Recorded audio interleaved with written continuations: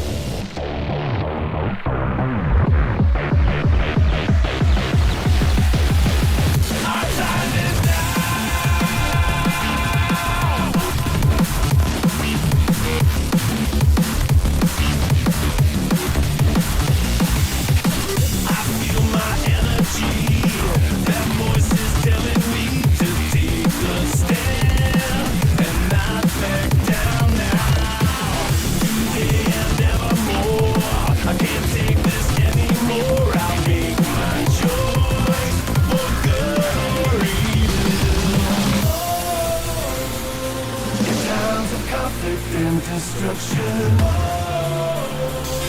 Our destiny is my connection now. A feeling in my soul.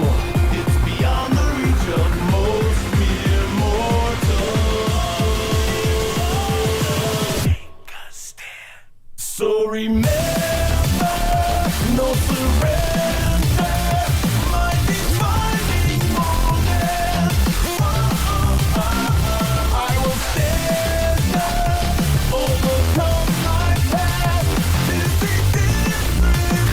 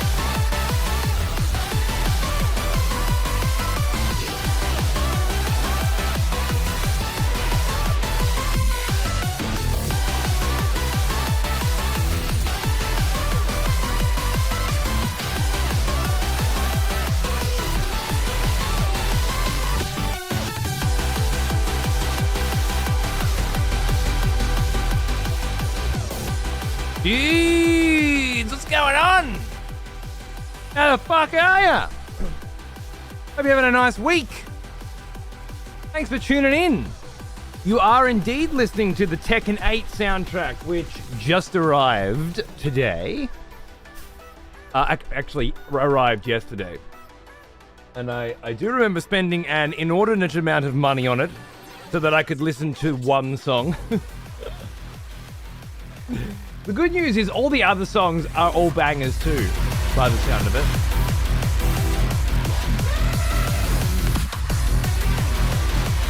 Which is something I might have known back then. But when I think back to Tekken 8, I just think of that one delicious violin-infused song that plays in the fancy-ass...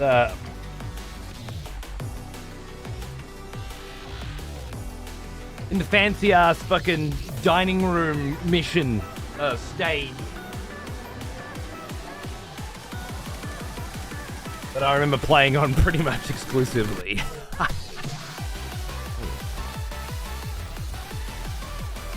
Absolute bangers. This does sound like some DDR shit, right? I was doing some DDR stuff the other week in Thingo, Galactic Circus, fucking time zone. It was good. Good. Yes, that's my face. Thank you. Yeah. Planning on attending PAX this year? Yeah. I usually get my tickets through Twitch, but I have like an agent now.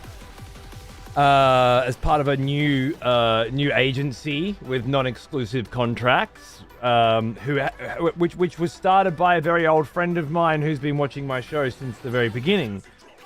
Pez. Some of you might know Pez. I think he was an electrician, and then he worked at Take-Two Interactive and was responsible for a lot of the really cool packages and shit that got sent, you know. And then he became a streamer, and then he became a rather successful Grand Theft Auto RP streamer. And then he stopped playing Grand Theft Auto RP. Now he just plays nothing but Final Fantasy, which is pretty fucking daring in the old Twitchosphere. And he's wonderful. May have seen Pez here once. You absolutely may have. He's been around. But yeah, started up an agency and asked if I wanted to be on board. And I've never signed with an agent, and I don't think I would exclusively. I like my lone wolf vibes. Having another person, you know, in your corner is always nice, especially someone that I have a long-standing relationship with. And he hooked me up with PAX tickets. So, unlike usual, where I have to say something like, I think I'm coming, provided that Twitch get me passes, and they have always got me passes. It's just that the confirmation seems to come through just before PAX. Unlike that, I'm already on the fucking list, mate. So, yeah, how good's that? I will be there. You seem extra peppy today, do I? I mowed lawns. Maybe that's it. This is spent a few hours doing yard work. Excessive profanity. You know, gets the blood pumping. You have a shower and you don't even have to really have the hot water on because you're already stinking and steaming and sweating. And you smell like fresh cut grass. Good shower. Also, my wife and I are watching your Red Dead 2 VODs, and she's hooked on your playstyle. Now loves the game as I do. Oh, that's wonderful. Give her my absolute best. And thank her very much for watching. Obviously, enjoying my playthrough of a game doesn't mean you'll like them all. Expletives for one of our executives. They're all fairly unique. Take up arms, warrior. The battle. Speaking of fucking unique, Nelf. What's going on, cunt? Dude, huge sub. Thanks.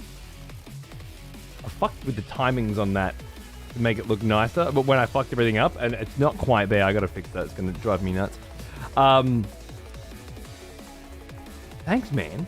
It's huge. Thanks for looking after me. What a fucking sick cunt. Cheers. Hope you're ready for another day of Elden Ringing. Hopefully there'll be no bullshit building required today. We can just reap the benefits of a weekend of lore and PvP construction by now enjoying some untethered, unrestricted, invasion-laden exploration. That's what I'm planning today.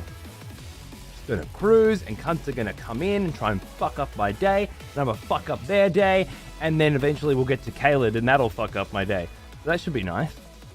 Maybe we'll go and see that wonderful city of magic I've been hearing so much about.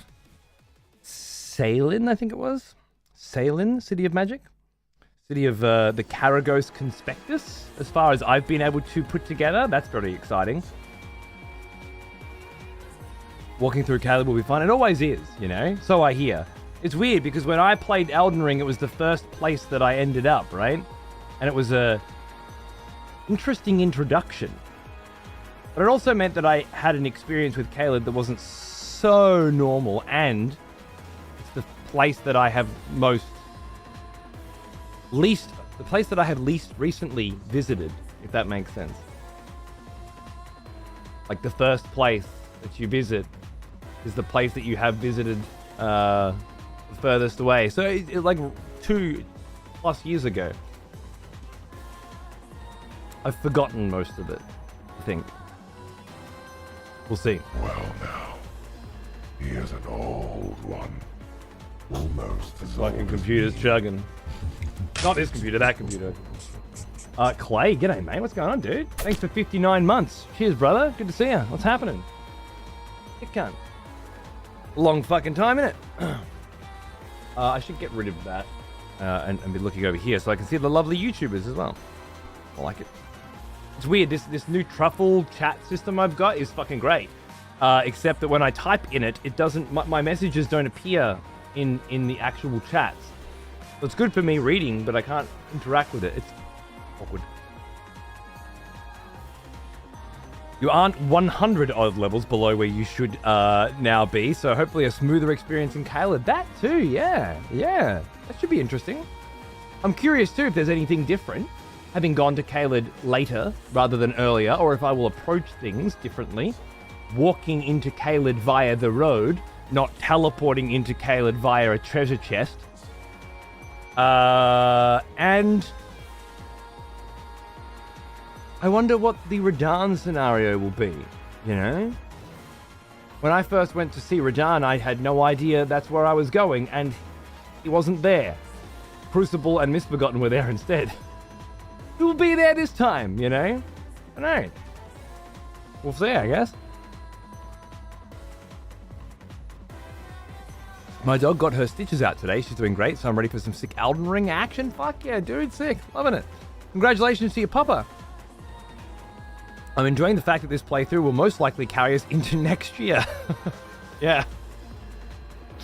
If we have to put it down, play a few other games along the way at varying times for varying reasons, then yeah, I imagine it absolutely will. But it's just the way it is, isn't it?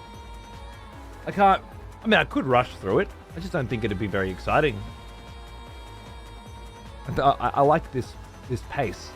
It's not for everyone. It means I won't see some people for a while, but and maybe they'll pop in for some other games, you know?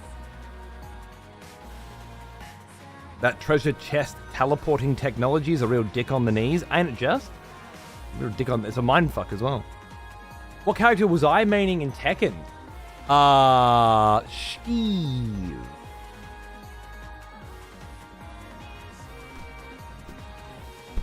I was Steven this time around.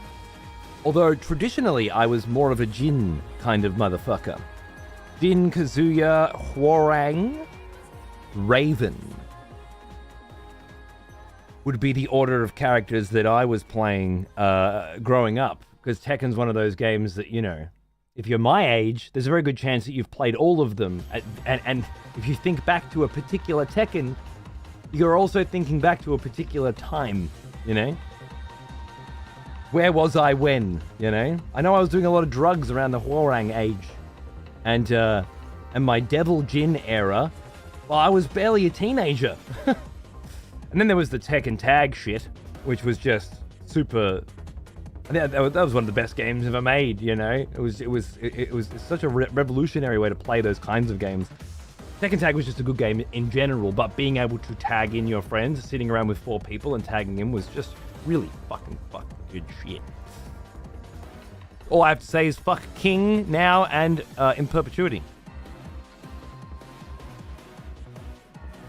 Looking for teachers' work? They just removed 90 teacher positions in my region. So, market's rough. Dude. That's just what we need. Less people teaching. Wonderful. You live in one of those red states? Is that the idea? Fucking hell. Good luck, mate. Yeah, it sounds about right, Itch. Been sending out applications this month for programming jobs and got no replies. Even a formal rejection. Tough out there. As a coder as well, my god. I don't know what to do. You still have your job? Well, that's good then. You're planning a revisit of Death Stranding next year before the sequel. I would love to.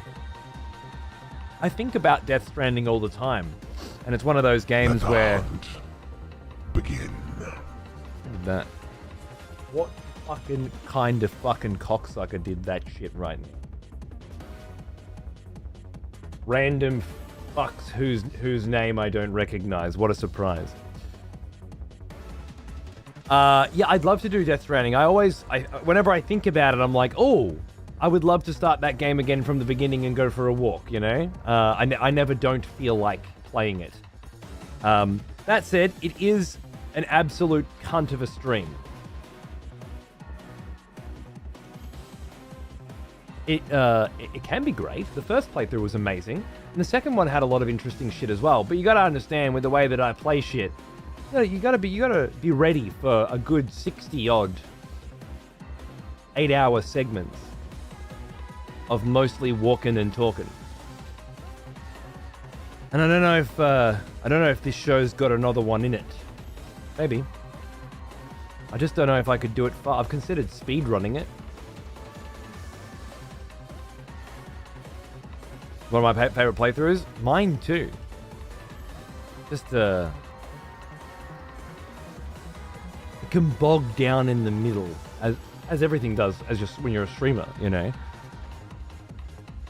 I have a particular knack for exacerbating that longevity of it all. That said, I have been watching Nam of the North play it recently, and that's been fulfilling my needs. Maybe to go down well, but as a pre Death Stranding 2 situation. We'll see how we go. I do want to do the Metal Gear series before Delta, because I think that's very rewatchable and it moves quite quickly, with the exception of 5, which will be rough as guts, but we can make it work.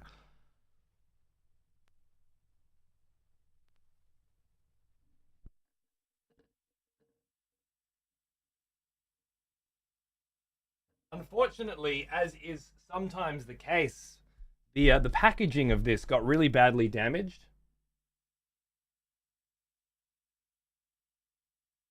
And it's like, well, if all the discs are in really good nick, I'm not going to be a bitch and ask for a refund or a replacement. But it is disappointing. It's not something that I'm ever really going to notice, but it's happened with quite a few laced packs, unfortunately. Oh well, the discs look gorgeous. They seem to have survived. It's just sometimes these big, heavy box set editions that cost far too much money come in, you know, like they just got smashed around a little bit during delivery, and what the fuck are you gonna do, I guess? Bit of a bitch. Any plans to do a launch show for Black Myth? Fuck yes. Which may very well turn into a full playthrough, which would require us to take a break from Elden Ring, which I don't want to do. And if Black Myth seems like another Soulsy action game kind of deal and it's kind of cool, then I probably won't. But if it does really truly seem like something interesting and thought-provoking, something we can dig into and pull apart. Well, and you know, obviously, there's a good vibe about it from an audience perspective. If we're all having good fun with it, then we'll do it. And Elden Ring won't be going anywhere. That won't be a problem. But we knew when we started up an Elden Ring run that was going to be 6 months plus, that there was going to be a couple of breaks, right?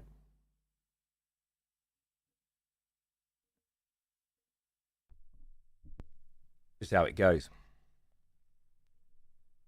And yes, there's going to be some... I'm not going to go back to Space Marine 40k before the sequel, but I am going to do a few painting streams where we paint some Ultramarines. Including, but not limited to, a fucking Smurf Dreadnought, which is the crowning jewel of my Ultramarine collection, and I can't wait to build and paint it with you guys. It'll be fun. I think I've got everything I need to do that. I even got a can of Macragge Blue spray paint, so I can prime it within a reasonable time frame. And then yeah, we can spend some time. It's not going to be everyone's kind of stream, but I don't want to play Space Marine again. I'll do that instead, which feels fun. And then when Space Marine 2 comes out, I'm planning a 3-man cunt force extravaganza, because I think 3-manning it with the boys would be hilarious. Failing that, we'll just smack it out. There's also apparently like some PvP and shit going on, so I don't know. I might end up playing quite a bit more of that than I planned to. We'll see how we go. Depends on if it's any good. It could be shit too, you know. You don't know. The sequel to a classic cult hit. They're not usually very good, but I have high hope.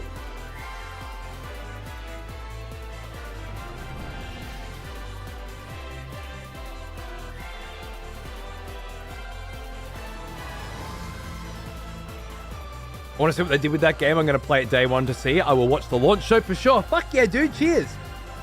With Black Wukong or whatever the fuck, I get the feeling it'll be a PlayStation 5 midnight launch adventure, but I haven't looked into it. I should look into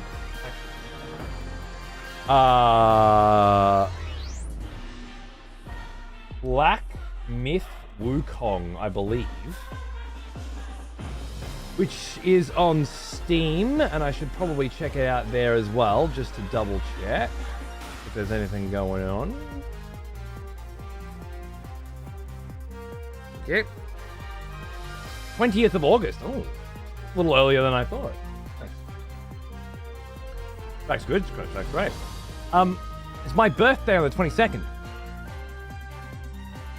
So, we might be playing this for my birthday, which will be interesting. Or we might be back on Elden Ring. Usually for my birthday, I just pick something that we can have some fun with and drink. And I fully intend to do the same this year. We've done many drunk souls and stuff.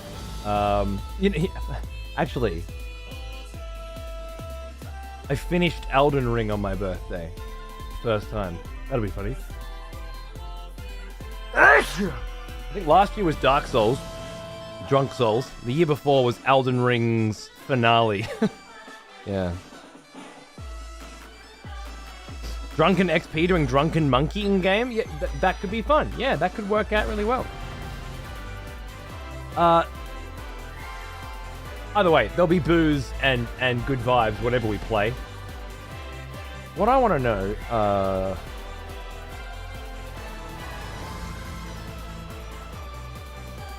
the 20th of August, so then the 19th at midnight, and the 19th is Monday night, which is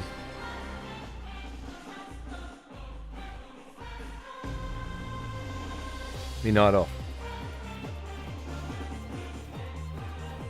My favorite night off. Is it next Monday? I'm thinking of taking... I might be doing some board games this Saturday with friends. So I might not be around Saturday night. But I guess Saturday off, Sunday, Elden Ring, Monday, midnight, Wukong. It looks to me like one of those kinds of games that I wouldn't play on PC anyway. At launch. Because they usually are poorly optimized pieces of shit. That said, it might be way better on PC than PS5, and I just won't know. I guess we'll find out. I'm gonna wing it, I think. Last thing. Black Wukong. Wasn't there? I think there was a demo on PC at one point. They released a benchmarking tool that should give you an indication. Give me an indication of whether or not it would run well on my PC. My PC has a 4090 and a 13900K. It can't run any better than on my PC, right? So I don't think that'll help me. The question is it a poorly optimized piece of fucking shit on PC? Like Elden Ring is still today, 2 years after its release. I don't know. Black Wukong global launch time. Fully ray traced on Ultra, they recommend a 4080 Super. It does sound like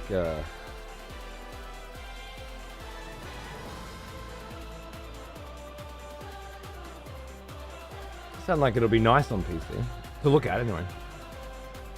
Release times on PC 10 a.m. UTC. I'm plus 11 at the moment, am I? Yeah, I think so. Wait, no. It's 11 now. I'm usually UTC plus 10, but it's daylight savings. It's 9:30 now. PM. 9. It's plus 10 at the moment. Okay, so 10 hours after 10 a.m. on August 20th. Oh no, that's plus 8. Never mind.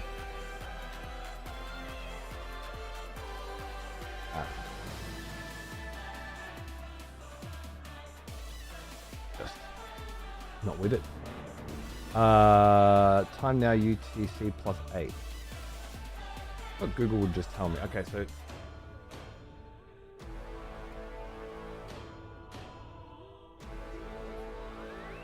oh, it's only 2 hours different. That makes sense.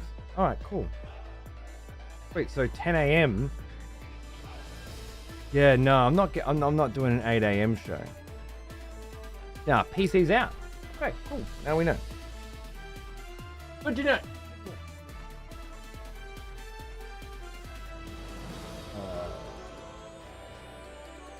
Yes, darling. What frames are they expecting with that? 30? Look, if the game is absolutely fucking amazing, I don't mind buying it again on the PC. I should ask what's going on with that game, by the way.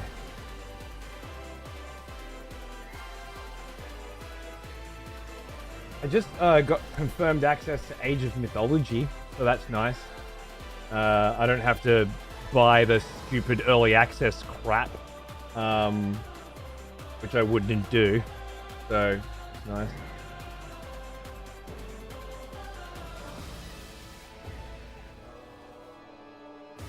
Getting close to Wukong.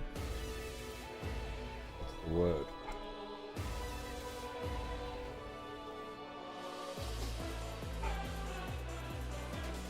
Bum, bum, bum, bum, bum, bum, bum, bum, bum. So yeah, next Monday night, midnight for me. So, you know, I'll probably go live about now next Monday, and then we'll gear up for some Wukong. We'll have a nice big sesh and see what happens. See what happens for that week. It might be just a wash for Elden Ring. We'll see what's going down.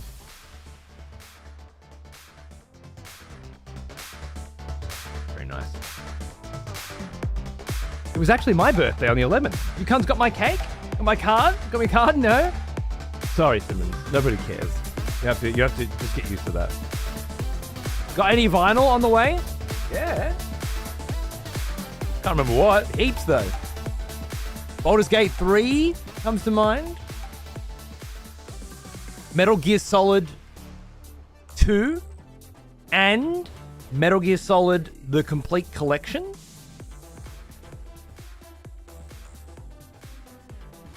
Probably many others. MGS2, yep, that was announced and up for pre-order. Will go very nicely with my Metal Gear Solid 1. And the Metal Gear Solid Collection has at least 4 in it, as far as I know. So we might get some fucking love song action. Missed it? Check if it's still available. It might still be on pre-order. It wasn't ages ago. Baldur's Gate 3 will be great, yeah, obviously. Down, down, down by the motherfucking river, as they say.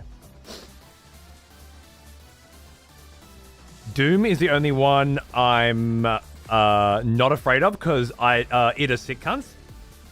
Yeah, but they are. I can't deny that. I'm gonna be playing the absolute fuck out of the new Doom. That's just goes without saying. I haven't seen the trailer. I didn't want to. I know it's the Dark Ages, so I get the impression that it'll be some kind of prequel, and that's all I need to know. I love id. I love Doom, and I'm going to probably do the same thing I've done with the previous 2 Doom releases and just, either race it with the boys blind or just play it start to finish on the hardest difficulty in one sitting. Because it's kind of a tradition now, isn't it? I'm not interested in Stalker 2. Actually, I meant to get interested in it by playing the first one, but I don't know, there was some fucking NFT shit going on at the time when I was sort of gearing up for it. And I don't know, it just all seemed like a bit of fucking crazy to me. And you know how it is, there's so many fucking games. There's so many fucking games, man. Stalker's gonna, I know you've got a big fucking fat hard on for it, Scon baby. Oh, Monster Hunter World's complete set. I have the Monster Hunter World Anniversary, but yes, the complete set is coming for that, which is going to be great. Another one I've got ordered. Which site was it? Fuck, what one was it again? Started with a G. Had 2 O's in it, and then another G. I think it was a word that was used to represent insanely large numbers, but has now been reappropriated as a word that people type into URL bars in order to search for absolutely anything that they are looking for, regardless of what website it's housed on. It's on the tip of my tongue. Wish I could help. Play World so fucking much, I'm tired of the music. Ah, yes. The smell of proper devotion. Welcome back, old friend. We've missed you. Thanks, Mel. What's going on, cunt? How you doing, mate? Cheers, brother. Oh, Mammoth as well. Going on. Fuck off. Yeah, you fuck. Another expletive has returned. Welcome back. Like, I fucking remember which specific fucking retailer providing which shit. I don't fucking.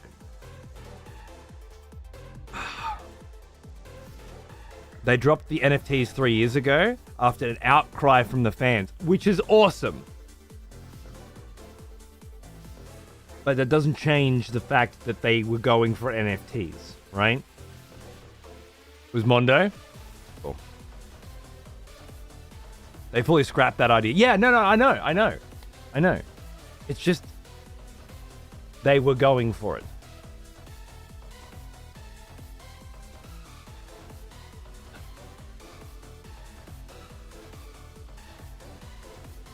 Maybe that's not a deal breaker for you, you know? But, yeah.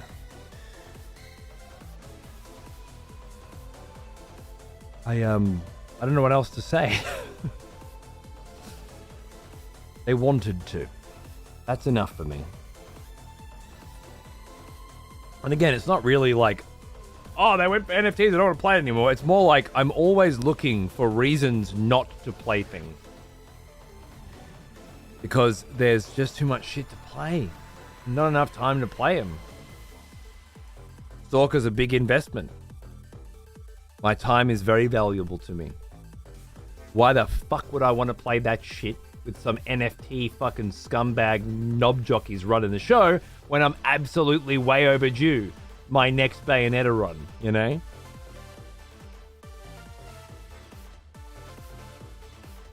If I may give a completely unrelated recommendation for a movie, Spaceman of Bohemia. Is that the one with a fucking spider?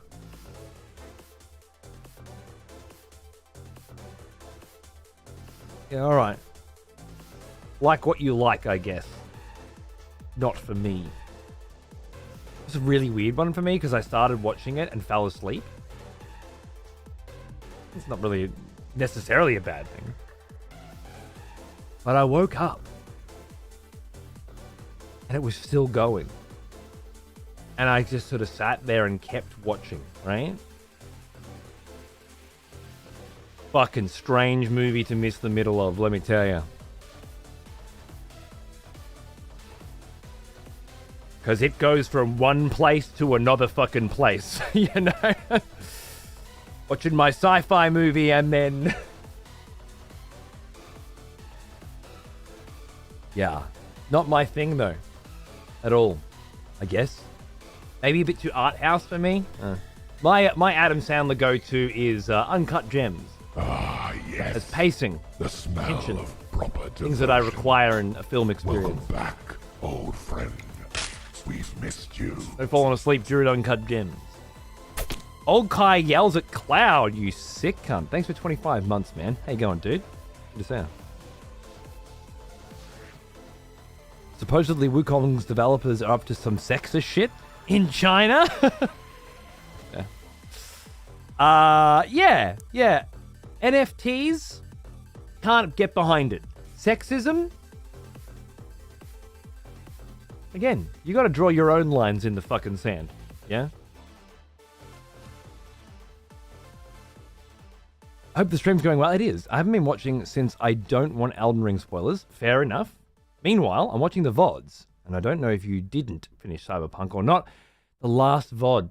The last fucking VOD, dude, got axed because Royal Naga, who has diligently, without payment, without compliment, been saving every single fucking VOD now for years because I was just a piece of shit, and Twitch always kept my VODs, and then they decided that they're not keeping them anymore, but they are keeping Man vs. Games VODs and Dan's Gaming's VODs, but I fell behind their little fucking line, you know, and we're like, no, you don't keep yours. So I was just like, I don't give a fuck then. I give up. I'm not making highlights every day for every single VOD, you know? So I was being a little bitch, and I just let a couple years worth of VODs vanish.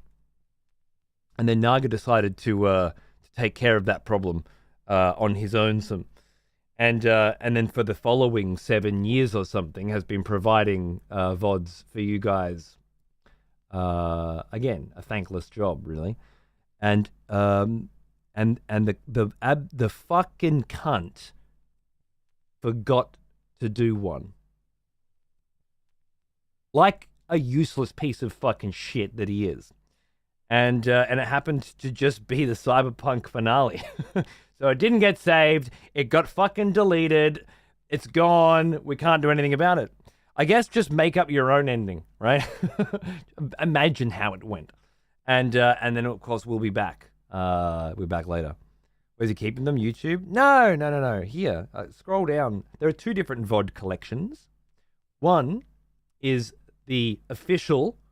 every fucking VOD categorized by playlists and housed on Discord, which links back to Twitch. The other is the one that Alka made on my birthday last year. No, not my birthday. It was our 10-year anniversary, actually. And that is like a straight up look up a specific VOD one, which is also awesome. But You can't look up any VODs that happened after the 10-year anniversary. Only the first 10 years. So it's useful. It's a useful tool that I use to make YouTube videos and stuff a lot. But Naga's is better, I think, for a viewer experience. If you want to look at a list of games, you click on the name and it takes you to a list of VODs, sort of thing. It needs to update the data. Your lookup one. It doesn't matter. It also has the very first. It does have the very first VOD. Yeah. It's got the first 10 years worth, with the exception of that couple year gap where I was being a little bitch. All the more reason to go back for Phantom Loop. Dude, already installed because Xander wanted to play it. I got it ready to rock. We'll have to do mods and stuff again. I think we want to make a new character next time. I want it to be like a chick. So maybe like Celine from our Dragon's Dogma run. And I'm thinking like, Netrunner vibes. Hacking, fucking. I'm thinking like samurai sword, vampire, right? With a steady focus on hacking. And to add a little flavor, I'm thinking stealth. I'm thinking mad stealth, and I might even go crazy, right? Because this is what we were looking at last time, but never really got around to it. Oh, no. We were looking at it last time, but decided not great for a first run, because I wanted to keep everything very fucking, clean. I did make many modifications to Cyberpunk for our first playthrough, but none of them affected gameplay in any significant sense. It was mostly just cleaning things up and making them cooler. But this, assuming that it still works with Phantom fucking Hourglass or whatever the fuck it's called, this makes the stealth gameplay in Cyberpunk way sicker. I can't specifically remember what it does, but that's right. It adds bonuses and like sort of mission objectives. Did you do the expansion last playthrough? No, because it wasn't out last playthrough. It was pre 2.0. It was about as pre 2.0 as you could get, which was intentional. I wanted to play the game in its original state, or at least its originally intended state. But yeah, there was no, not here. I think it was here. Yeah. So if you complete certain tasks in certain ways, then you gain points, additional perk points to spend in a new tree, right? So we could do something like that where the focus is kind of like Metal Gear Solid No Traces runs. Yeah, no one is to know we are there, which I think could add like a really nice flavor. The original Cyberpunk had some broken builds. That was glorious. Sure. Yeah. I not really my thing, but sure. Yeah.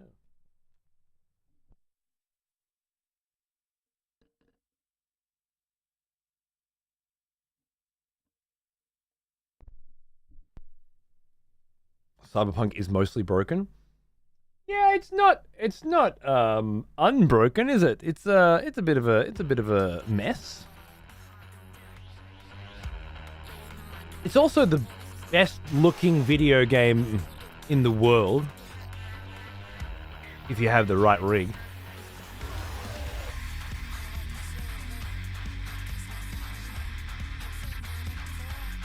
What hasn't got pros and cons?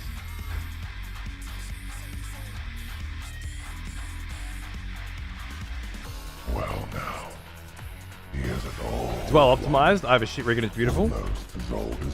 Well, that's nice. My phone is getting worse and worse at recognizing who I am. Ooh, possible collaboration in the casino industry. Fuck yeah, man. That was great. Super Frenchie, thanks for 51. Has a shade beneath the Elden Tree. Elder Tree. It's balmy. Nice breezy spring. Loving it. Female V's voice work. Yeah, that's why I want to do it. I heard it's great. Did you check out any of the major updates for Cyberpunk, or relatively untouched since the last playthrough? I haven't checked out anything. Just started a new character with Xander the other day. I didn't have it installed until the other day because I got my fiber optic fucking shit. Fiber optic internet. I wanted to download something. Actually, I've been telling my kid we'll play Cyberpunk for ages once we get fiber, because I don't want to wait 2 days for it to fucking download. And so we did.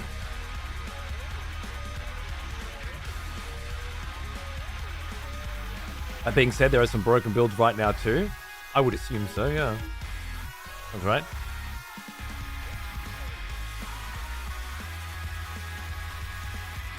There's some friction with me there because I wanted to get immersed, but it was really much more action-orientated shooter in its gameplay.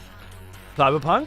Yeah, I think my biggest disappointment of the entire experience was really that Night City did not feel like an alive city, you know?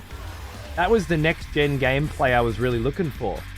I wanted to be totally immersed in this incredible, massive city. And really, it was window dressing, you know?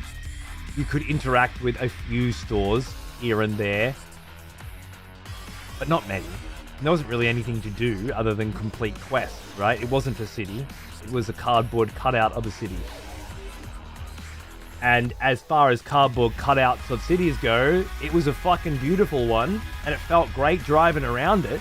And obviously, CD Projekt Red's mission design, narrative design, character design is all top class. But nothing about Cyberpunk ever felt next gen, other than the way it looked.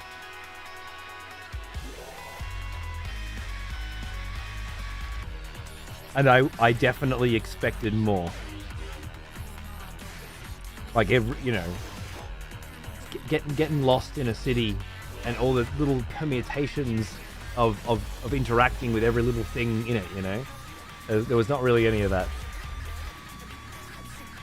Felt better to just do your fucking missions and move through. Spend too long in there, you'll probably just get bored. And so I did.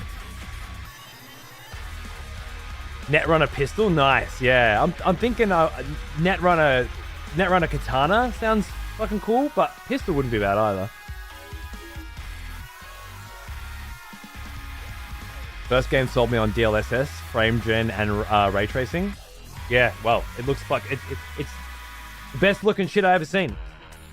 Damn, did I take some screenshots. Woo! I had also just bought a new computer, an OLED monitor, with high quality HDR that was actually working thanks to Windows 11, I guess. And we did a lot of A/B testing, let me tell you. At least there wasn't a fuck ton of bakeries and bookstores. Yeah, Liza P, huh? Don't look too closely at that one. See, that was a cardboard fucking cutout city too, but unlike Cyberpunk, it was not one of the best cardboard cutout cities I've ever seen. And I'm so glad I bought this fucking collection. It's just bangers, man. This is my new go-to party soundtrack. We just want to dance. Only thing I want from the sequel, reuse whatever they want. Just make that city feel more use the same fucking city and spend all that development time making it a city instead of a series of roads.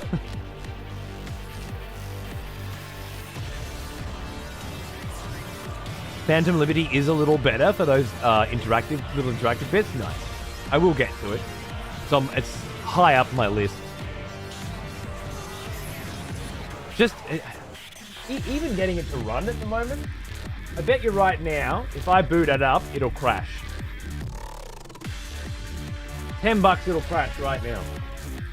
Usually takes 3 launches to get it to work for me.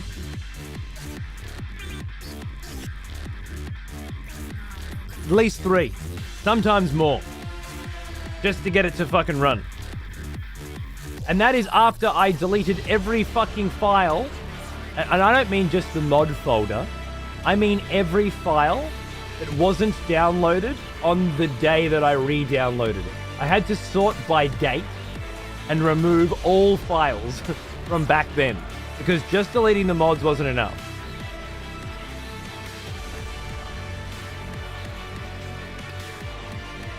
just fuck. We're gonna do it in 2 this time. Hey, nice. I got rid of the. I installed a new mod to get rid of the startup shit. That seemed to have a better success rate of getting in. That's still as fast as it's ever gone. And and we couldn't start a new game. That was another thing. Couldn't start a new game. You clicked new game, nothing happened. Had to delete all these old files, re-download everything a second time. Thank fuck for fiber. Still just a grotty mess of a game, you know. And I'm not in a huge rush to get back to it. Set up all the mods again and fucking go through all the bullshit again. Maybe time will make it better. It's a big maybe.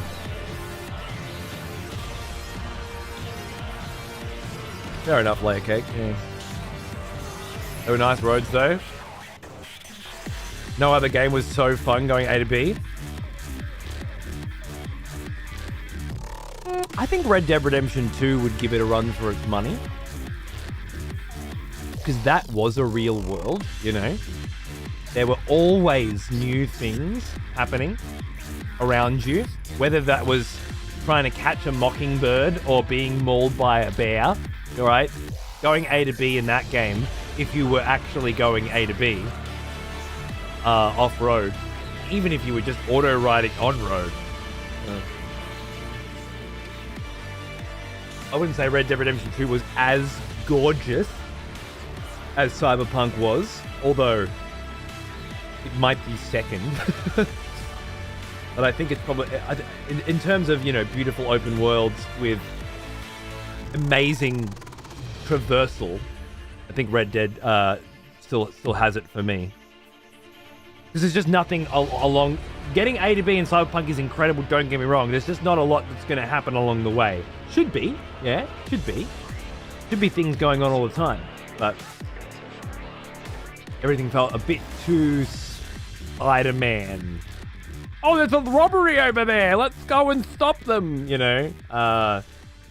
Whereas, yeah, the dynamism of Red Dead Redemption 2 was you can go days without seeing a bear, but that as soon as you fucking throw your fucking fishing rod in the water, fuck, and then I remember sitting in a pond waiting for a bear to fuck off, you know?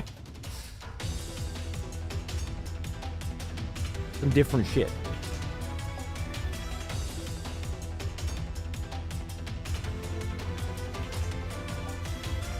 Ooh, Dishonored.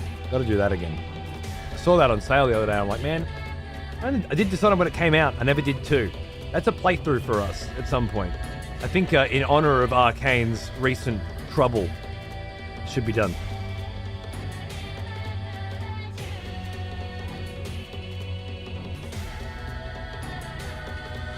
Yeah, A-Care. What the fuck's going on? Oh, no, you know what? I want to talk about it. Rejoice, fellow expletives, for one of our executioners is returned. Pretty good timing, Mitty, I gotta say. Take up arms, warrior. The battle completely fucked my vibe. Brilliant. I love you. Thanks for the big sub, man. You're nuts. Cheers. Don't want to talk about it, but I think some people have suggested on some forums that the reason Cyberpunk is crashing so often during startup for me specifically is because I have an Intel 13900K CPU that is undergoing certain changes right now on the path to being a dead piece of shit. And for those of you who stay apprised of such things, you will have heard of this problem.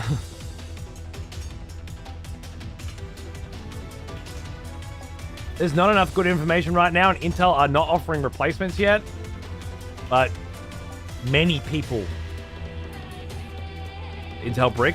Yeah, I think that's a way of calling it. I have not updated the BIOS for it, no. Apparently, if everything's working fine, don't bother, is what I heard last. Maybe I should probably keep on with it. They extended the warranty. I think they were maybe Can't remember. The article said that they were going to, but hadn't yet. Last I read, maybe. Glad I built my new PC 3 gens ago before Intel and NVIDIA self-imploded. I don't know. The 4090 seems to be the card. It's twice as powerful as the 4080 Ti. I don't see it getting outclassed soon. I went from a Titan X to the 4090, and I expect to get just as long out of this as I did the Titan X, which is 4 generations. But if I get fucked on the CPU, I won't be happy. That said, so far, with the exception of this one problem, my CPU hasn't skipped a fucking beat. So glad I went with a top-end AMD. It was probably the better choice. Yeah, it's a shame. But, well, little did I know. Down 40% this month? Is that 40% in their stock value or something? There doesn't seem that many ways forward for GPUs that isn't AI feature sets. I don't know what they're doing, but... Titan X came out around Witcher 3's release. Did you get it for Witcher 3? No, I actually got another card for Witcher 3. I upgraded from a 980 Ti. No. I think I upgraded to a 980 Ti from a 970 for Witcher 3. And then my mate gave me his Titan X. We swapped because he didn't need the extra juice, but he did need the extra money to replace his PSU and something else. We made a equitable trade, and I ended up with the Titan X, but I don't think it was actually for Witcher 3. It was around that time though. Intel getting fucked on the stock market? 40% sounds pretty fucked, yeah.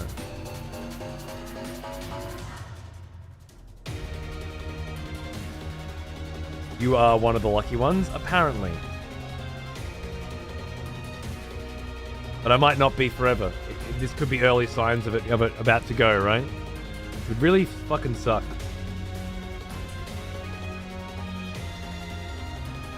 Except cranking the power even higher. Like it seems to go pretty linear with power consumption now. I don't think my 4090 is going to need to be replaced for a while. I'm very happy that I waited. If I bought a 3080 Ti or a 3070, I'd be very upset when the 4090 come out. Because it's that much better. And if you're playing something like Cyberpunk, you feel that difference, you know? It's the difference between needing to AI frame generate with DLSS 3 and not needing to. And it's beautiful.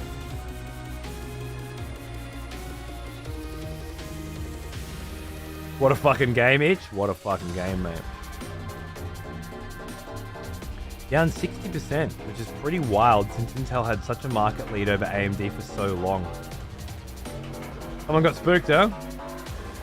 Speaking from experience, keep an eye on your power connector. You don't want a 4090 melting fire. Yeah, I got, my version of it was post that.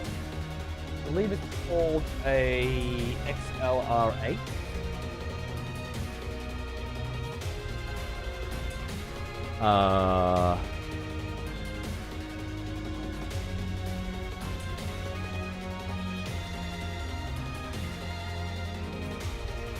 Can't remember the specific. Yeah, okay. It's something to do with the pins. I remember when I was getting it. It's got the updated pin connector or some shit. It's still a fucking crazy price. Absolutely, it's fucking $3,000. It's insane. It's probably 2,200 US, maybe something like that. It's fucking nuts, I know. But like it's half the price of the PC, but it is paying out dividends. I've never been so happy with a fucking purchase in my life. Everything I've needed to do, it has done flawlessly. Running fucking Cyberpunk at max settings with no frame generation at 240 hertz or 240 frames. Oh, Oh, this old thing. What was the first game story that really pulled you in? For you, it was Legacy of Kain Soul Reaver. I mean, probably Final Fantasy Mystic Quest. Technically. But I'm gonna say Lufia 2 Rise of the Sinistrals. Like, I was right in to the story of the Sinistrals. Right into that shit. But I was young, you know. I don't know how deep. I certainly wasn't a fanatic for the story. It was the gameplay that kept me going.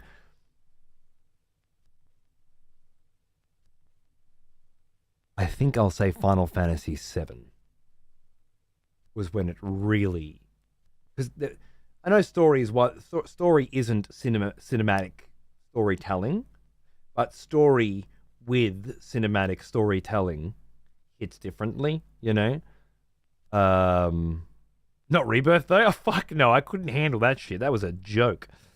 And look, to be honest with you, Final Fantasy VII does not have a spectacularly written story anyway. There's fucking holes everywhere in that shit. But at the time, and that's important, it had a very heartwarming story with some twists and turns that were quite brutal in terms of emotional impact of a teenager.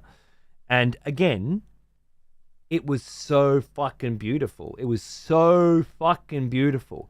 Those cutscenes and that music, obviously 4, 5, 6 had great stories. 6 especially had such an incredible story. I really like 4 as well, to be honest. Anyway, it was different.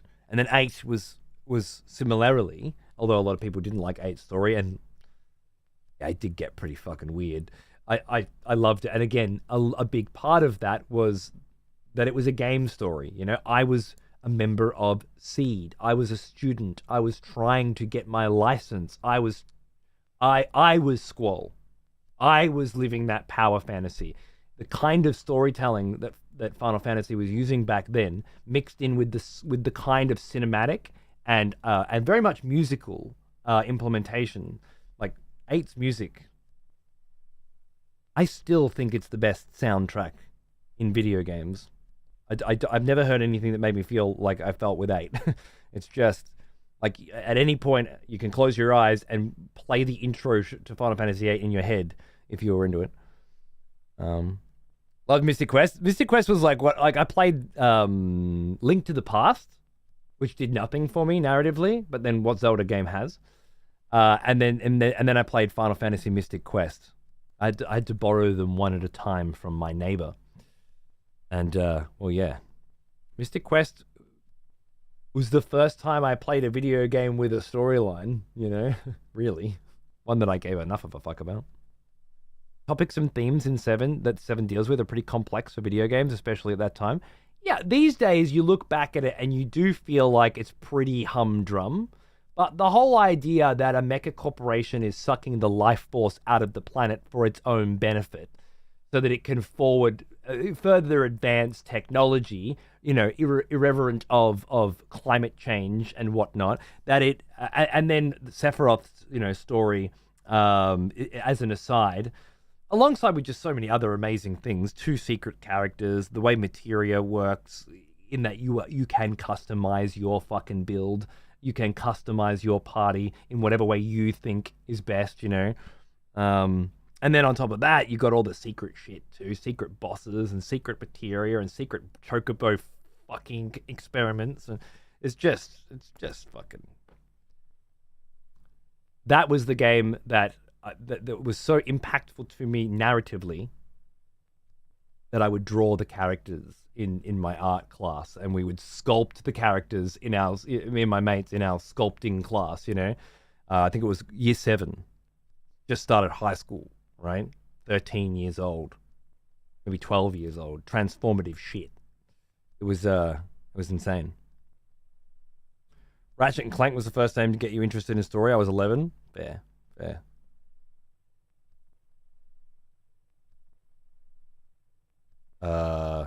I didn't play that one until recently. Anyway. That was the first two of 5 Tekken fucking records, and I loved every single track. I shit you not, that was an absolute fucking ball, start to finish. Next show, we are definitely going to keep listening to it. What a banger. Yes, Ass, fair enough, fair enough. The new 7 trilogy basically shits on the themes to give you multiverse and Kingdom Hearts plot twists. Not just the themes, but the delivery, the pacing, the structure. I bitched about it too much to care anymore, to be honest with you, especially after the second one and how terrible that was, well, even compared to the first standards. But for me, as a Sephiroth super fan growing up, who identified, I think, a lot with the relationship he had to his parents, if you will. The way in which Sephiroth is revealed in the original Final Fantasy VII as a character and the impact that he has on the protagonist and the world around him versus the way that he is introduced and revealed in Reborn, or whatever the fuck it's called. Like, good, bad, prefer it, don't, whatever. They are two very different approaches for introducing and pacing and structuring the antagonist in the narrative. And in my opinion, one of them was incredible and the other was dog shit. Not everyone seems to agree. That's fair. Jak and Daxter, I never actually played that one. That was one of the ones that didn't come by me either, weirdly enough. Or Sly Cooper, or Ratchet and Clank either. None of them. But Conker's Bad Fur Day, let me fucking tell you. Now that one we played a lot of. That was good. Banjo-Kazooie was huge as well back then. I guess I was very much a Nintendo kid during that era. Not that I didn't have a PlayStation. I did. I had a cracked PlayStation. But you just played the games that you had, you know? Right, friends, let's play some Elden Ring. Speaking of playing games, let's play some motherfucking Elden Ring, shall we? We'll see if the HDR is going to play ball today. In keeping up with Wild's weapon overviews, I don't look at things about video games leading up to the release of video games. It's time that I could be spending playing video games. Like Volgar the Viking 2 and Signy, All Guns Blazing, both of which came out this week, both of which are hard as balls, both of which are incredibly clever and interesting, and both of which would be very sad, I think, to find out that instead of playing them, I was looking up things about other games that haven't come out yet. Like, think about how the games feel, you know? Have you no shame?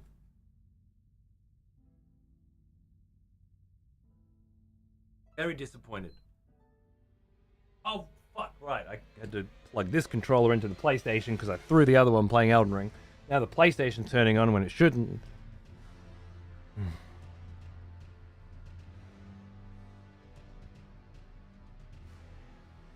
Hold on a minute. Nah, in reality, Jigs, I'd just rather not know anything about Wilds until the day comes out and then figure out all of it on launch, you know? It's much more exciting for me to do it that way. Is the reality of it.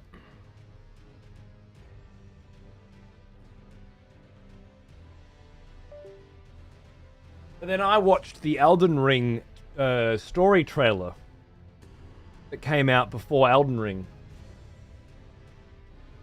for the first time on Sunday. As in last Sunday. So, I mean, it tracks. Oh, right there. I'm just going to grab some water. And then I will let the hunt begin.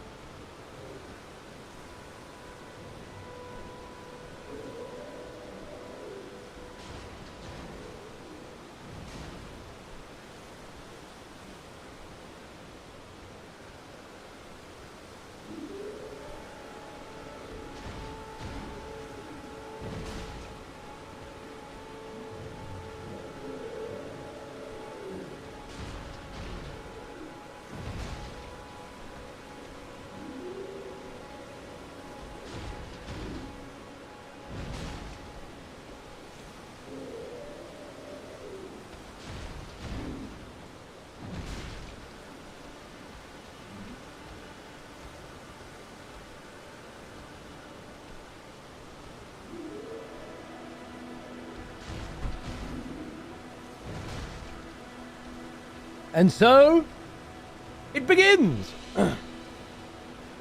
Those of you that didn't catch last show, we made some changes to the way PvP is going to work around here today. Whether or not I end up staying with this system or designing something different is something I haven't figured out yet. If I do like it after today, I'm going to try and add some more visual cues on screen to make it more interesting. But we'll see how we go. Generally speaking, it centers around whether or not I use Estus flasks, whether or not the people who I am fighting use Estus flasks, and whether or not we win or lose. Which all has an effect on how much the next invasion will cost, is how it's going to work. We'll see how we go. Also, as far as a game plan for today, we're going to be heading up along this road, searching this plateau and into Caelid is the plan. So, let the fun begin. Been invaded by a new vampire hunter by the look of it, so that should be interesting.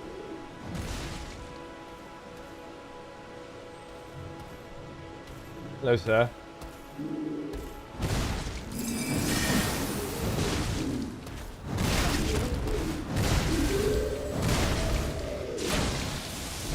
can hear him. Oh, fuck, I heard him, alright. That was brutal. Scale Baron Ma.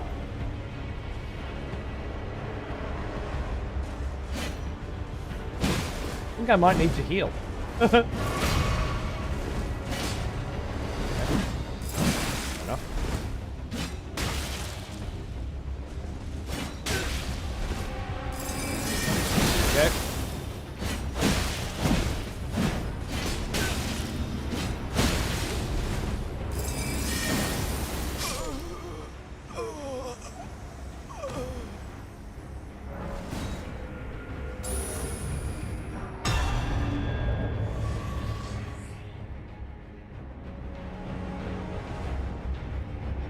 Were they going for a heal?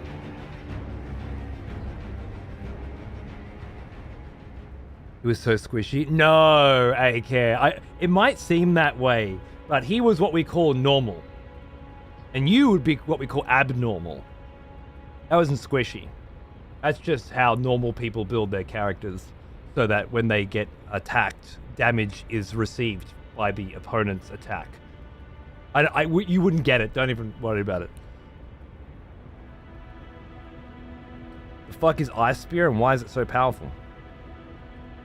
That's what you think powerful looks like in this game? Okay.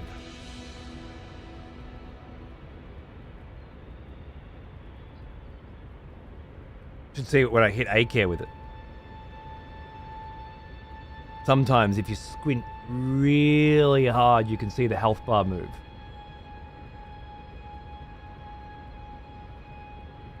Nice roll catch. I was going to buff swap. Okay. That what you weren't going for an Estus? If you weren't going for an Estus, then The hunters have lost the scent. number stays same. That looked like you might have been going for a heal, so.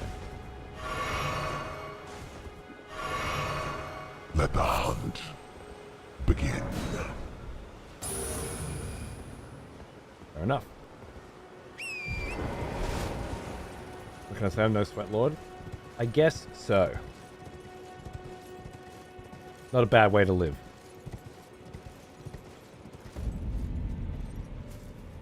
That's right. Okay. Rejoice, fellow experts. Hey, Mazes. For one of our executioners is returned. Take up arms, warrior. The battle rages. Beautiful. Thank you, my friend. 61 months. Cheers, mate. Good to see you.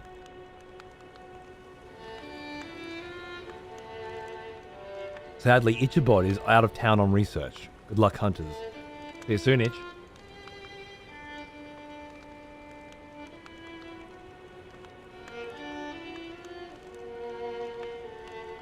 I don't think it's synced up. No. I wonder if that's because I'm actually being invaded. Could be. Oh, wow. That is a particularly pretty.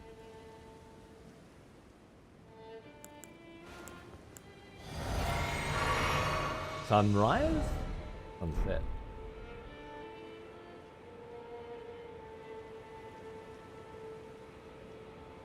What a fucking view. Is stopping the hunt not a thing anymore?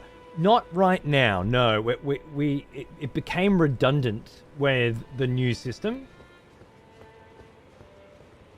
So for now, stopping the hunt is no longer available. I would like it to exist, but there's just no way to implement it in this current system that makes any sense.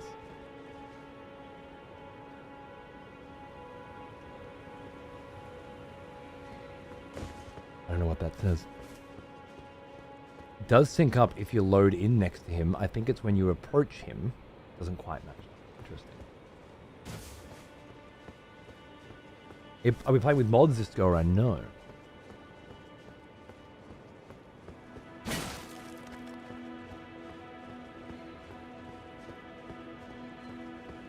Oh, by the way, I haven't seen Nick today. He might be out, but I got to actually hang out with Nick last night for hours. We played Returnal in co-op, which was a whole fucking thing because it wouldn't connect. And I was like, what the fuck is going on? And then I called my ISP at 10 o'clock at night and got some crazy Australian cunt who knew exactly what was going on and disabled some fucking nat shit and got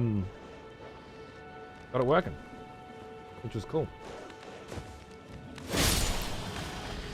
Only with Returnal have I ever had that problem. But it was one of those lovely situations where your ISP is actually useful. Another instance of these crucified cunts. Which I really love the look of as well, to be honest. We spoke last time about the process by which the Erdtree may extract grace, or runes, if you will, from the corpses that it hews. The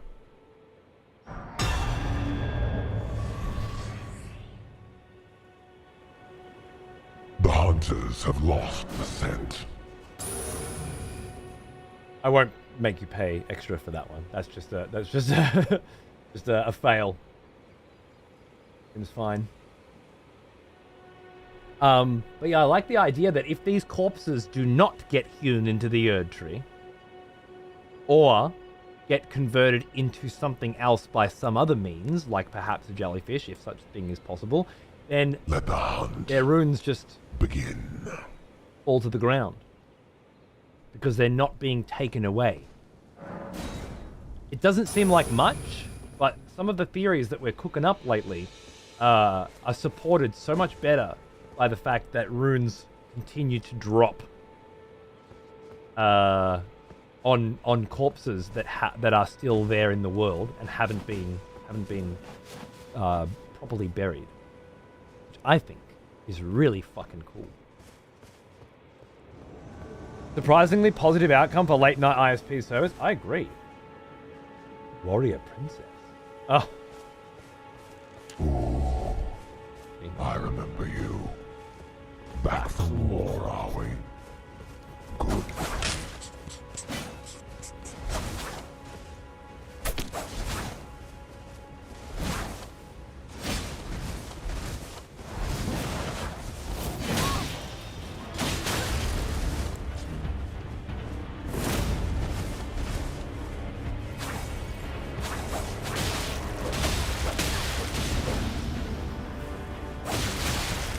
Prawn shit, man. What? Oh shit.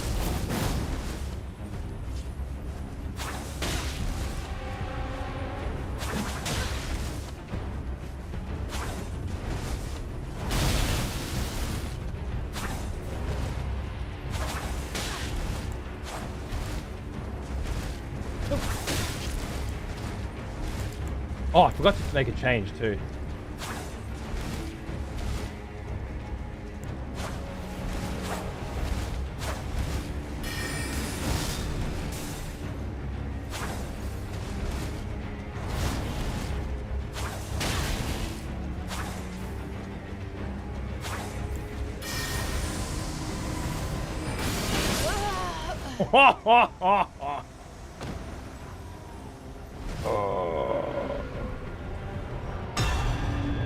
The hunters have lost the scent.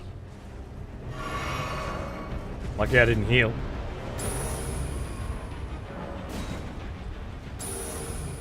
Oh no, I didn't mean to do that. I meant to heal.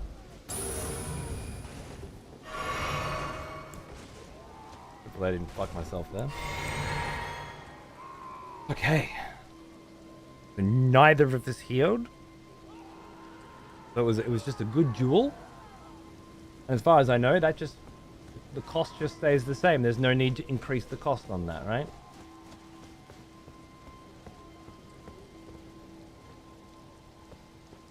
I think. Unless the cost is supposed to increase because I'm winning. Let the hunt begin. Sure.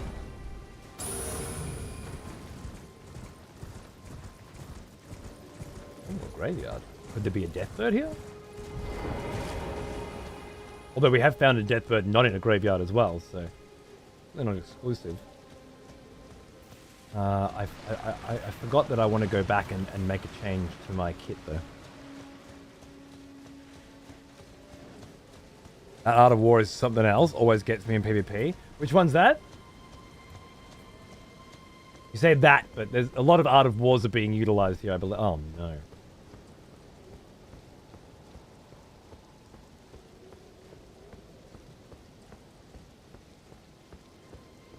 These poor cunts are farmed for runes, perhaps?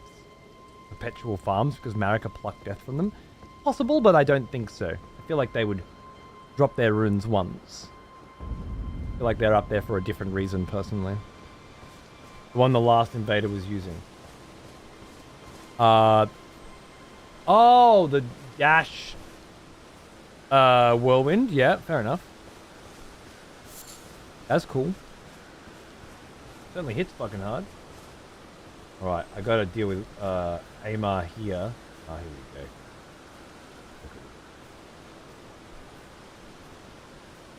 Who knows what's up? Night fight. On the bridge.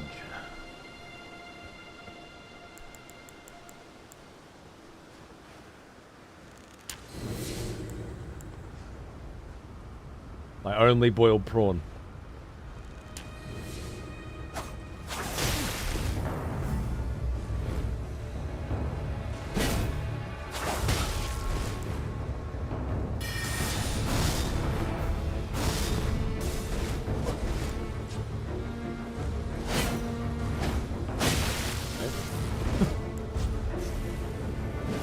I don't mind missing, but you have to miss too.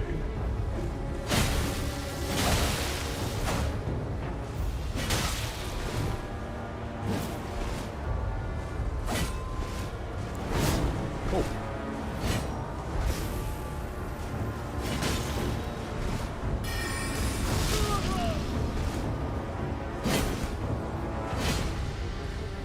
Oh, I ran out of stamina. Just had to eat that.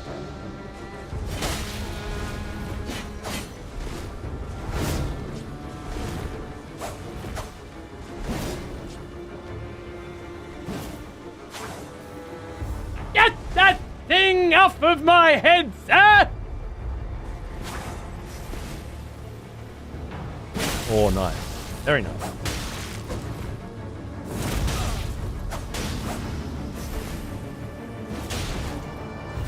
Oi. Oh. No, I gotta heal. Or not. Eviscerate. The hunters have lost the scent.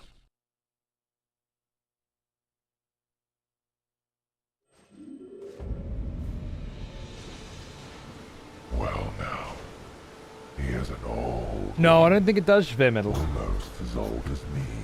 I think it makes it look like most people who are put up for execution, as in most people who somebody pays an inordinate amount of money in order to attempt to execute, are pieces of shit that get executed. Which is another way of saying I feel like most people are pieces of shit. And if you haven't discovered in your own travels that generally speaking, people are bad, then good on you. I love the optimism. But you should get out more.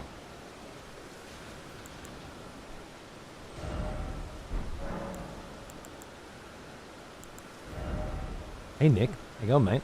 I was just talking about our wonderful Returnal last night. Thank you for 5 years. Happy anniversary, my friend. 5 fucking years. We finally played Returnal together. Let me raise this yesterday's leftover lemon sour in celebration. May your victories be many and your woes few. And may your late night customer support be ever chill and helpful. How chill and helpful was it, right? So good. Nick got to hear the whole thing. I don't like Greatsword anymore.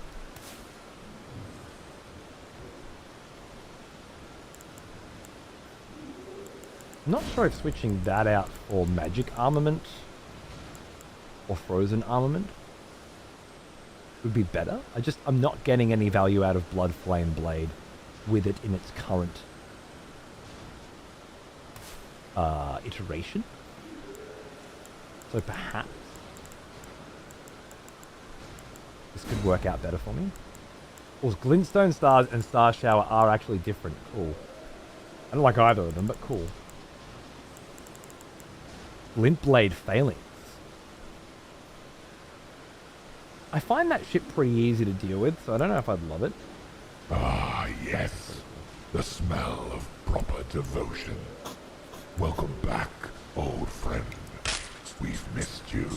Radical Sabbatical. Thanks for 37 months, mate. Cheers, dude. What's going on? Executioners are pieces of shit. They're okay in Cody's eyes because we give him money. I don't know. You guys more often than not have a sixth sense for taking out the trash. As long as Mongs get their heads chopped off, I'm fine with looking blood hungry too. I just feel like, you wouldn't expect most people who are being put up for execution and voted we against to be shit, would you? Quite the opposite. Silences footsteps, reduces fall damage.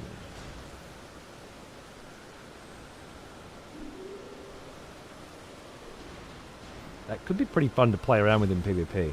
Sneaking up on people and shit. I don't know if it would be as useful as I want it to be, but maybe. I think I'll stick with this for now.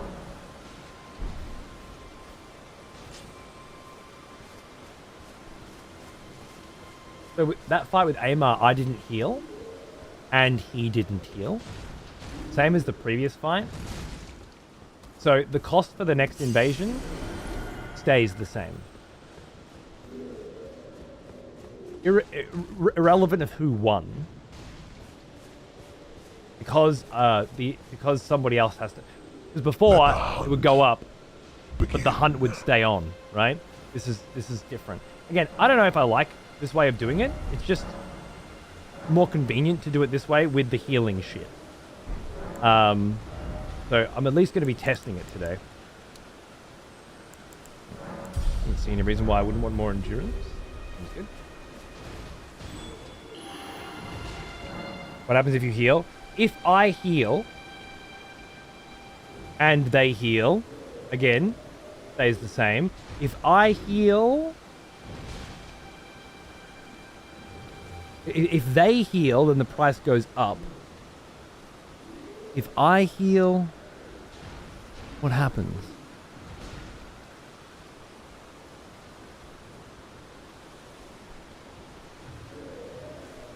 This is what I was thinking about before with the first two. I was thinking because I didn't heal, the price was supposed to go up. But if I healed, it would have stayed down. Hunt continues even if you win. If I heal. It's tough, Trusty. That's tough.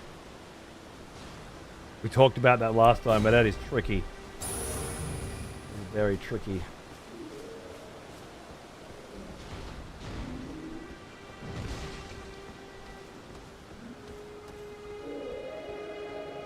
Let's try it. See, I've already fucked it up for today anyway, so let's try it.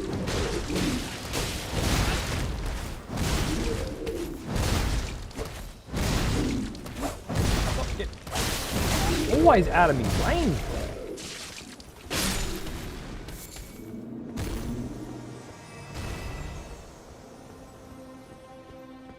That's, at the moment, Ellie, that's correct. Specifically Crimson Flask, which means there are other ways you can heal by building into that. And there are items you can use to heal as well. But for now, I don't want to put any restrictions on the way people utilize their characters. Just the most basic of restrictions, which has always really been there.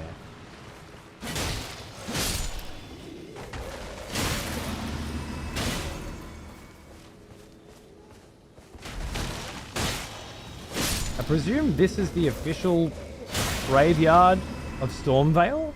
A little far away from Stormvale, though. I wonder. Maybe it's just Limgrave. Did you end up writing that grid down somewhere of what the outcomes were? Not in so many words. But I probably should, eh? I'm adding trusties to it today. That's probably going to be helpful. It gives you an incentive not to heal. If you smell a weak invader, you have a way to end the hunt and double the cost. True.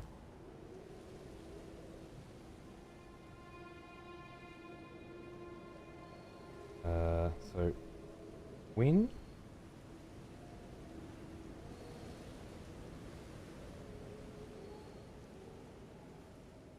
No heal.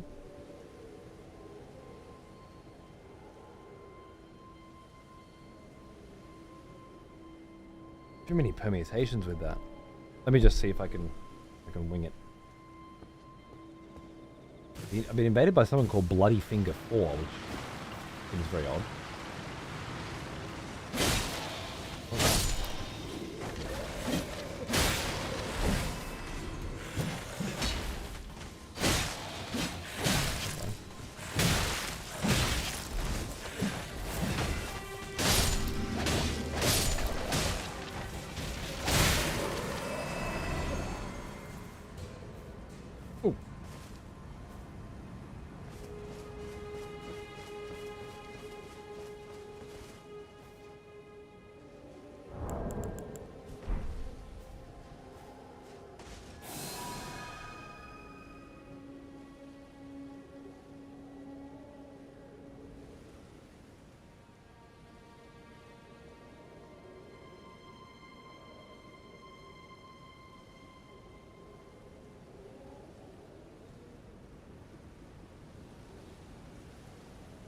Can't really do anything with a flag, you know? The fuck.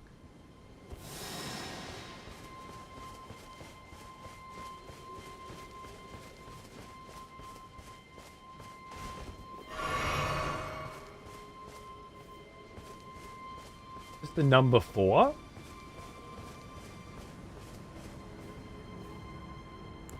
I don't get it.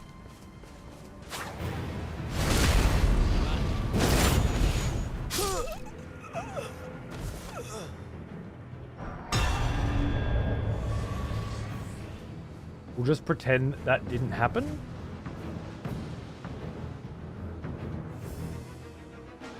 Shit, what was it again? There was a section for this. No, game settings? Okay. Right.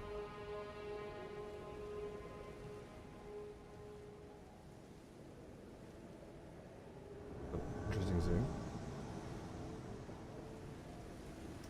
I thought it was in Friends. It's not in Friends, is it? Game record settings. Friends and chat. You had the right screen up earlier, you need to scroll down in the menu. Was it this one? In game?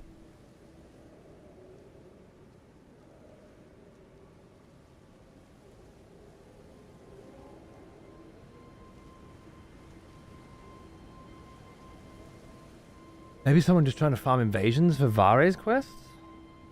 Yeah, let's sit here and hypothesize what it could be, without any way of ever knowing what the true answer is.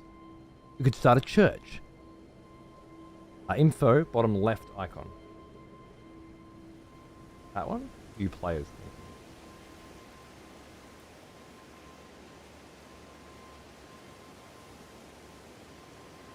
Just to be on the safe side.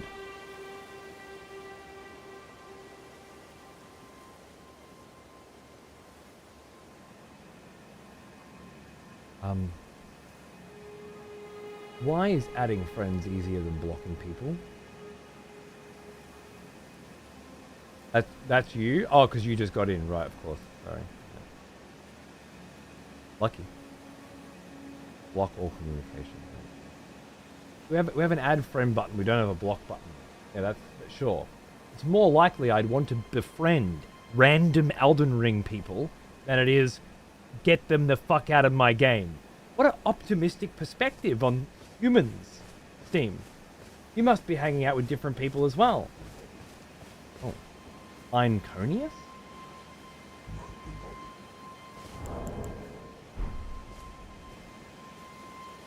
Now I know it's trusty. It's not fun anymore, is it?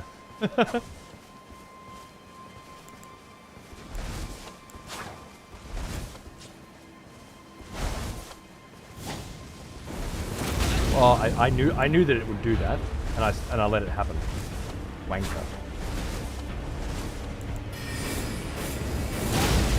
Yep.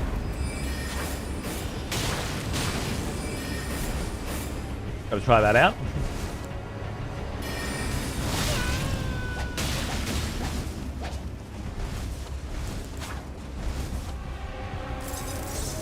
Ah.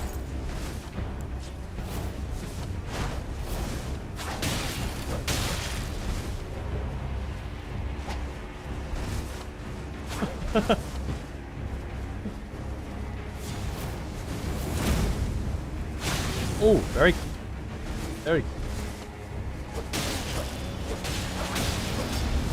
Try to show me little tricks.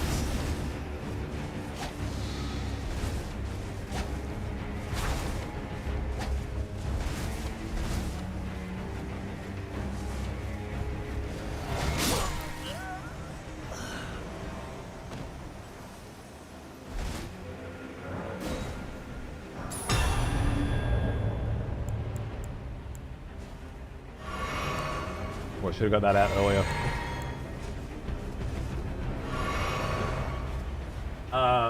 The hunters have lost the scent.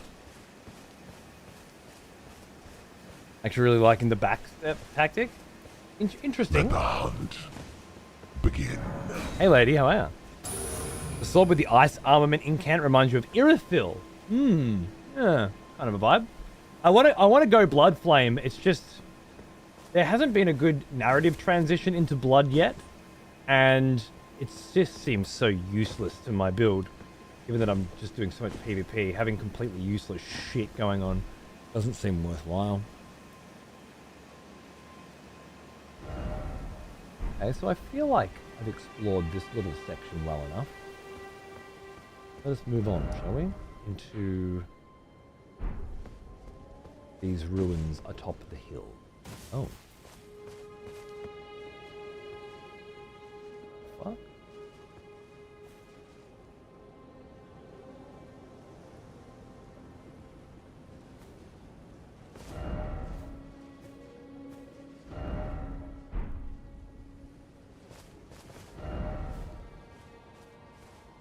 Who the fuck is that?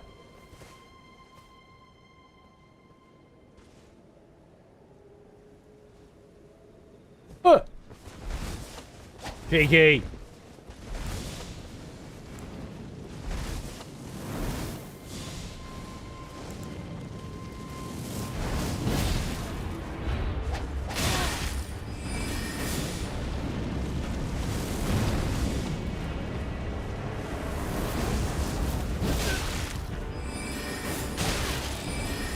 Too slow! Too slow! You have to pop it after something. That's how this works. Okay. Jesus Christ. Alright, there's the heal. Yeah, sure.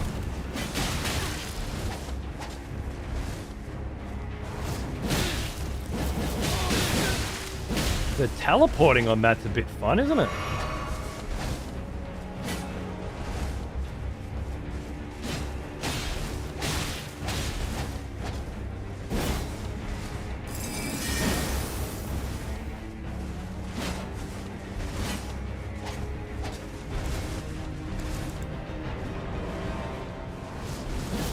Alright, I'm gonna have to get serious now.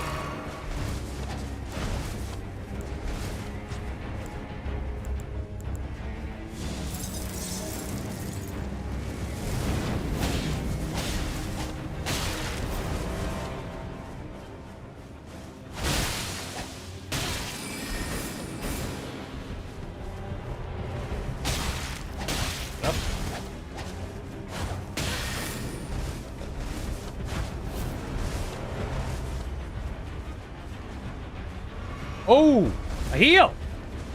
No shit. Dangerous.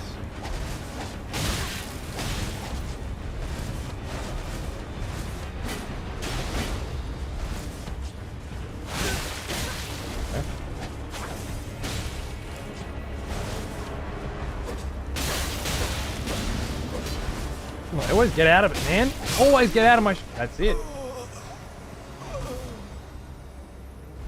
I hear, but so did they.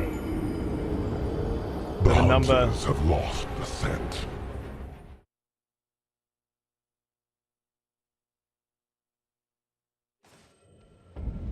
Stays the same?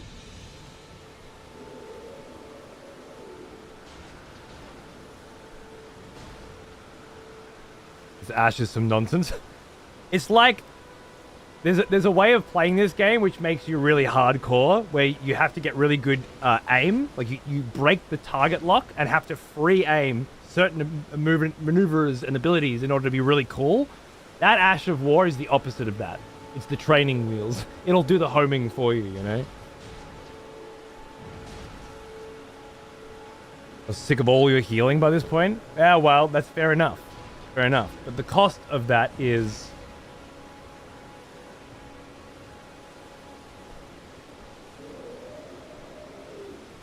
I don't know. I had this system so perfect in my head. And then in implementation, all of a sudden, I can never seem to remember what the decision was. Let the hunt begin. Nothing, apparently. Yeah. This isn't right. In a sketch of an outline? I thought I did. But, you know. Apparently I do.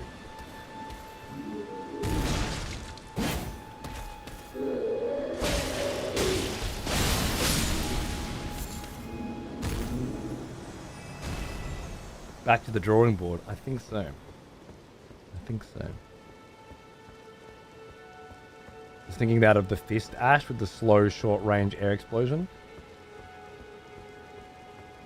As in you have to aim it, or...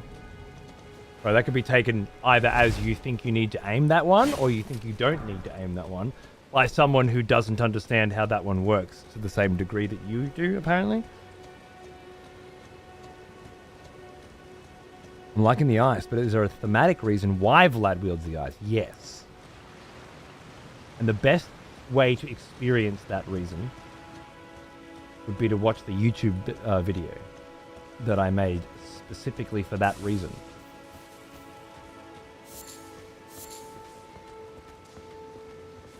But if you can't be fucked... Ah, yes. The smell of proper devotion. Welcome back, old friend. We've missed you. Thanks, Smurf. How am I? Huh?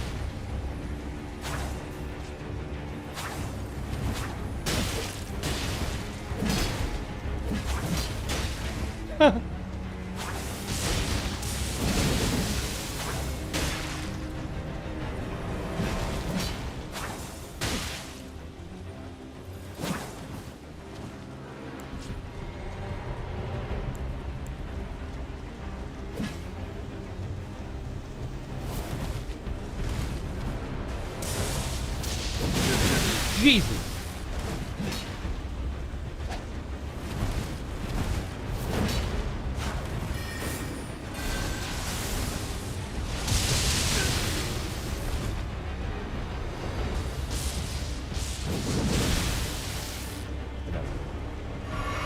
Gotta heal or I'm dead.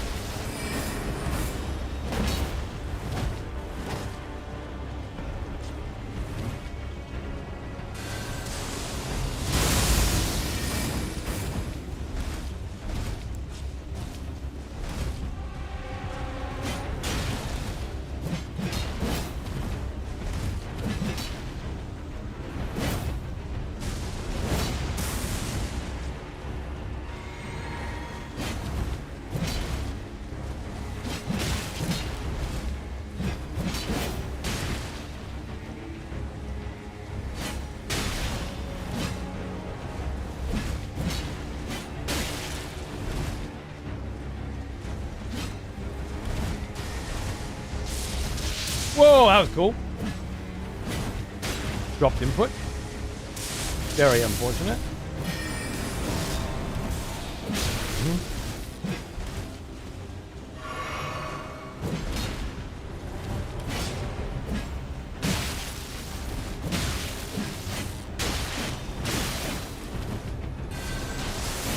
No. It.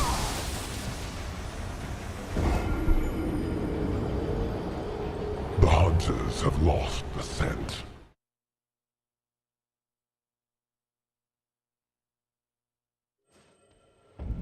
I healed, they did. The hunters have lost the scent.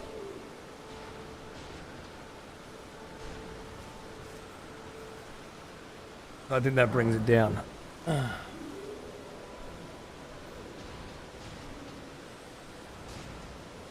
Yeah, the others had to be ups, really.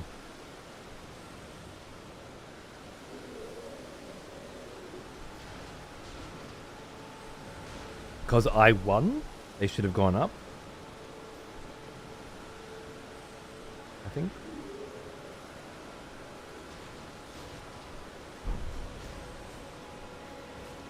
So lucky. My spell let me float over your spear. Dude, it was actually rad as fuck. It just hurt. Flying up over the sweep that I did was just beautiful. Absolutely beautiful. As it stands with under the cost so low and you heal, it makes more sense for us to heal as well. We're only incentivized to not heal when the cost is high and we want to bring it down. Yeah. Well, no, because if you beat me without healing, it goes down even further. So there's still something, but I know what you mean.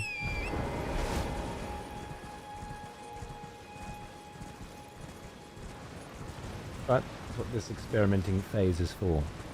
Experimenting.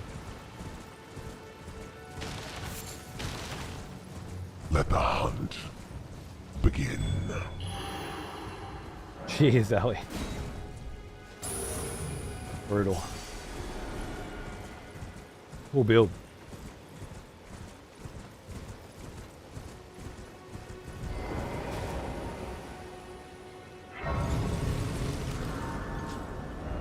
Now I gotta go out back up here and check out these ruins.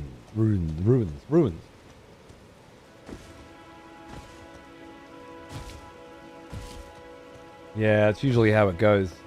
Take care. 2 steps back to take 1 forward.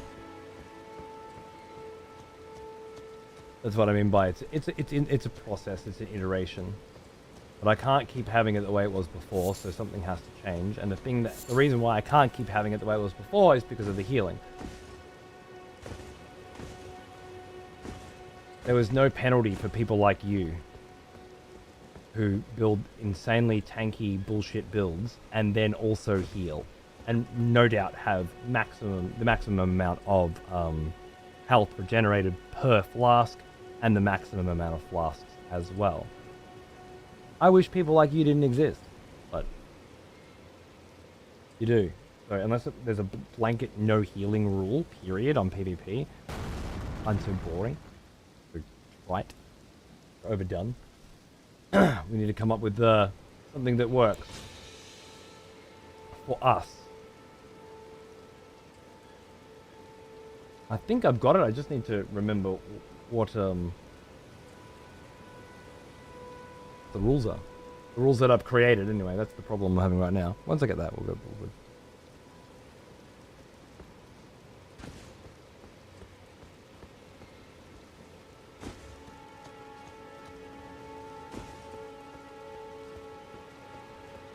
Fair enough, okay.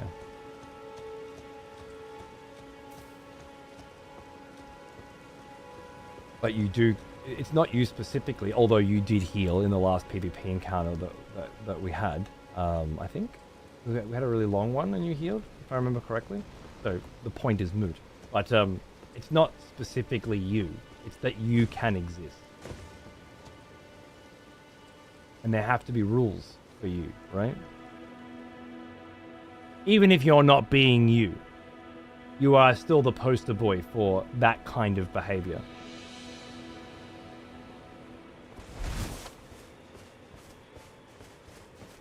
Made you jump? Yeah, you did.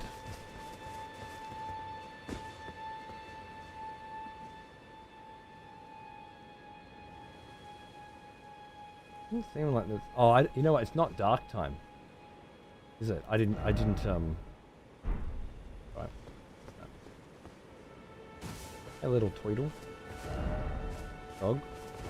Oh, yeah, I had a feeling it'd be that. I love it when you can predict exactly what the messages are going to be. Makes you wonder why they are there in the first place.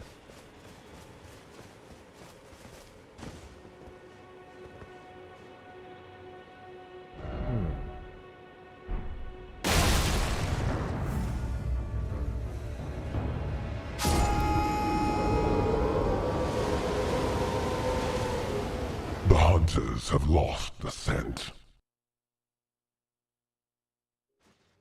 Let the hunt begin. I'll do the trick indeed.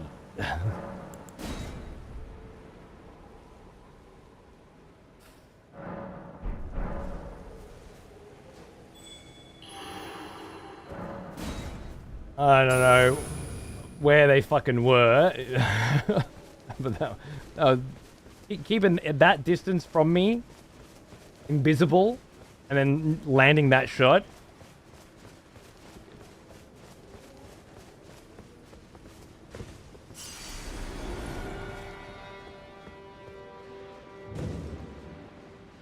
Summon Water Village. Peculiar name for a village. Summon water.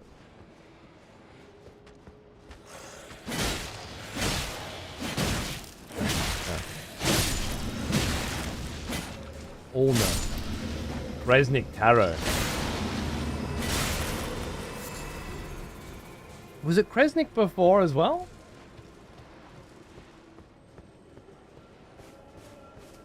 Might have been. Felt pretty Kresnik.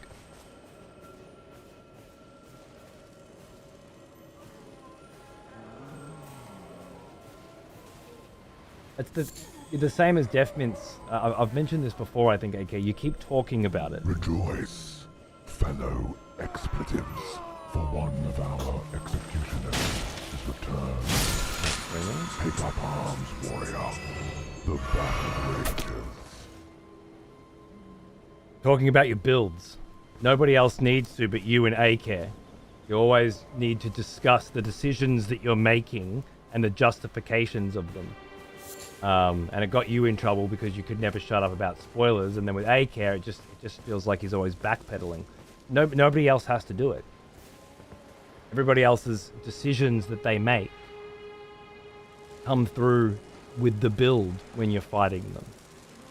Not AKs. They all need... It's like the jokes that need to be explained. Yeah? There's a reason for that. Because they're shit jokes. And in this context, builds. That's how you know they're shit. Nova. Darling. Executioner. And for 42 as well. The Douglas Adams number indeed. Here's to many more of our wonderful old soul friendship. I can't wait. I can't wait. It's great to see you around again. I know finally starting to get better. That's lovely. Thanks for being you, sweetheart. Cheers. Well, I guess I'm going to be doing this fight with Kresnik fucking Tarot on my ass. Let's see how we go. Yep, I knew it. I fucking knew it! Oh,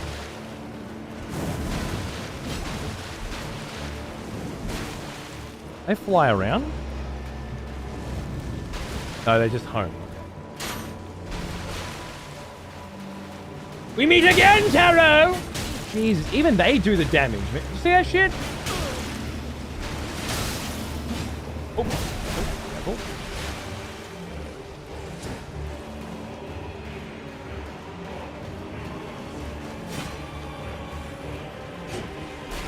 You know what? I've done enough damage here. Oh.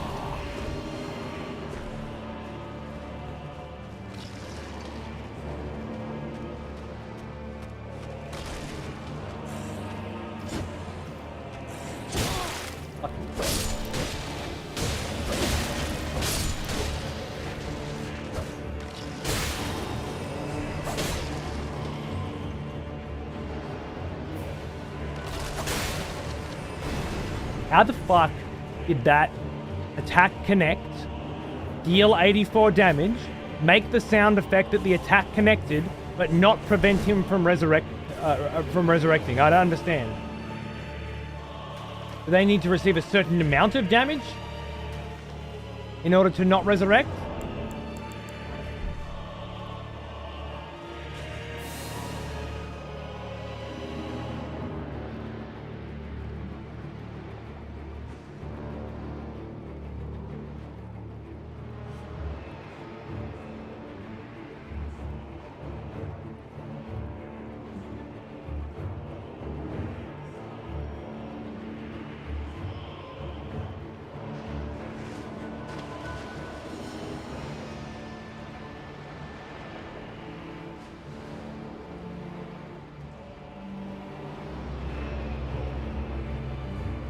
He knows. He's just playing it out. Boo.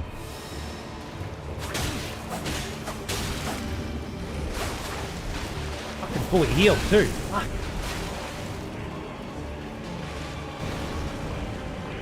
I have to heal. There's no way. I know he healed with a slowly regenerating item, so it doesn't count, but it's because I left it alone that long, it was still a full heal. It's very powerful.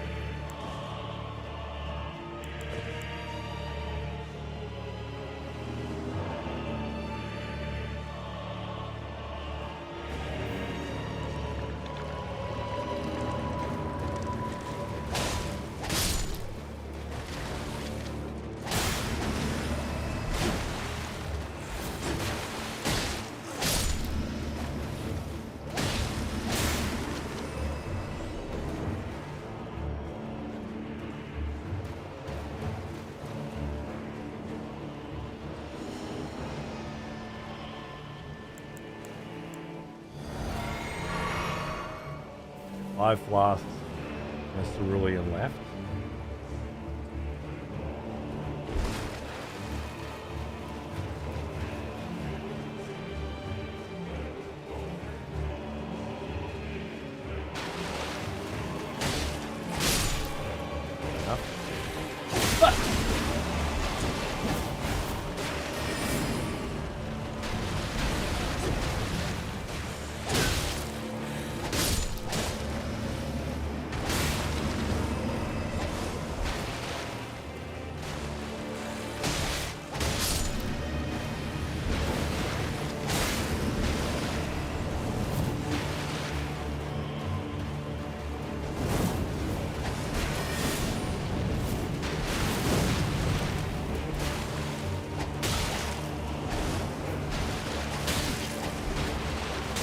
Oh.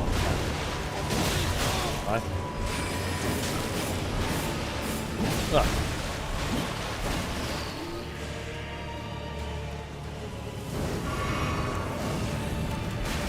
Oh.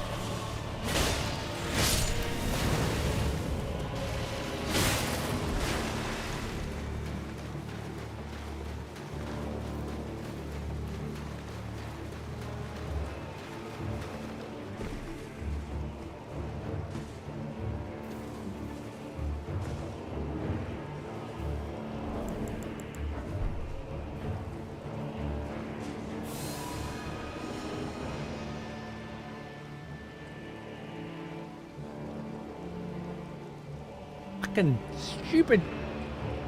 Fucking lag again. Ah.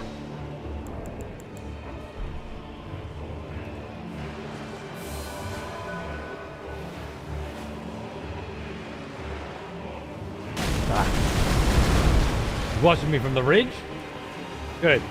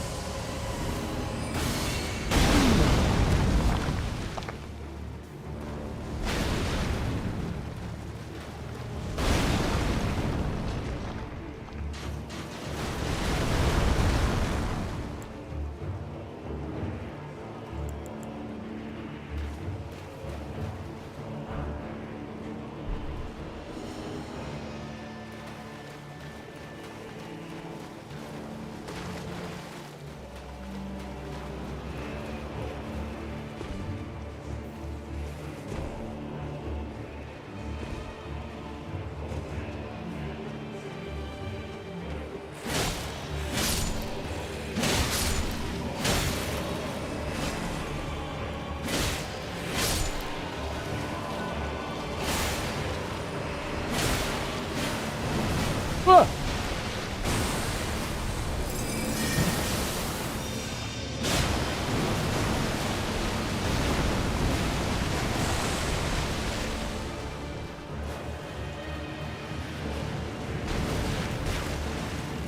Oh.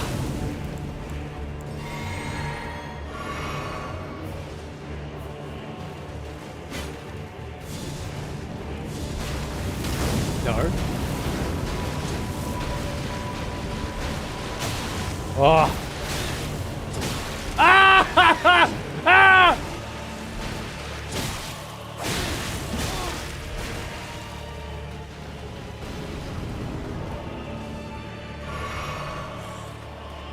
On my dick, right, Scally? On my dick? What you are. Could you do me the decency of dying fast enough so that I can kill you? I mean, seriously, that's what's fucking happening here.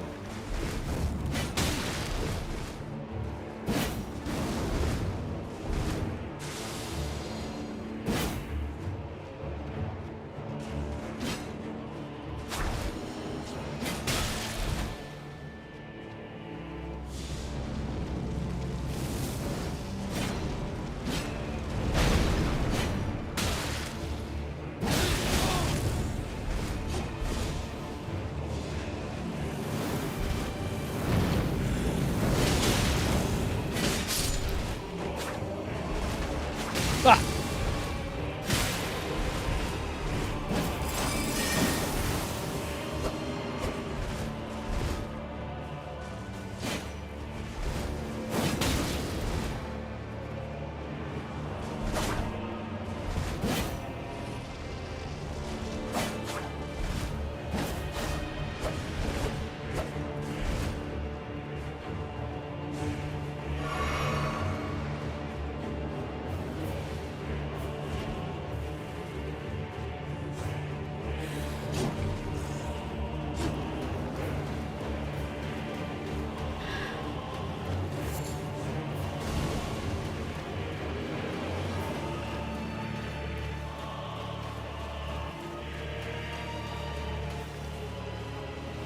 Great song for a battle.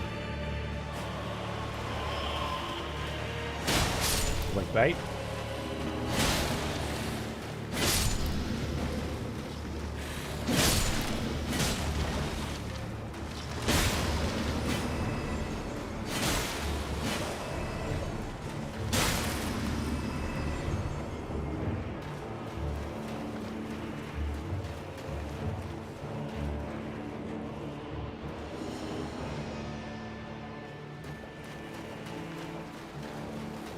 This is one way to make your boss fights more interesting. You can try this at home. Oh.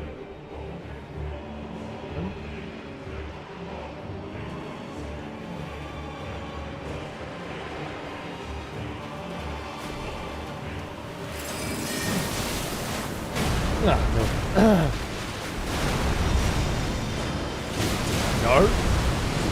I did not need to roll into an entire pack of you, I'll tell you that right now.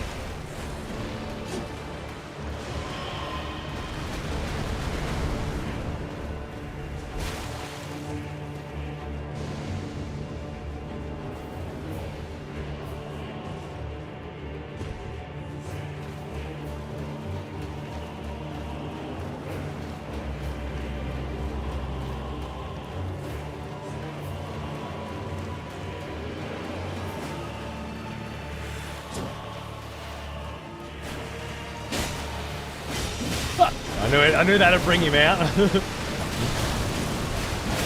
my god.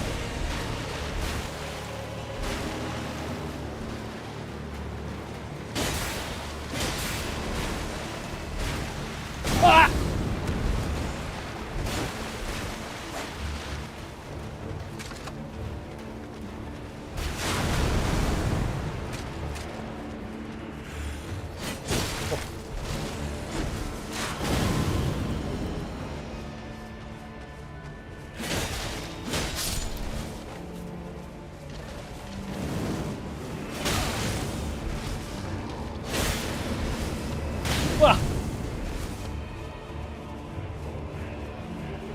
That talisman load of like defense, I think it just saved my life. Huh! Another skeleton man! Another one!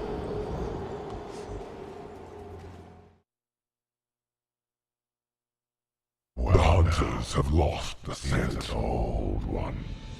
Almost as old as me.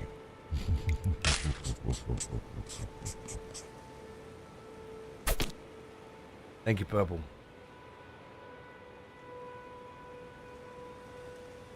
Fence Talisman's actually pretty OP. Yeah, it seemed very overpowered. You're right. That was my first thought, too, when I said it's actually not a piece of fucking shit. It's, overpowered.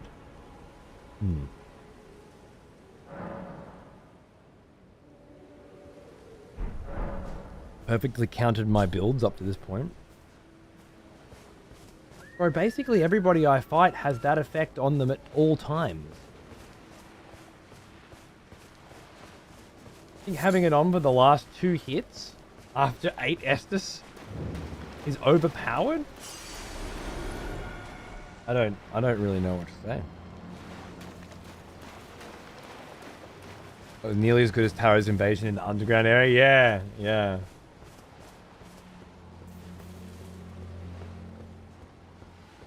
That was sick.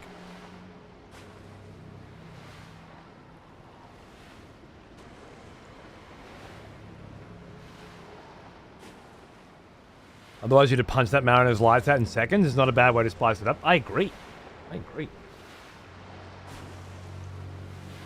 It's just very annoying for me specifically to have your opponents have more defense just before they die. Yeah, no, I can see how that would be a fucking thorn in your very, very specifically shaped paw. Most builds, of course, benefit from their opponent having increased defense near death.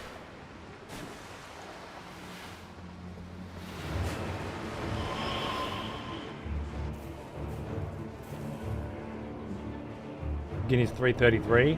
Yeah. Let the hunt begin. Eating pains.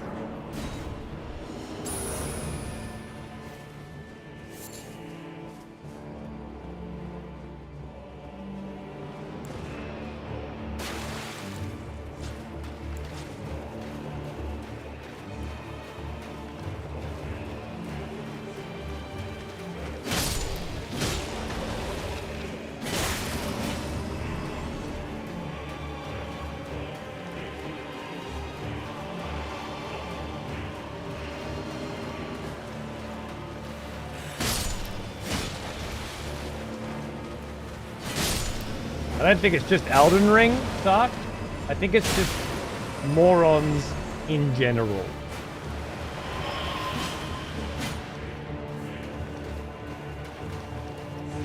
And I'm not putting up with it.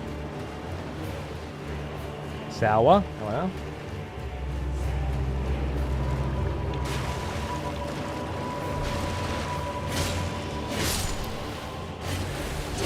Oh, you know what? What's the point of fight? Fucking reach. That doesn't look good. I was correct.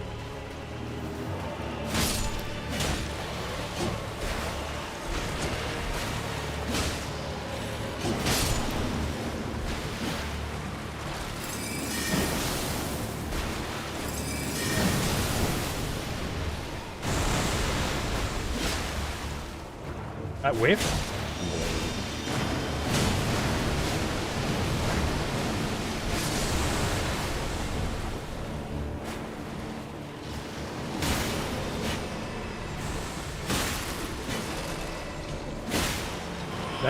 That's not a double input.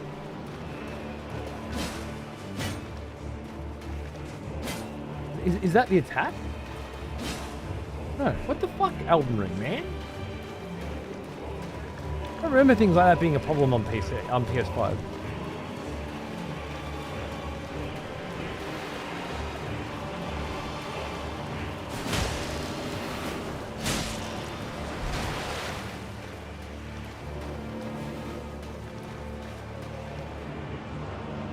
Where's this fucking useless invader?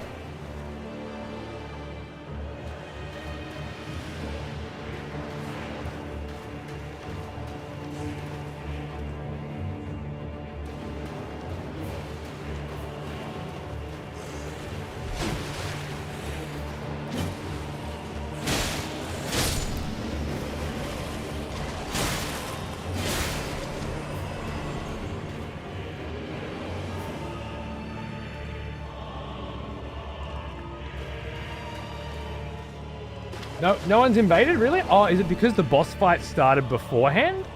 Could that be it?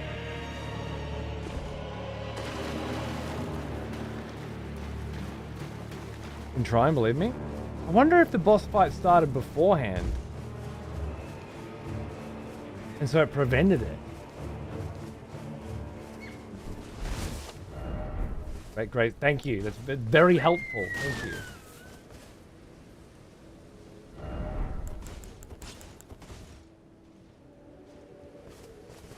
Now I just can't activate the grace. Is that it? An invasion has started. Now they came.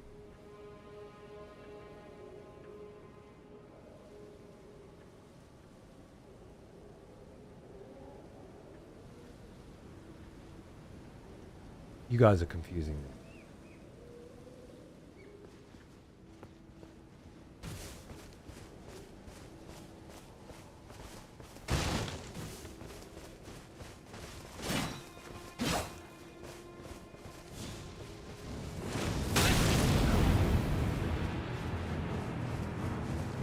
That's a popular one.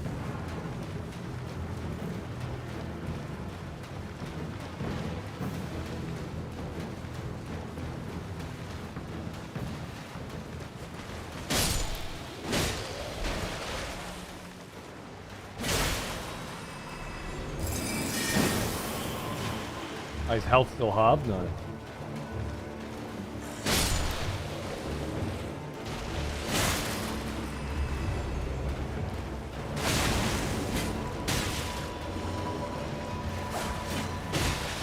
So just to confirm, this player has the same effect that I have near death, right?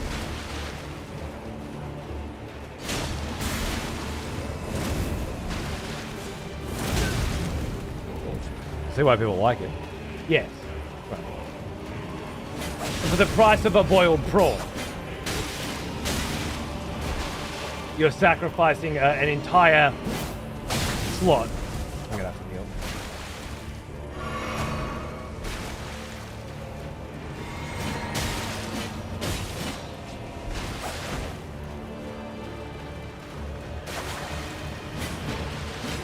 What?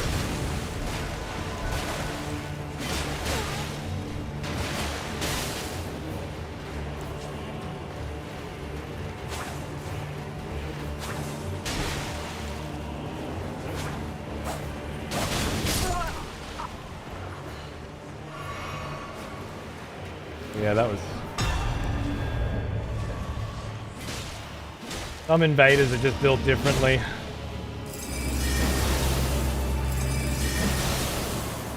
Let's just move on.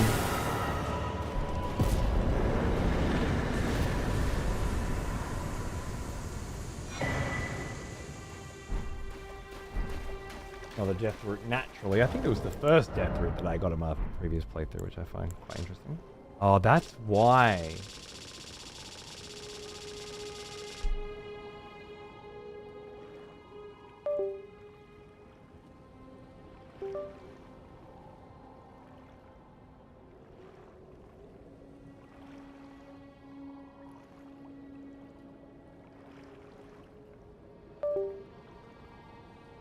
The grace icon with a small X, that means an invader or you're in a catacomb in the buff bar. Oh, okay.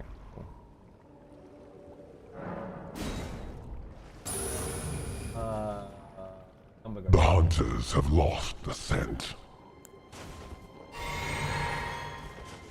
Because I won. I win, the number goes up. Let the hunt Right? begin. If I healed, and then if they healed. Not right. Something's missing.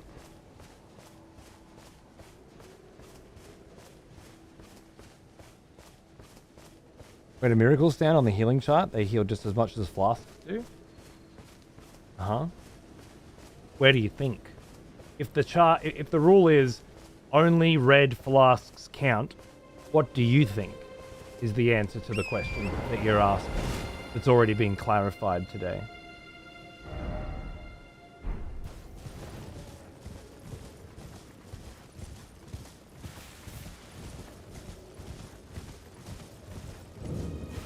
Is eligible for a wall throw? I'm on my last one.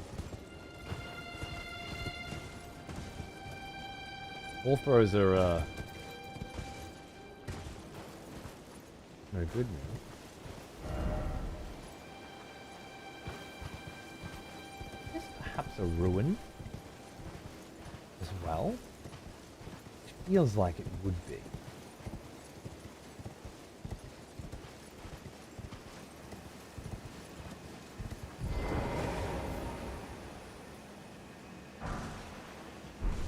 Old corpse there that's just been leaving its grace behind, and it's a grace 4 as well, which means it was someone somewhat significant, I imagine. You could totally do a meek monk that heals a lot, but not every build needs to be as optimal as possible.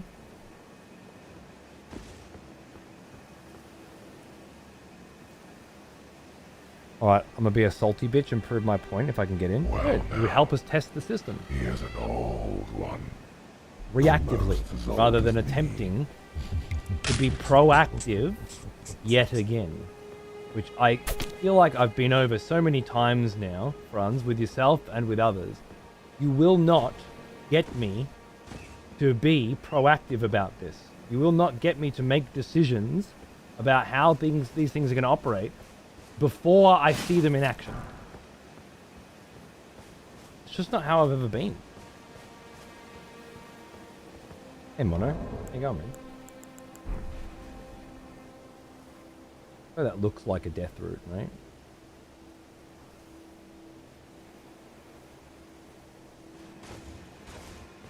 Like me, dude. Been a minute. Yeah. 89 months, man. Crazy. Thank you very much.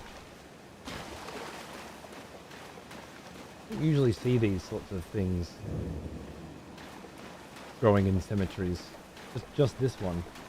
They do strike me as very similar to the death route itself. I think that's what they're supposed to be.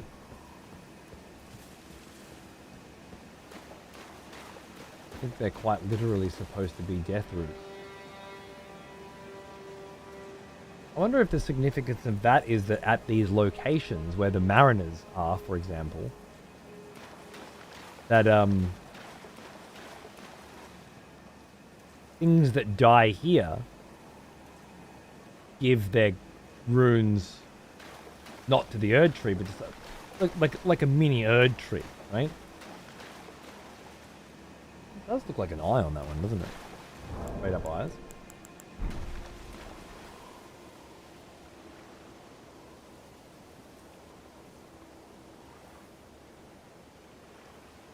That hair on it too.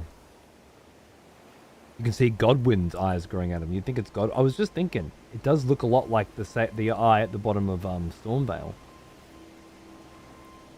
Remarkably similar to the ones around Godwyn's corpse. That's really cool. And it's not Godwyn's corpse. Wait. You're thinking Godwyn's corpse beneath the Erdtree, right? Not Godwyn's corpse Stormvale, is that right?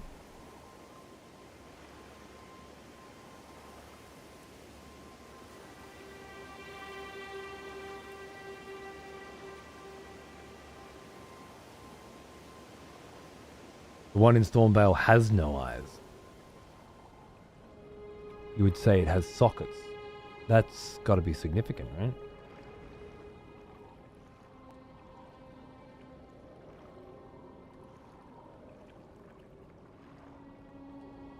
Dell. Stormwind.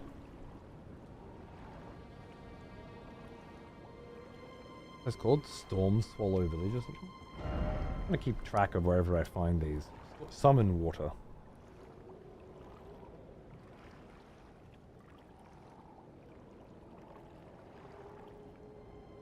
Gonna have a little death route map. I imagine it'll be everywhere where mariners are found, but I want to check that.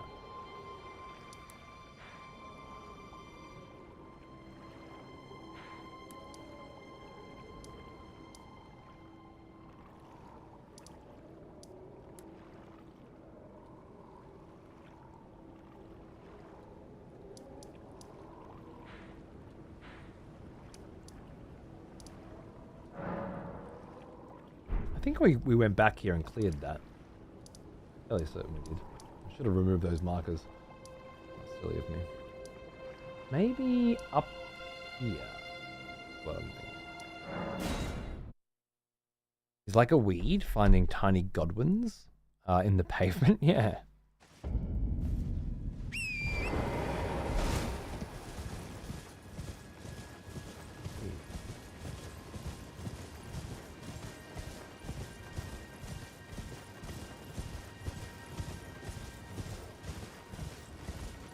I didn't realize someone activated the hunt. When did that happen? Or mono? It was ages ago. Sorry.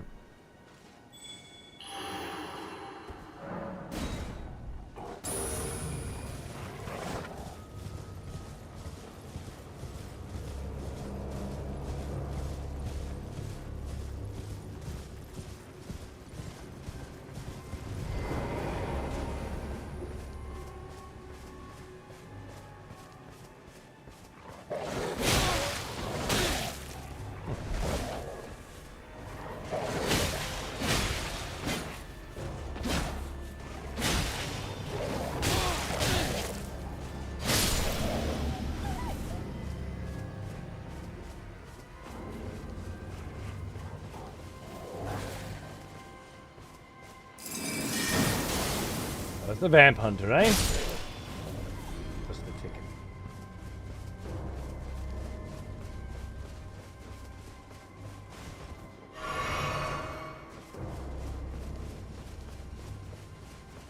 Now there is Delta Force and Arena Breakout, and it's Harkov Wipe. Kind of becoming a broken record, but this is quality content, my man. Thanks, dude. Cheers.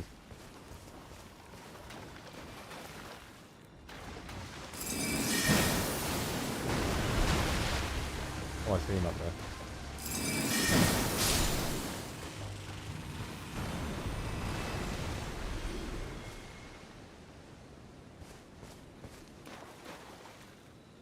I would say that these are death routes as well, right? But do they have eyes? I remember when you found this exact crab first time around. I remember when I found it this time around.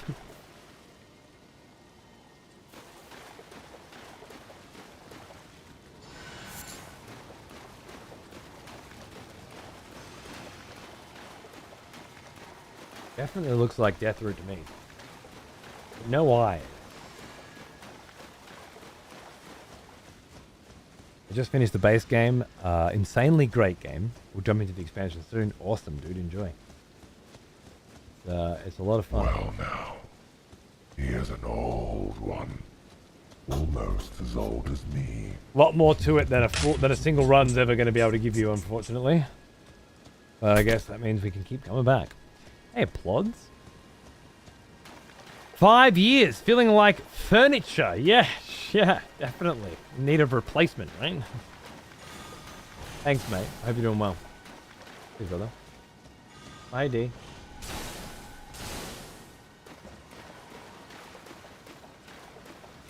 You're looking for death roots.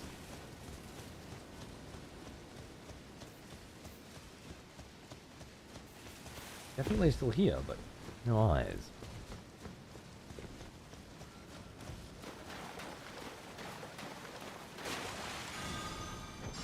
And this is closer to Goblin Force.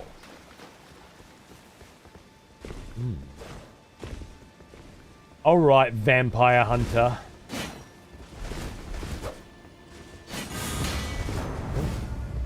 What's that?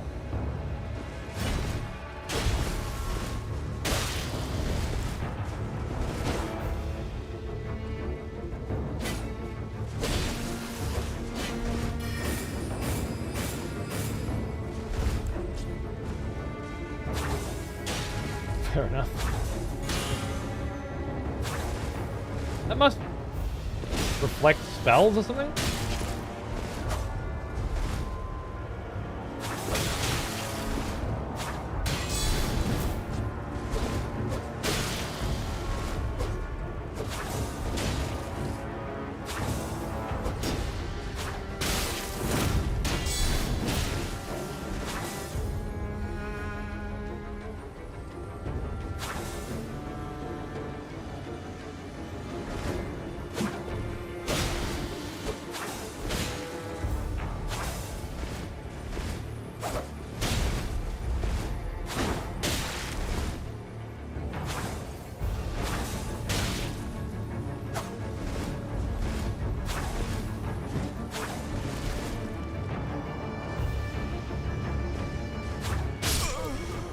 GG.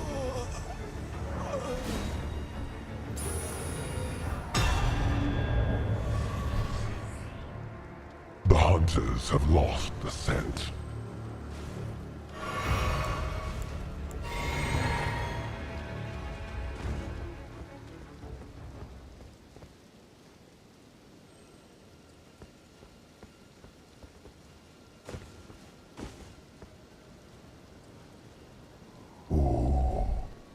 I remember you. Back from war, are we? Good.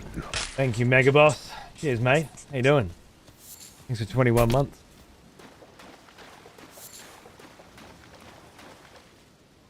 Much appreciated, sir. Perhaps this vampire hunter needs something a little less dangerous to hunt? Oh, fucked on. Styled on.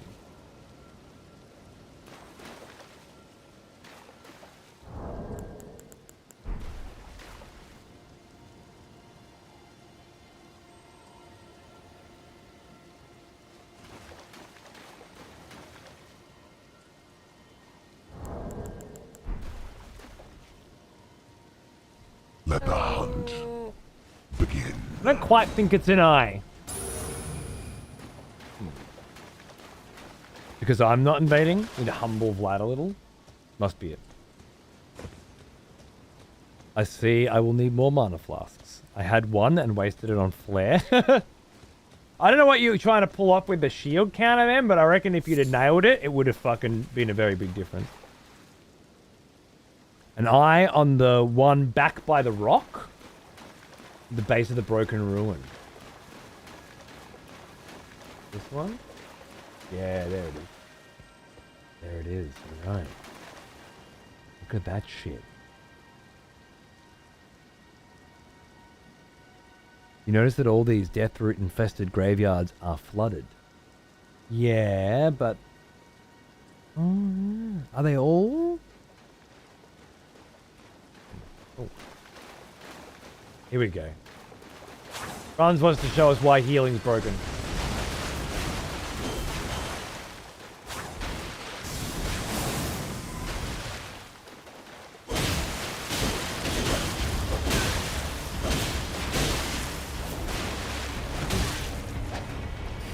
Not gonna get to heal.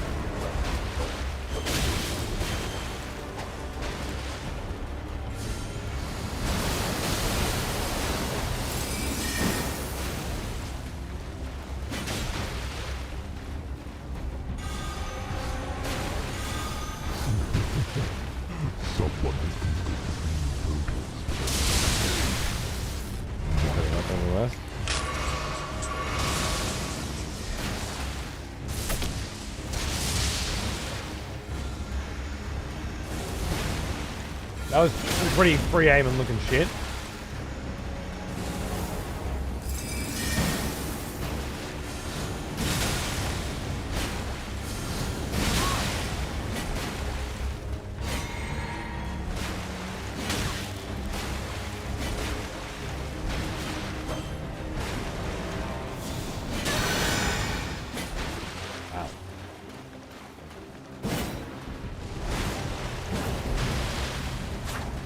That hit me?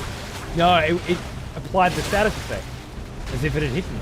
It did. Oh my goodness.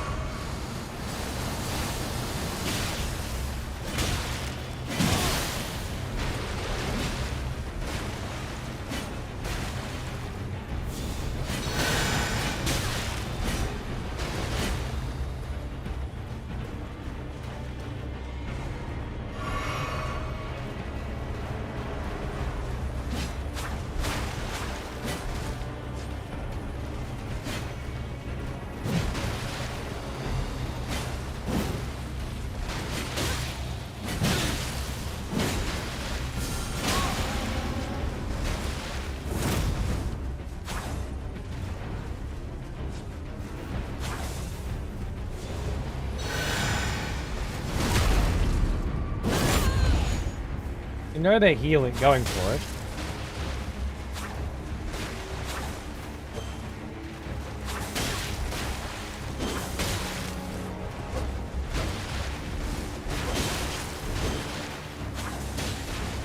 So fast.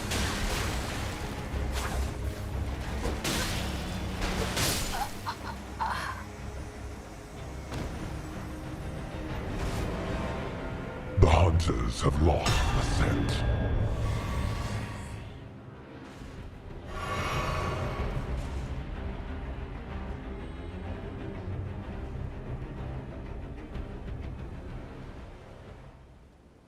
Oh wow. And that one, if it went with Trusty's version, which we might end up doing, then it would be different, but I can't right now. Is it OP? We were talking about OP things earlier. I don't think so. 83, no, but darling.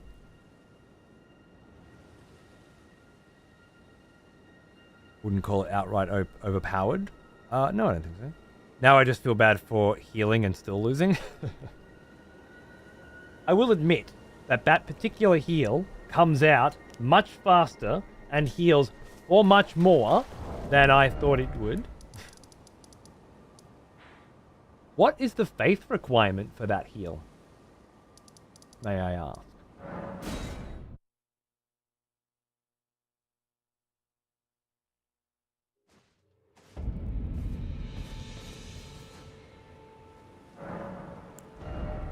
By the way, I'm about to level up. So let's make it 84, shall we?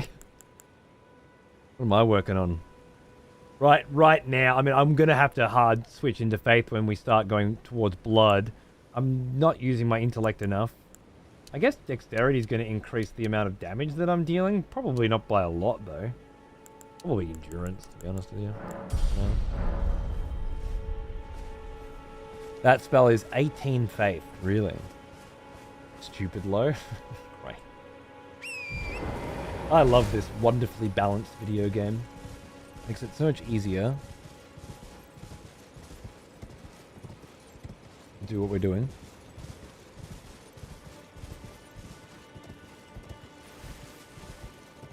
How much vigor did you have on that build?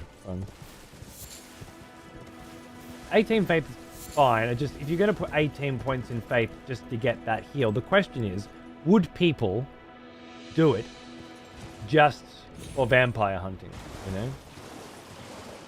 So that they can circumvent that rule. And what does that do to the build? 40. It does feel like it heals like a fucking good chunk of a HP bar, right?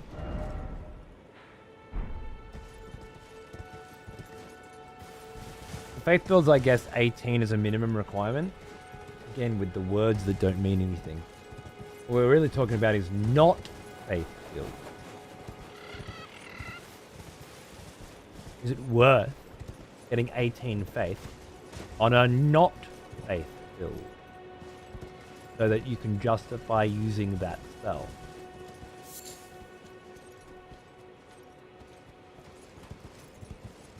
You're thinking that the amount that it would heal would be lower at 18 faith? That's an interesting thought that hadn't occurred to me. I like that one. With only 18 faith, it heals much less. It scales just like a weapon. Okay, alright. And how much faith did you have on that build?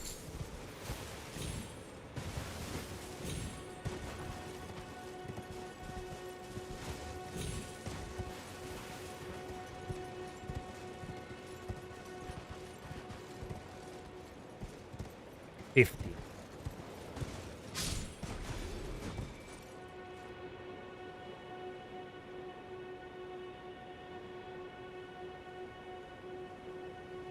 And probably an upgraded seal as well, okay. On the plus side, with 18 faith, you'd also be over the requirement for flame cleanse me. I don't know what that means. I understand what you're saying. Are you saying that if I had 18 faith? Or for others?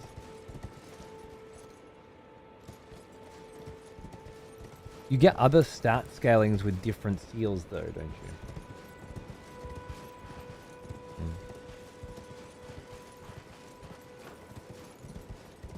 I haven't seen a link in a while. But I don't know that there is an underground part to this ruin. I can't seem to find one.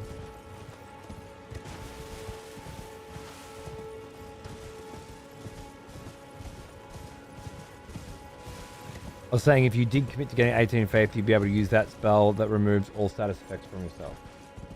Oh, here we go. On this side. Okay, yeah, I don't get it, but it doesn't matter.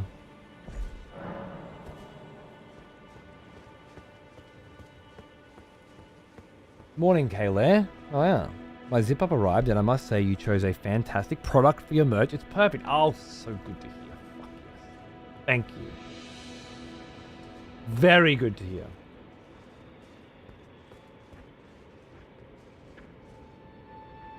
That's a lot of turtles.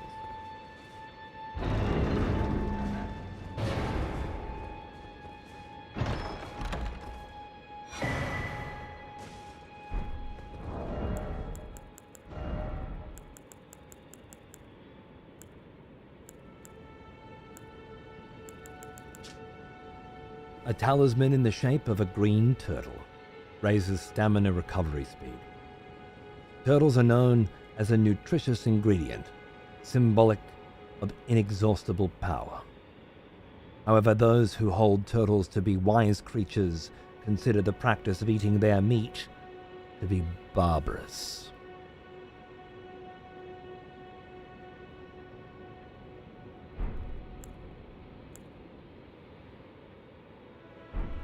Not very themic for me, but I do like it.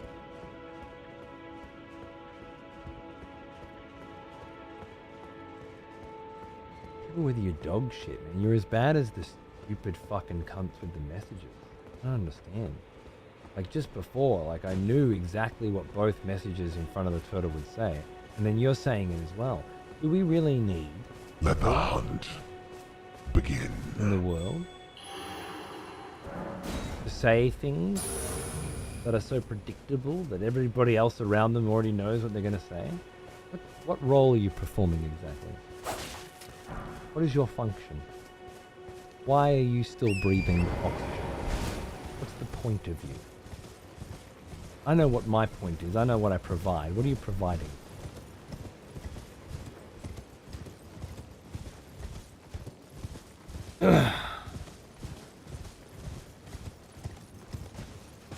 Getting messages of praise gives you free heals. And those are the kinds of messages that get appraised?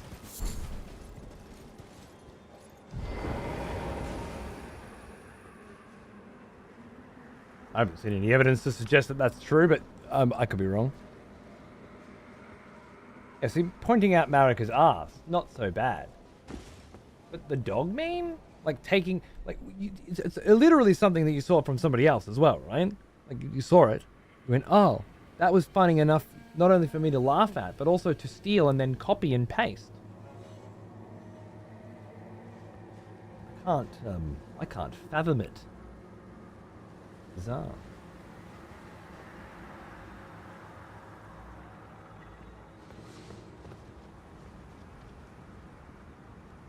A Honda.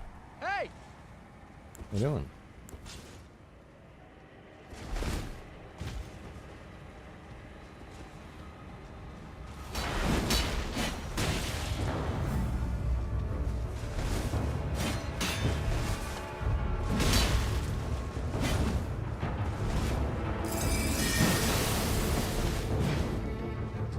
Little lag test. Oh, yeah. Nice. I don't really want to go blow for blow with that weapon.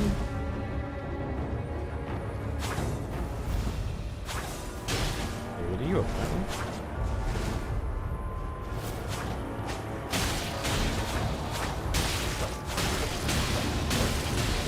Gotta get out of there, Talunda.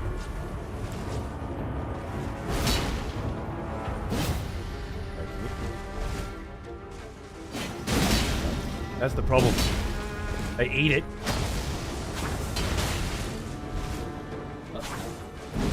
That.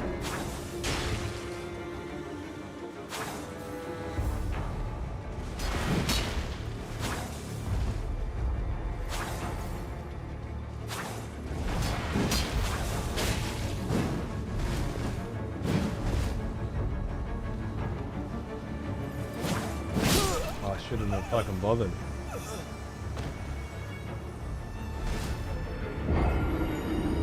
The hunters have lost the scent. The amount of copy-paste messages in the DLC was insane. Oh. It's so brutal.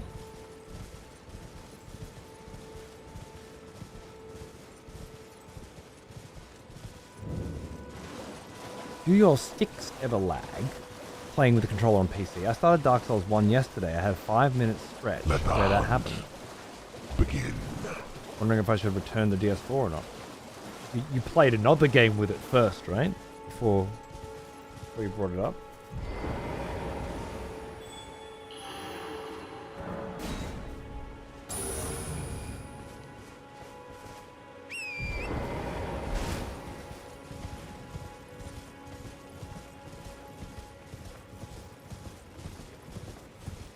To confirm that the controller's having a problem in more than one video game. Not that I need to explain that.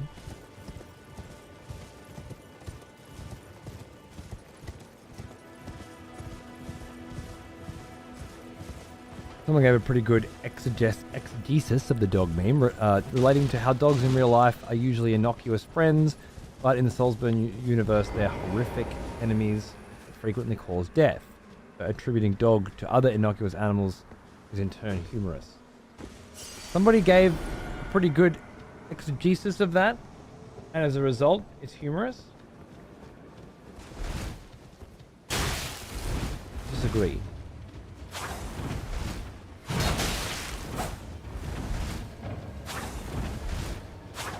Anastasia Tarnished. This feels like an NPC.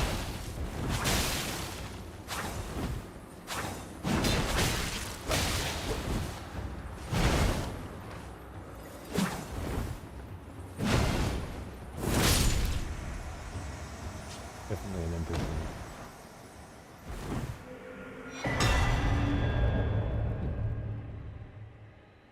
The hunters have lost the scent. Seems fair to me.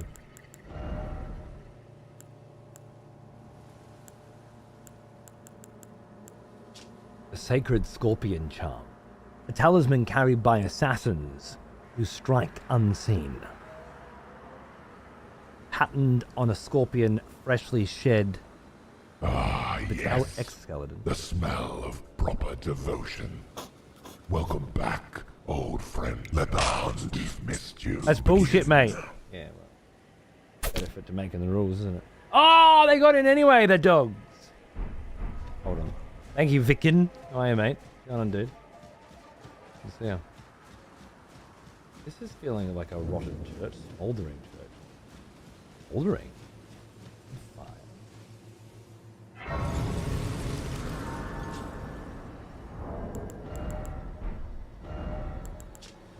A talisman carried by assassins who strike unseen, patterned on a scorpion freshly shed of its exoskeleton, its claws seizing a heart.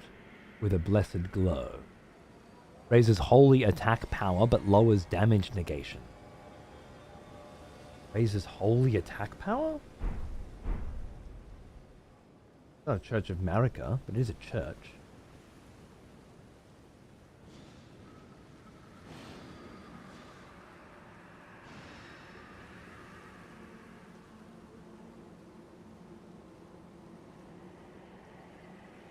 After not using a controller for 14, 15 years, the camera control's rough for me. Yeah.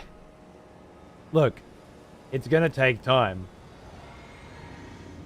No matter what you do. Learning to do something new, especially your age. Silver Saint. This is... Yep.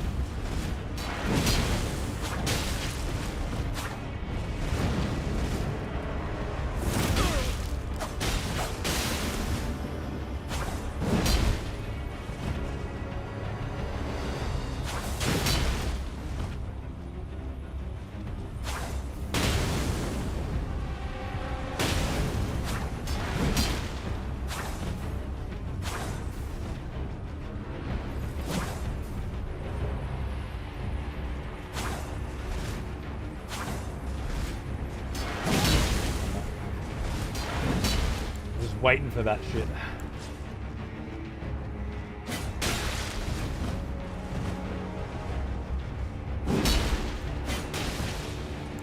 They're healing as well, I think.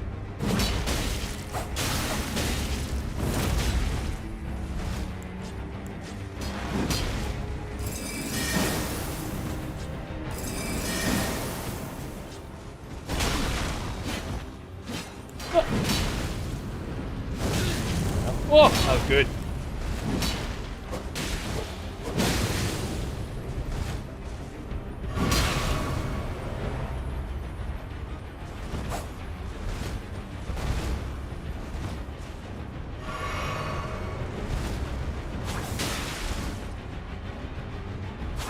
Oh.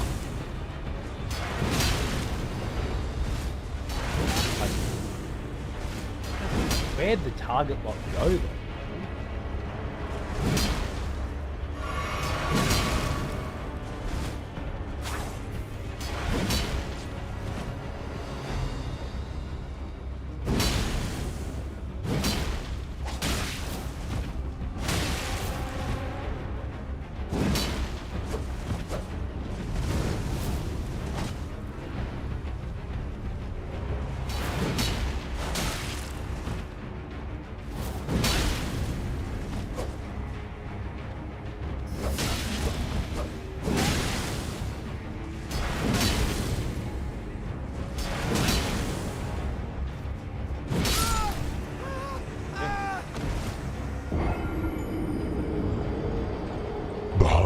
Have lost the scent.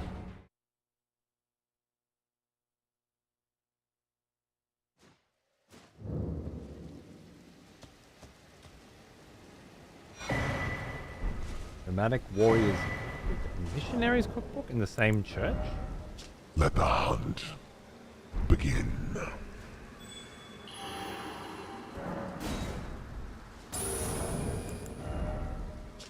A record of crafting techniques left by a man who, unable to become a finger maiden, instead became a missionary and went forth to spread holy teaching. Missionary of the faith? Of the order? The 2 fingers? Ended up here, next to Nomadic Warrior. The interesting thing here is this teaches poison.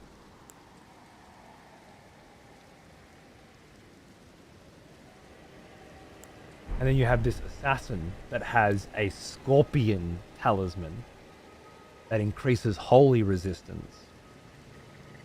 Thanks, cat dog. Seems rather bizarre, doesn't it?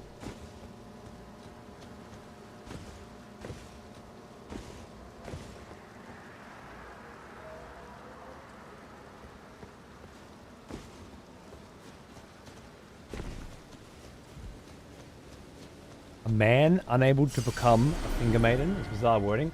What I think it means is because he is a man, he is unable to become a finger maiden. It is odd ass wording. I agree. Right.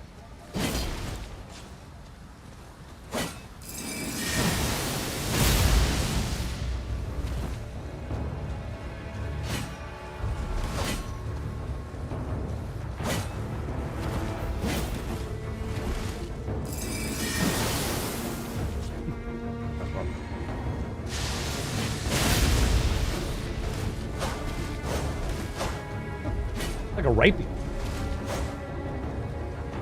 A big, slow rapier.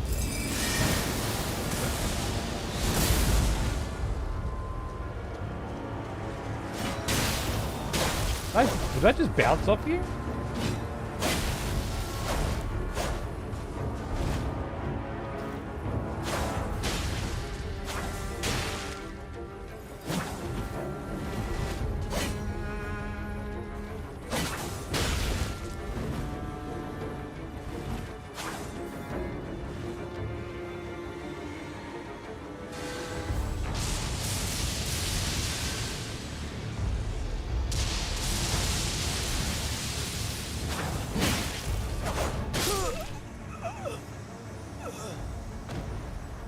The hunters have lost the scent.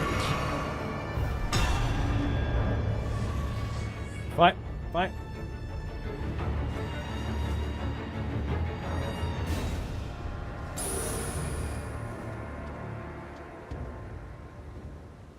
Well, this is the smoldering church.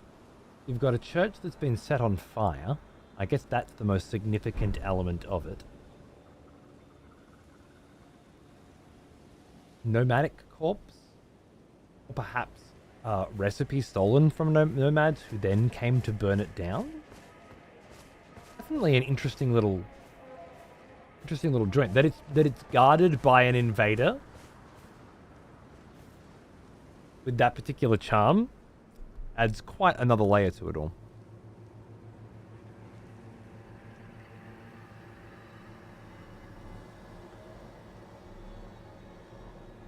Yeah, you're right. The pronoun translations have been known to be wrong before, so I guess that's it. Nick, it is oddly worded though. Born with a penis, and therefore unable to become a finger maiden, this not woman went on to spread the faith by other means. Lord Godfrey, at last, at the end of his campaign, his golden armies unvanquished and unbowed, yet finds grace lost, tattered, and faded.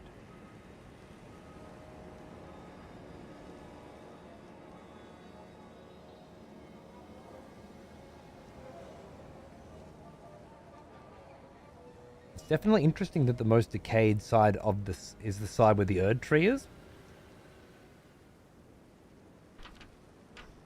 Let the hunt begin.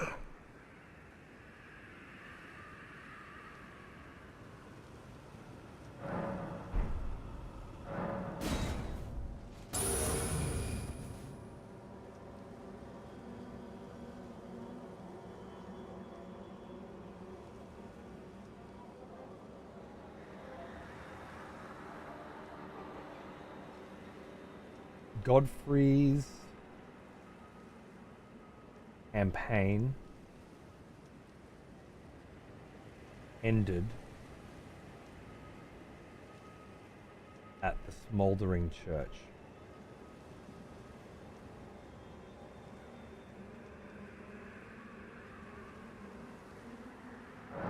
Baleful shadow. His golden armies unvanquished and unbowed.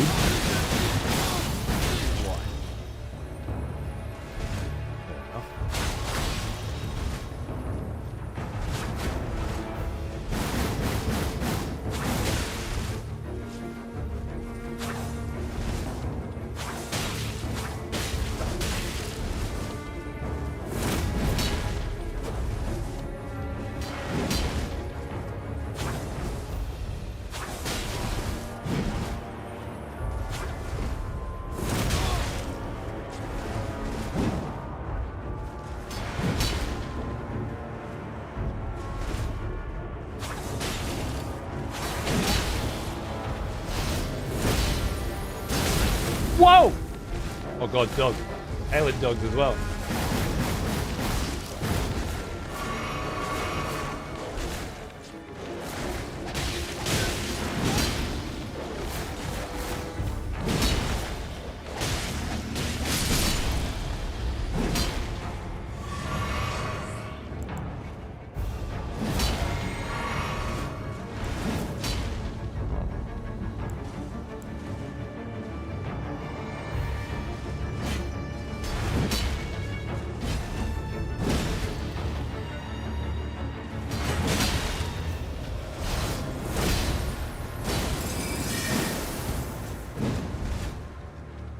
Right.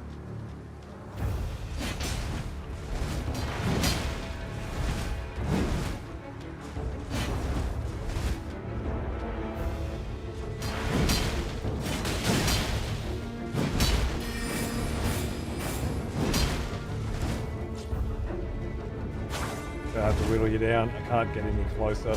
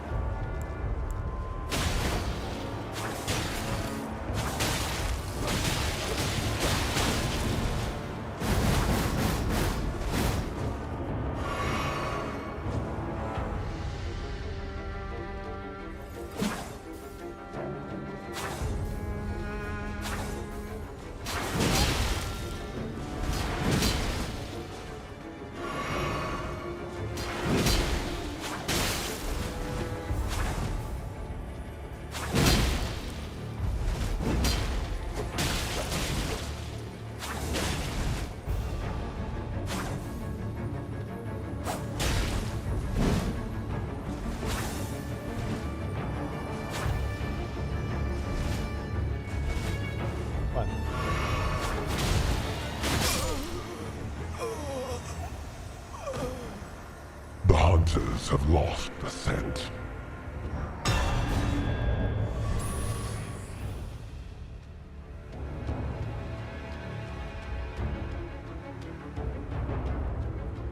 Well now, he is an old one. Almost as old as me. Hey, Mudcat. 111th birthday. Hey, man. What's going on, dude? Good to see you. Moi, moi. Thank you. Righteous infliction of retribution manifested by an appropriate agent. Personified in this case by an horrible cunt. Me. No thanks, Turkish. Sweet enough. By the way, I'm very excited for tomorrow as I finally going to my first ever advanced screening. Being Aliens Romulus. I'm going in completely blind. Nice. All the fucking things to get an advanced screening for, you picked Aliens. And it's not 1978.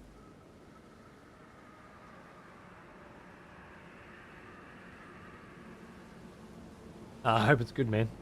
I really do.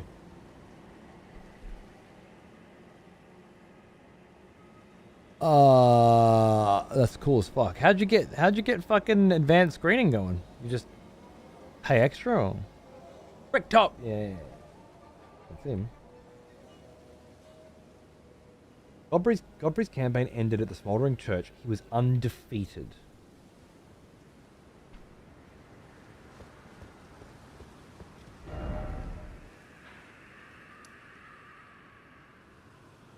Where did he campaign from? And why did it end here?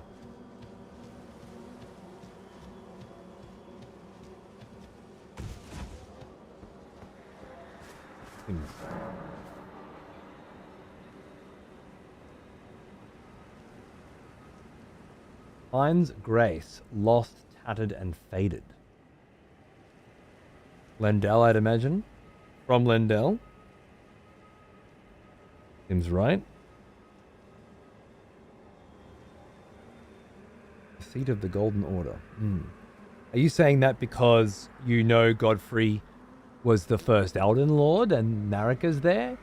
Or are you aware of a specific campaign that Godfrey went on that I'm not.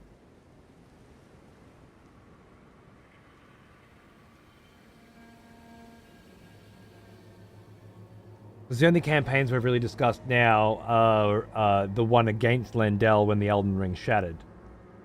But I do know that Godfrey took the Tarnished somewhere or some shit, you know. I can't remember the specifics, but this is interesting. From what we know, he basically conquered the entire lands between. He just wanted to fight. Right.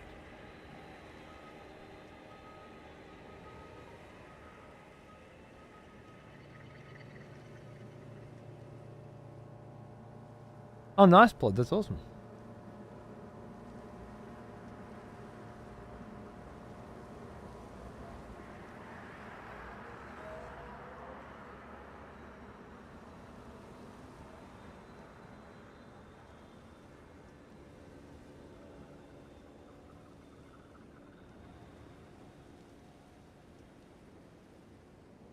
I'm trying to think when.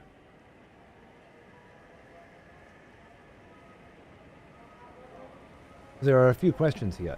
If you, as you say, he's basically conquering the entire lands between, then basically up to this point, and not Caelid. There's a very interesting why behind that.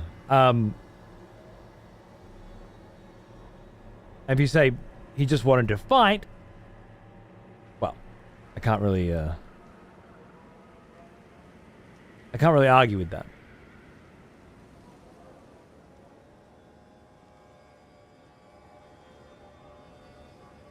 And Alexander wept, seeing as he had no more worlds to conquer. Yep, classic. But he had Caelid left to conquer, and he stopped with all of his armies still available.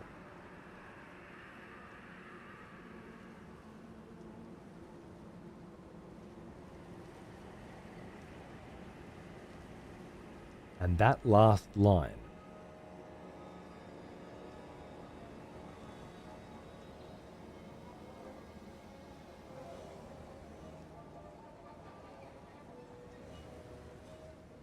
It was at Marika's bidding to do so, but the man was a warrior himself, yes. Godfrey was Marika's warlord who conquered the world for her, and when there was no one left to conquer, she abandoned him. Is that when he went off to become a chieftain? Orlu?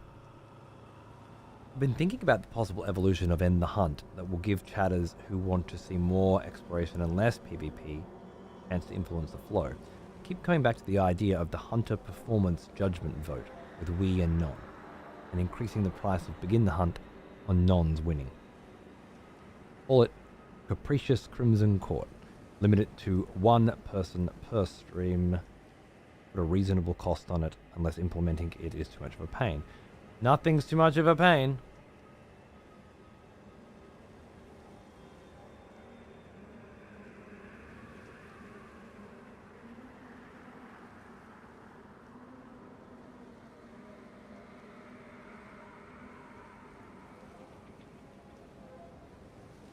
The current iteration is not working. I'm almost ready to just put it back to where it was and try something new, so it'll work.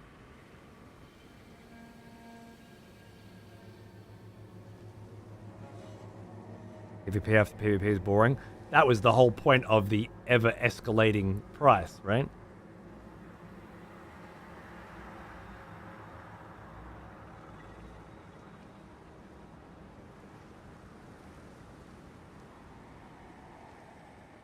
He was always Horaloo. Godfrey was a name that he took or was given, as well as taking Sirosh on his back to fetter the barbarian. The lion, right? Okay, so he was Horaloo before he was Godfrey, is what you're saying. In which case, she chose him because he was a chieftain of a tribe of champion warriors, right?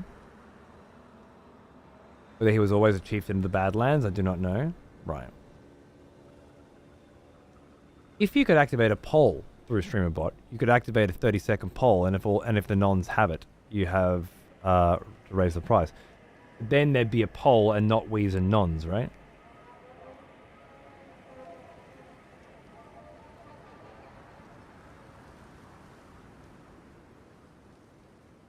Current iteration doesn't seem to be escalating fast enough to balance it out. Well, we need to test that first.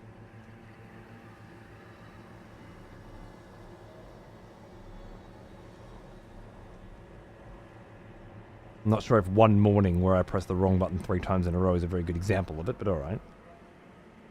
Hey Toby, how far is through the OG game am I now? I have done Limgrave, Stormvale, and Leonia.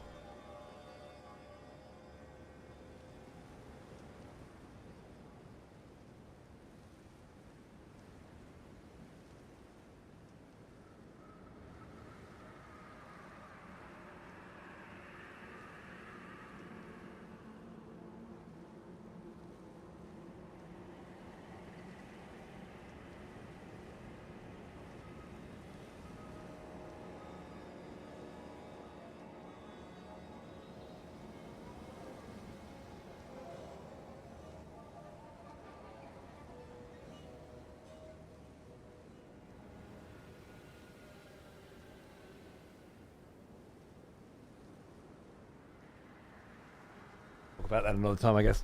I don't expect you to be reading YouTube comments, right? I know, Tobes. I had YouTube chat up and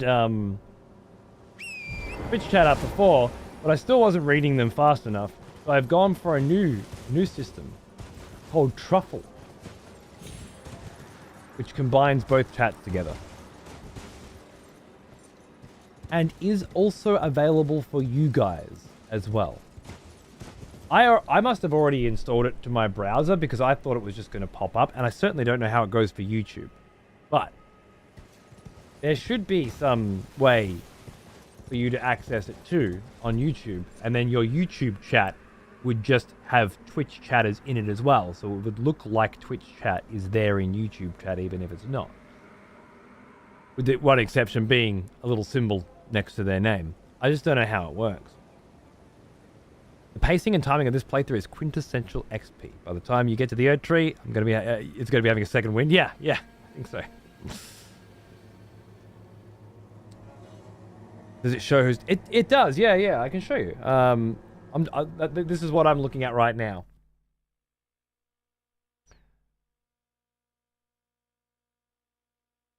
You can just see Twitch and YouTube. It is a fantastic feature, but it should be better.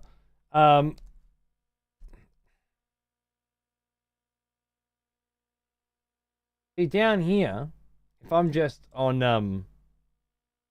my normal Twitch channel, right? If the channel that I'm watching has Truffle enabled, then this appears. Because I wasn't sure if it was because I have Truffle installed already. Because I didn't remember that I had. Turns out I must have pre-installed or pre-activated Truffle in my browser, and that's why I was seeing this button sometimes, which is a shame. I'd love it if it was just there because I activated it on the channel rather than you having to have it as part of the browser. That would be OP, but it's not. Anyway, so you do have to activate it by going to their website or whatever. But then you click that, and it just turns the chat straight into both, right? The only one downside that I've seen so far is that you can't choose to get rid of this horrible dark mode shit. That said, for everybody on Twitch, going through this effort so that you can see one YouTube message every 6 hours probably isn't very worth it. However, on YouTube, it would be incredibly worth it. But I don't see no fucking button to activate it on YouTube. Even though there is supposed to be. And that's a problem, isn't it? The only way we'll ever see Brucey again. Indeed. Yeah, there's a good reason to have Truffle.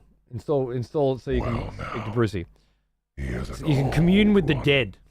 Almost as old as me. Thank you, John Blacksmithson, my friend. 116 months. I hope you're doing very well, sir. What if you go to the video page directly? I guess that's a good question, isn't it? This is why they pay you the big bucks. What does that mean though? What does that fucking mean though? By the way, just a reminder for all you Twitch viewers, you could be watching on YouTube right now at 1440p. Just saying. Just fucking saying. Look at that face. Jesus, look at that face. That was beautiful. So what if I went to YouTube and then went to my that's what it is it / excessive profanity / live, is that it?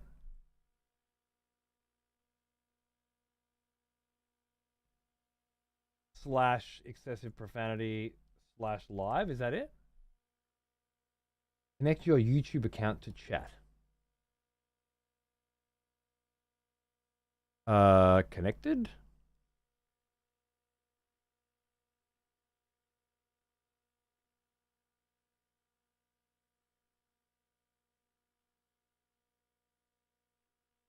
Oh, I see. There it is. You just have to click that button. Right.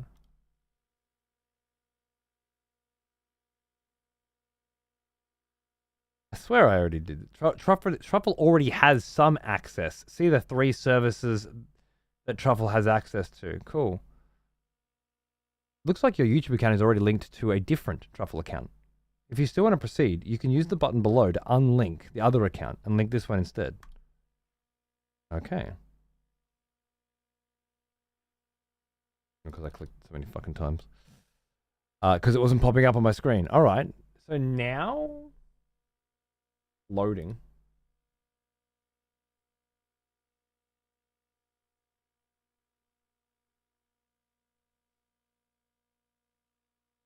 Hey. Nice. Okay. So for those of you that are watching on the actual, I guess I've never checked the chat on the actual page, and it's different to the chat on my streaming page or whatever. But for those of you that are interested, you can watch the stream at 1440p on YouTube and still have the Twitch chat there alongside the YouTube chat.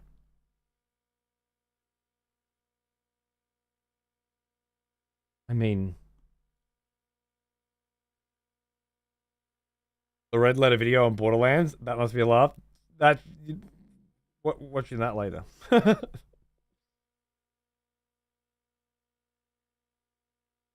Wait a minute, MBH isn't on my name anymore. He is an old one. Almost as old as me.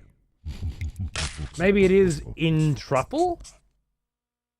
Because you can have a Truffle, like you can have a name on Truffle, I think. Hey, Halfwood, thanks for 59 months, man. Cheers. It seems to show the Twitch subs in there as well, which is quite handy. So you definitely can watch on YouTube and still be a part of the Twitch experience. You know if it still supports 7TV and BTTV? Well, that's the thing. It's not on YouTube. It's in Truffle. Unless you mean on YouTube and not in Truffle. In Truffle, I believe that is a thing you can have enabled. I think I remember seeing it. But I don't know if I have it enabled.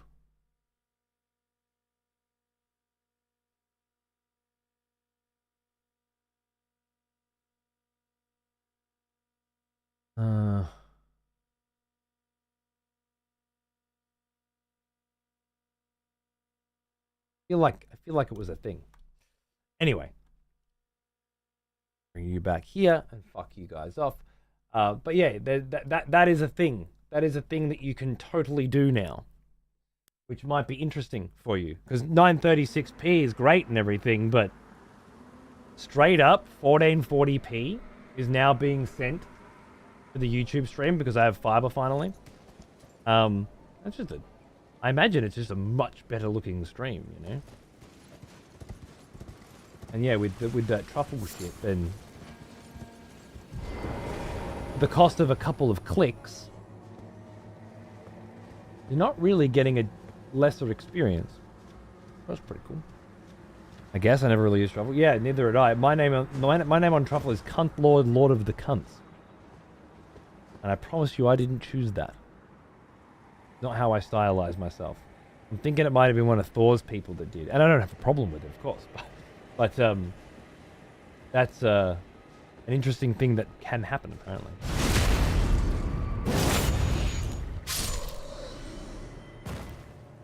It's really strange. It doesn't look super sharp. Looks slightly better, but runs way smoother and uses less RAM. Slightly better?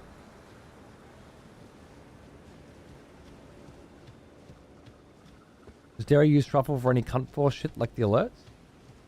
Not that I know of. Can I say, can I not say cunt here? I'm confused. Heading back into Caelid? Oh, no, heading into Caelid. Yes, heading into Caelid. Yeah, I think so. I think so. That's the plan, anyway, yeah. Like there's Erdtree routes going down there. You know, I think we're gonna have to check that out first. It doesn't look super sharp. Okay, does that mean it's not the 25 megabit fucking 1440p experience that it should be?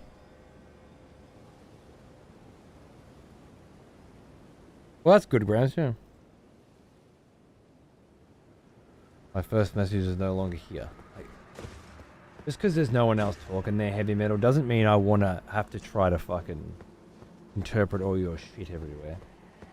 Can I not say I can't hear my first message is no longer here? I feel like you're just talking to yourself.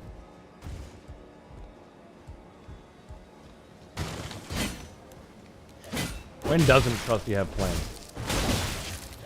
Shit.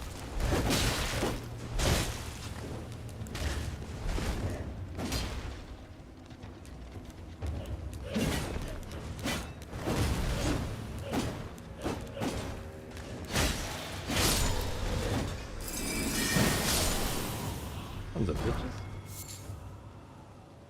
Faded Erdtree flowers, huh? Wonder what the significance of that is. Weekend at Radan's, part 1. Here we go.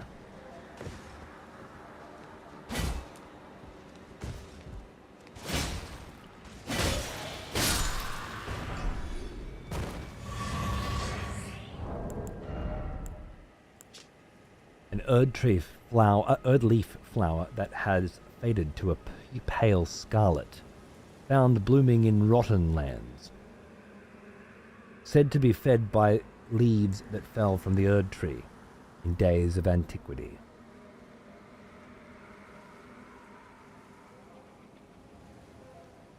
Odd. The Guardian Sword Spear. Weapon comprising a long handle and a broad blade, sharpened from the hard wood of old trees. Wielded by the guardians of the minor Erdtrees, known as experts in the arts of combat. The power of this weapon scales greatly with dexterity. And it's considered a halberd?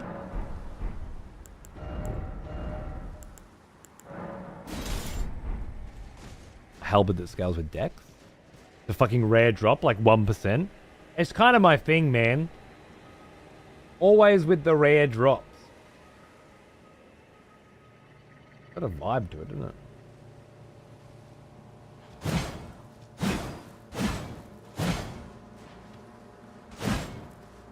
Pretty unique moveset.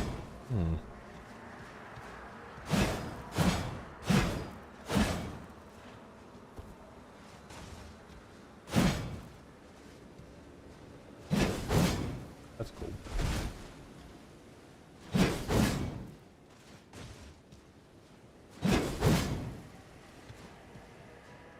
Backstep during it though.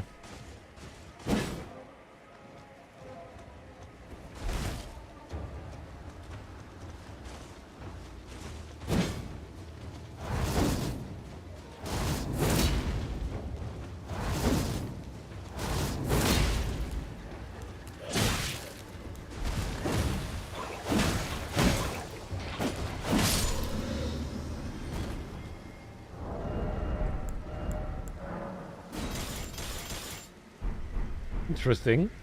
Definitely has a unique moveset.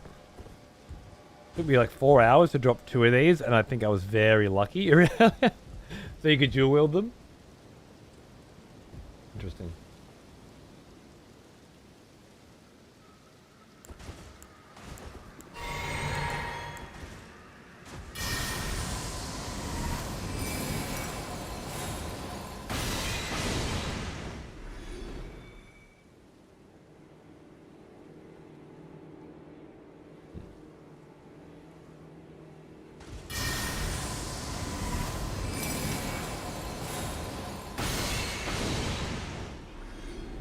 I could only see 3 messages. Are you sure you sent 4?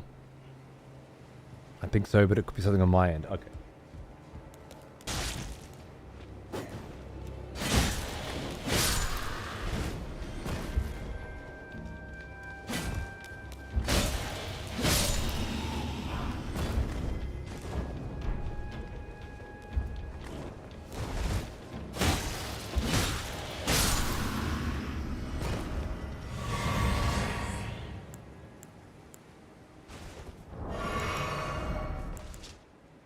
Engraved golden mask, worn by the guardians of the minor Erdtrees.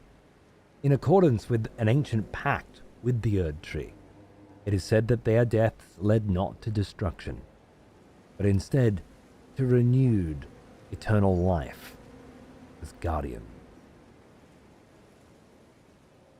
Whoa.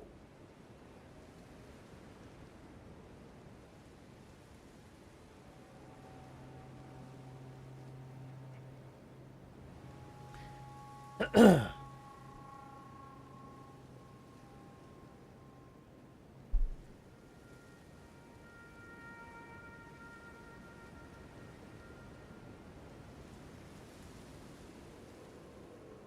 running out of ink.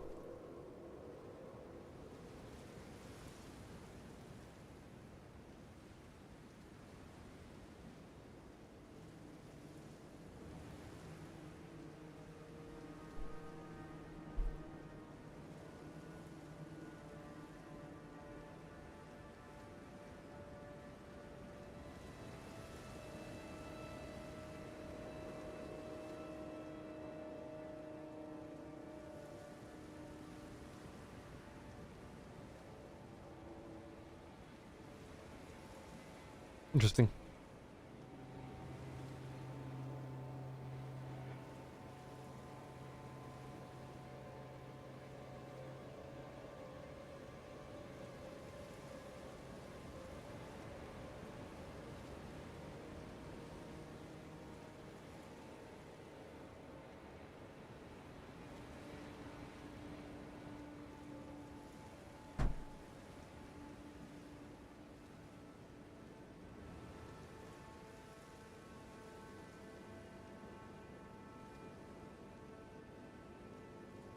Death by Erdtree.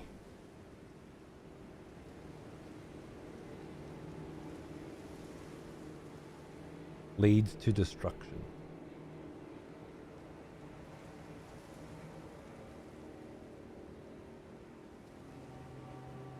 There's more to mine out of that, but that's an interesting one.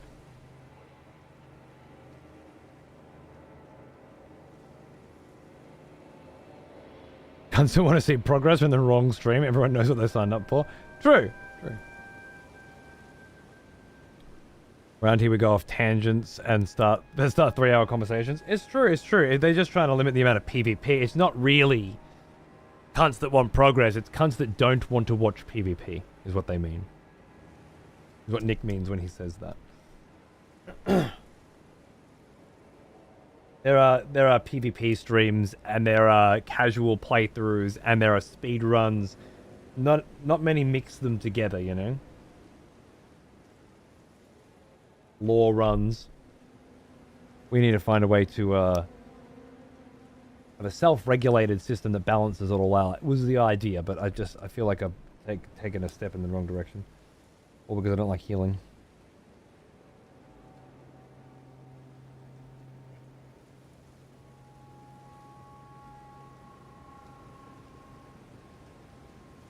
Use Runarks like humanities. So every hunt start necessitates the use of one, and then if you're out, it's invading time.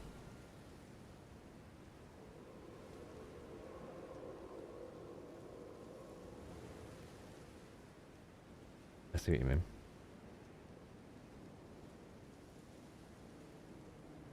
I'll gladly admit a bit of PvP is fine, but it's been a bit too heavy. Well, that's the whole point. How can it not be? The whole point of adjusting the system is to make sure that it's not. An old one. Almost as old as me.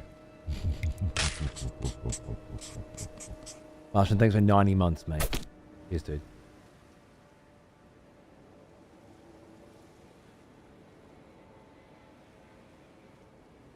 I feel like I'm just trying to reintroduce what was in previous games back in at this point while I was working. Oh wait, no, that's Nick and Sims have the same color in truffle.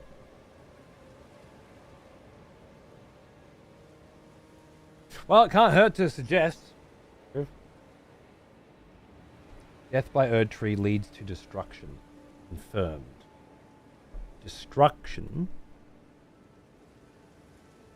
Also, the Erdtree can make a pact, an ancient pact.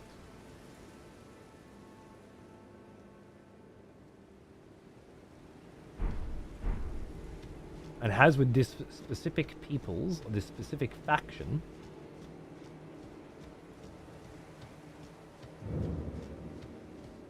which kind of makes it a big deal. No worries, Plods. Have a good one, mate. Rejoice, expeditives. Our executioners return. Hey, Emma. How are you, mate?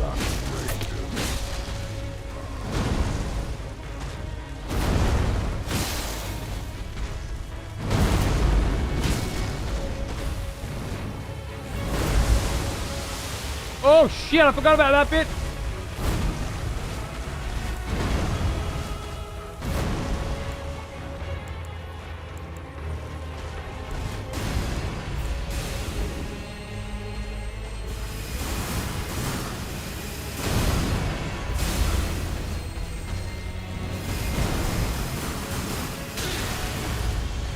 You hit pretty hard too. Yeah. Bro, I want you to heal a little slower. That's what I want, Vlad. That'd be real nice.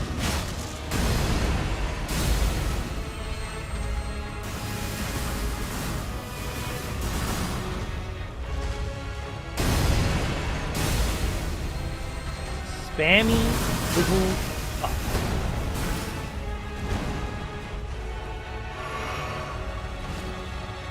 One fucking spell off all fucking time.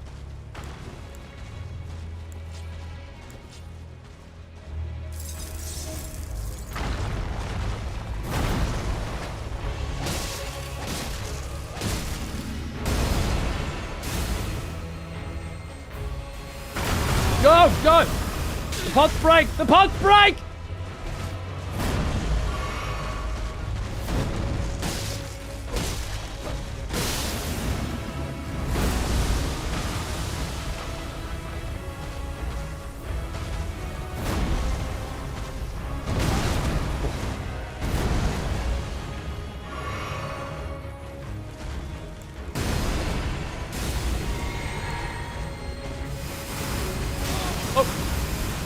Oh my god. Seriously, game?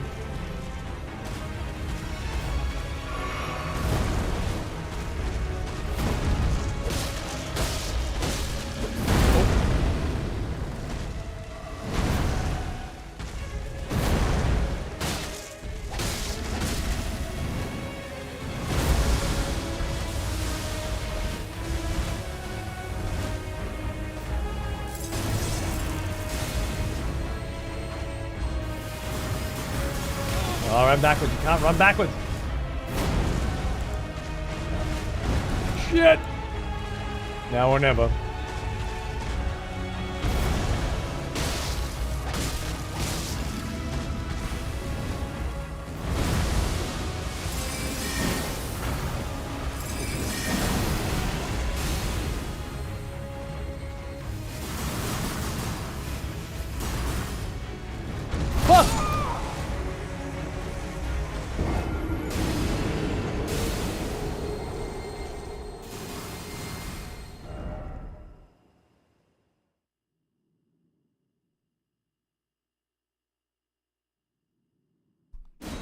I hadn't noticed death mints, but that's interesting. It hasn't come out yet, right?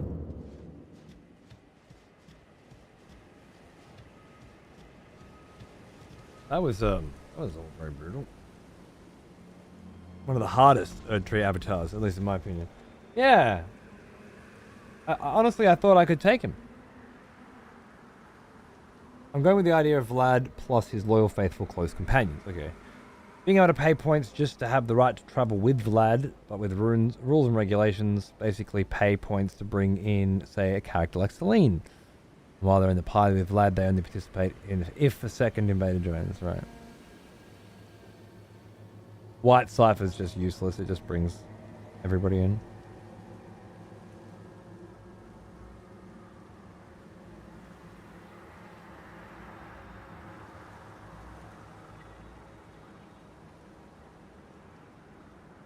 Yeah.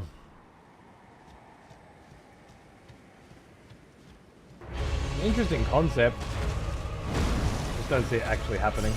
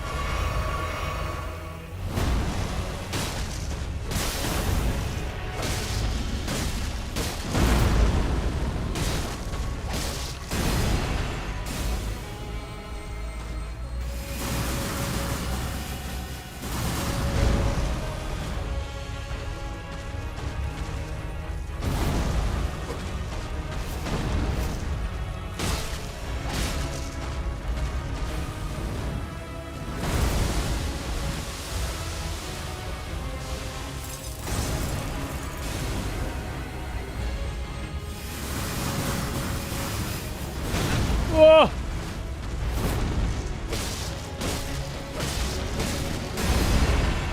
Oh!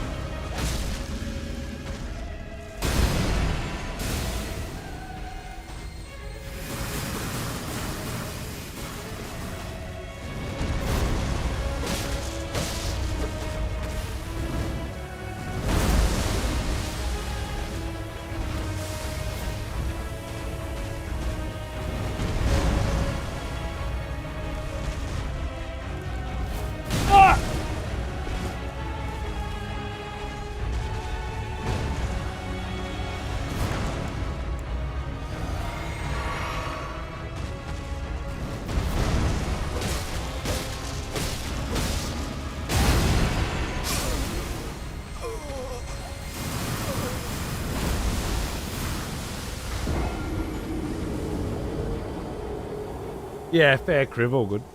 I get you. Seamless co-op would absolutely make changes, but it's just not there yet.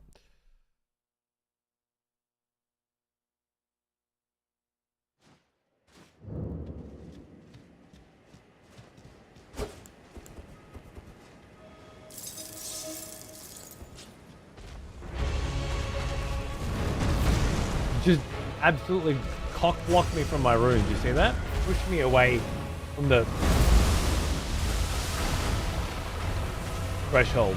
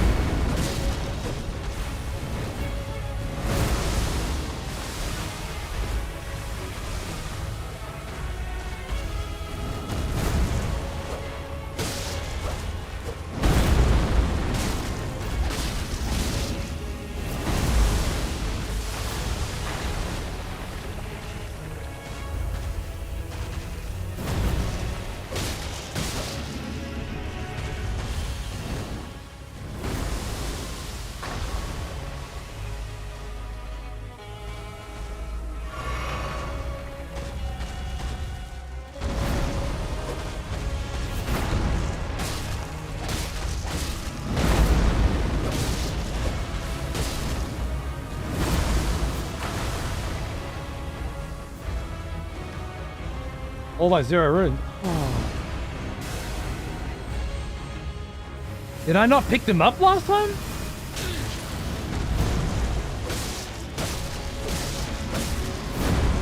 I don't know how I could not have done that.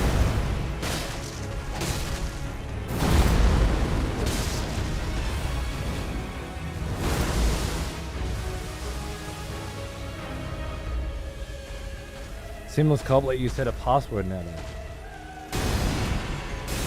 How could seamless co-op work if you didn't set a password?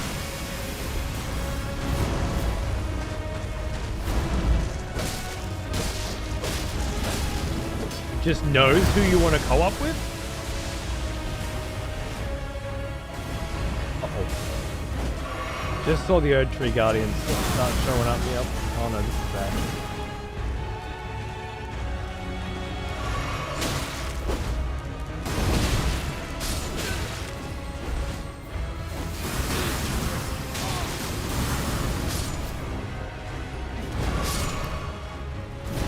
Killing all those dudes, that's good. Can't get me up here, motherfucker!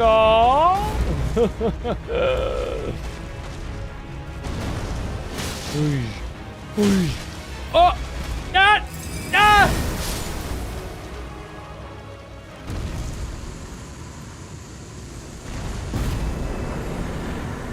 Fucking get it! Messing with the warrior.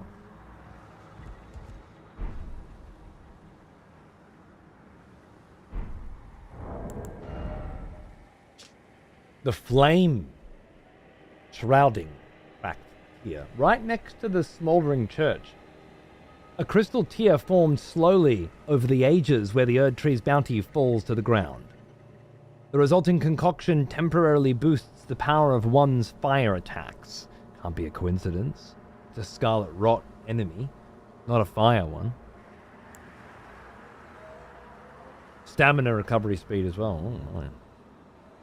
Oh my. Good.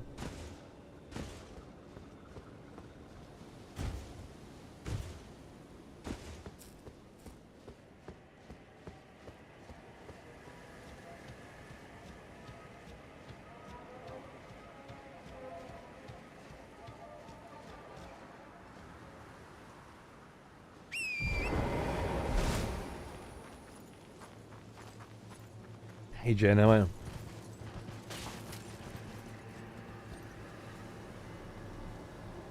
Let the hunt begin.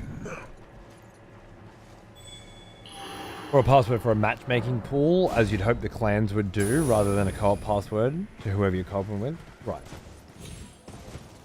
I don't know if there was ever an implementation of seamless co-op mod that had PvP enabled that didn't require a password for invaders. Maybe there is. But I would have assumed that that wasn't possible. Look at the size of that unit. That cunt.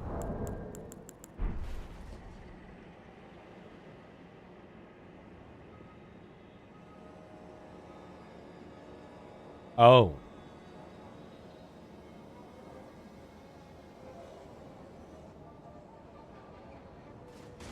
I see.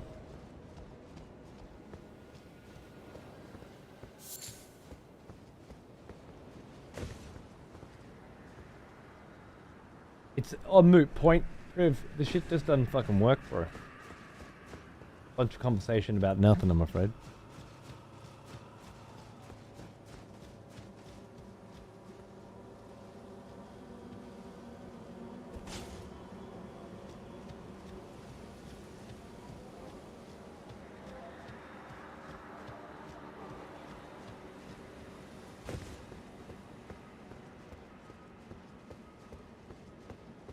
Blessed the blue.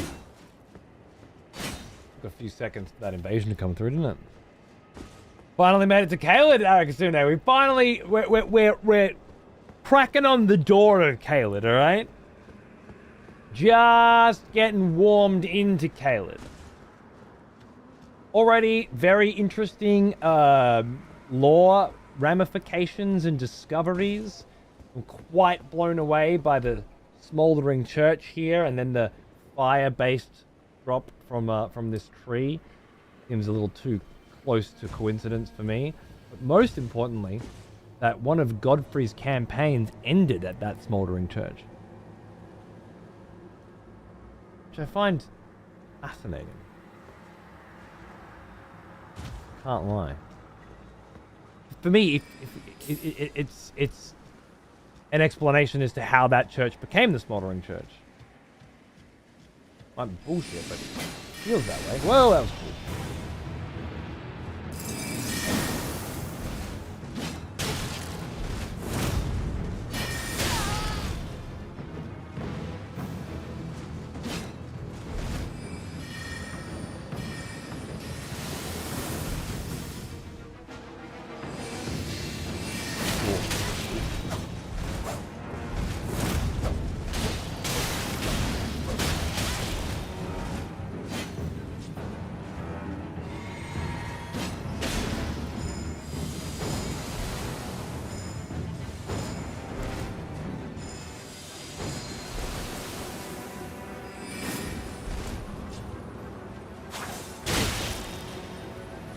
Button.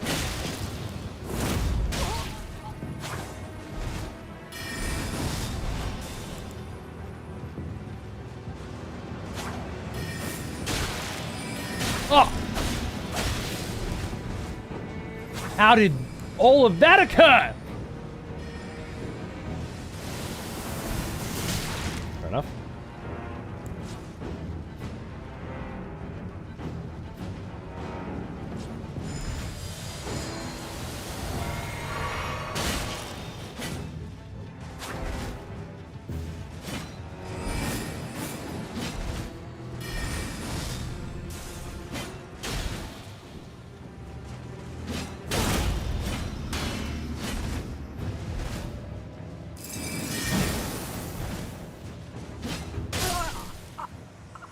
Poke your butt.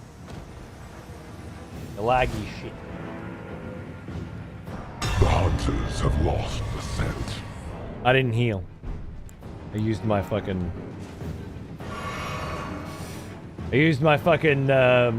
physic flask. I haven't done seamless invasions myself, but looking into it seems like it doesn't need a password, really. I would have just assumed you had to have it. I guess most people don't have a group of friends that they want invading them, so I guess that might make sense. I was looking at it from my perspective again, as usual. Still taunted? Thanks. Yeah, I would forget that. Having to turn that off every time as well is just another thing I shouldn't be really thinking about. Let alone when to turn it off and when to not.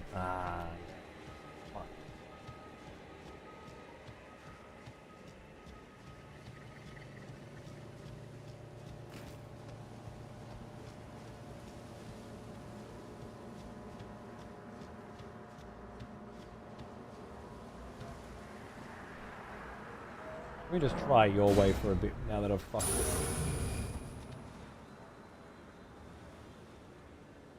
The interface won't reflect that, but whatever. Krusty's idea is whenever I don't heal, then... No, that's if I do heal, right? Yeah. This is what I mean. There's just no point.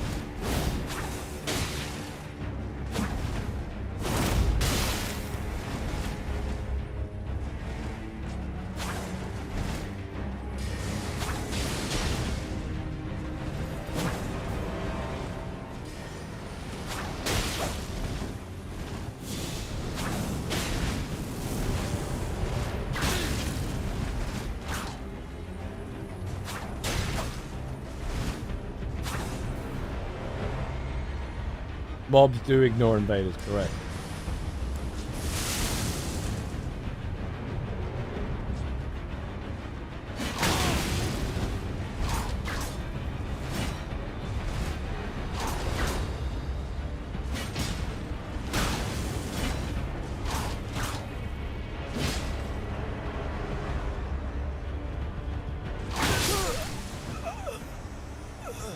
The hunters have lost the scent.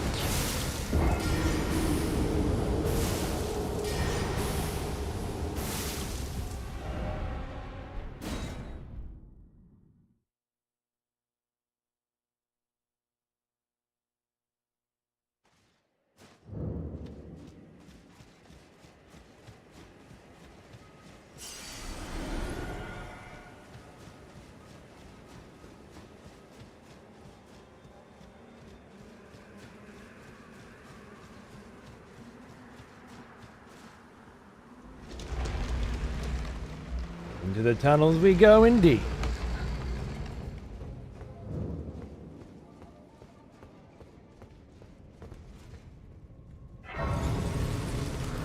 Dungeon, finally? You look forward to these? Fair enough. Catacombs time. Alright. Hate him, yeah. I thought that was the general sentiment. Yeah, cut off by the hunts, of course. Okay, yeah.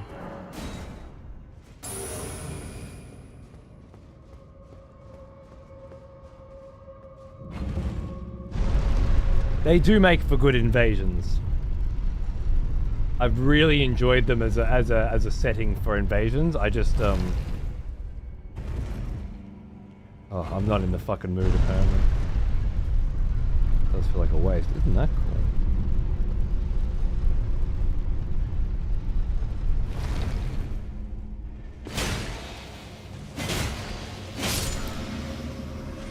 Ain't that pretty fucking cool?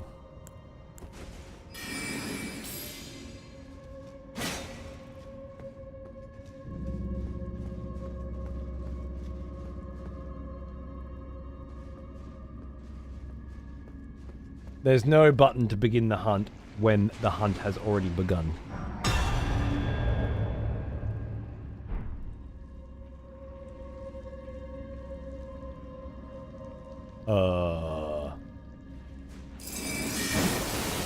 Rare Trusty L?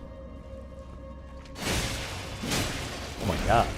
This place is full of rot. Of course it is. Why wouldn't it be?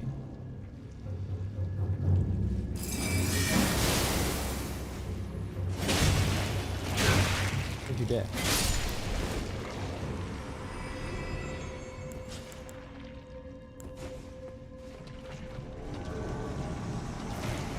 Love of Christ!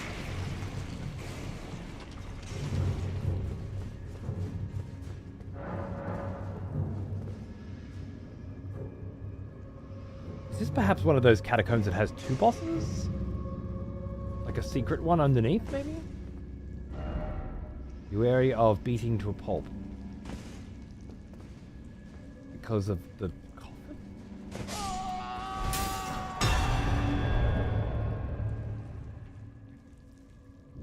The hunters have lost the scent. What happened, Bo?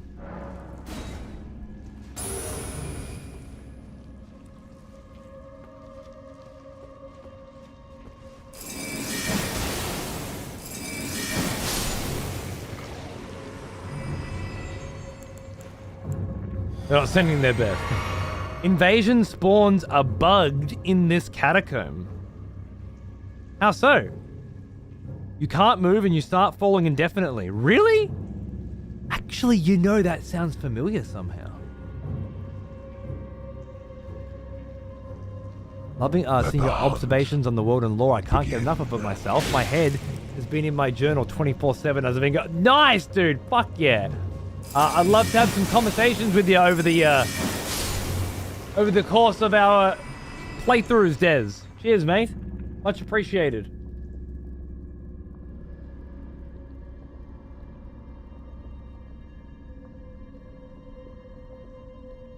Power of Vlad made manifest. Yeah, you guys can't invade me in here, and it's not my fault. That's cool. I mean, you can invade me. I guess it's just farming,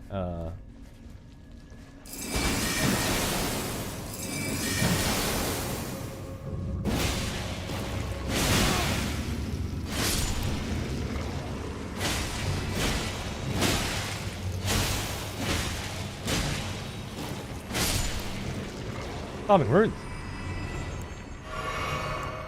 To what end? I don't know. But it's a thing. You have to not move and activate the furled finger to move you out of that position.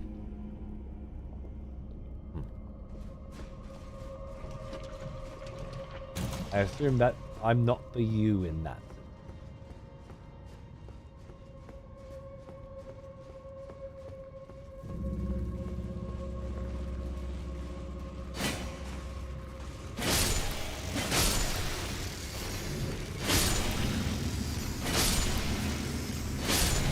Catacombs make for good invasions. That's why chat always makes sure to spam overworld PvP outside so we can't get to them.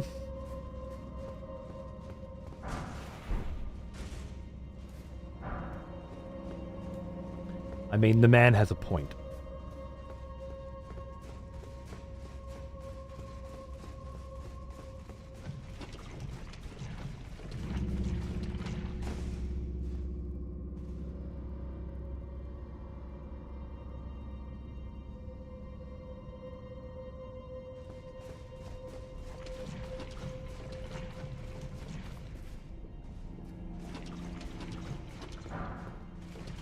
Ghost Glovewort 4, eh? Considering Vlad von Kunstein's name, having an association with the great entity known as the Gash is pretty fucking funny.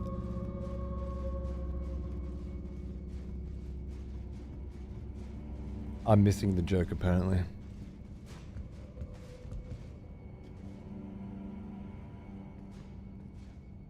Because Nagash is a cunt, is that it?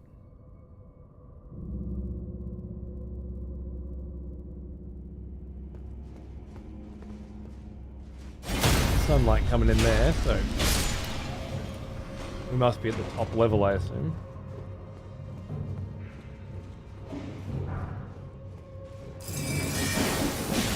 The hunt is active, so Vlad. I didn't activate it. I see.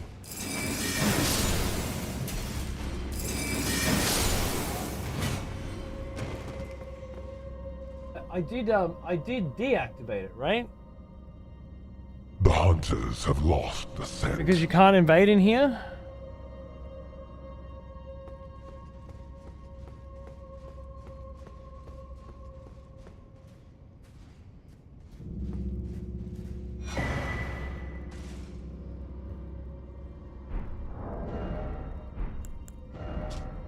Head covering made from the largely unaltered head of an impish golem.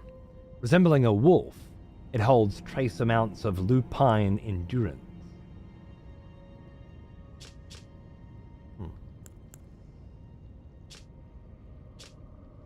Is it?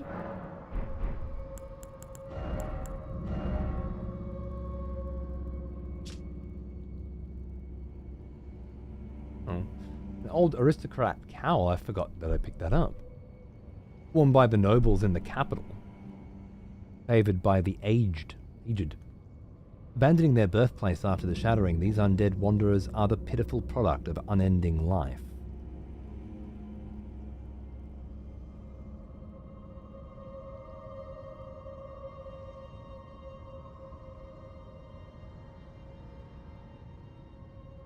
It's a very different kind of undead than the others, isn't it?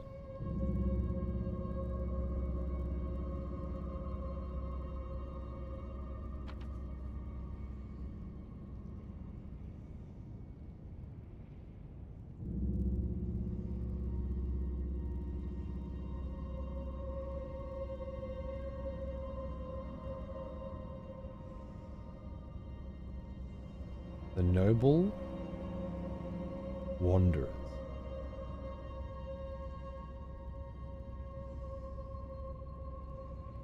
Are undead.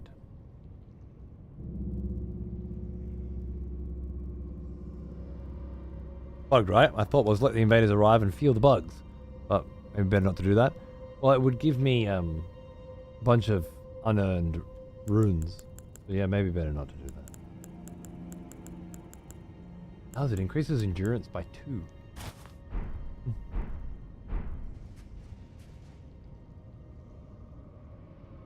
Makes you look like kind of a badass.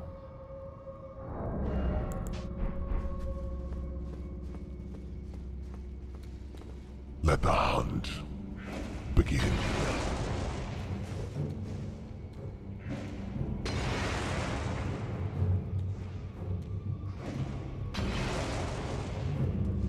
The hunters have lost the scent.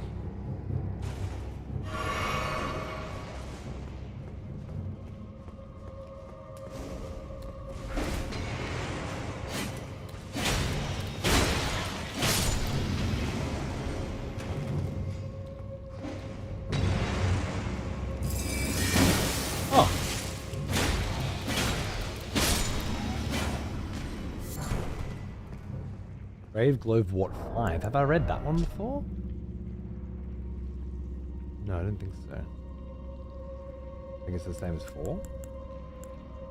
No, it's not. It was 3. In that dread desert, beneath the moon's pale gaze, dead men walk. They haunt the shifting dunes of the breathless, windless night, brandish weapons of bronze in mocking challenge and bitter resentment for the life they no longer possess. And sometimes, in ghastly dry voices, like the rustling of sun-baked reeds, they whisper the one word they remember from life, the name of the one who cursed them to their existence more than death, but less than life. They whisper the name Nagash. Warhammer Fantasy Nagash, if I remember right, source of vampirism. Right. I just wasn't sure of the connection between him and Vlad, that's all. Cool though. I know all about Nagash. I'm looking to paint one.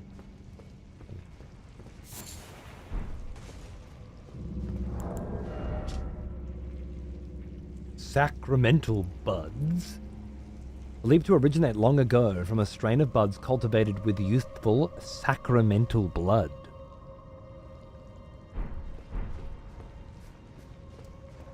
That seems intense.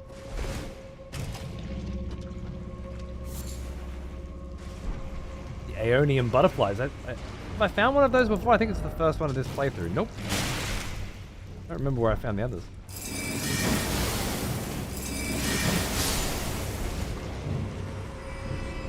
I saw your message after you said trust you're hoping to actually get in after so long. Ah, it sucks, man. I'm sorry. Oh, I'm out of mana.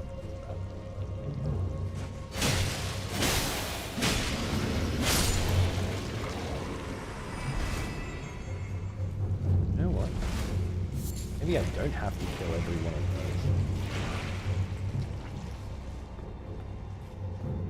those. The fucking rot down here.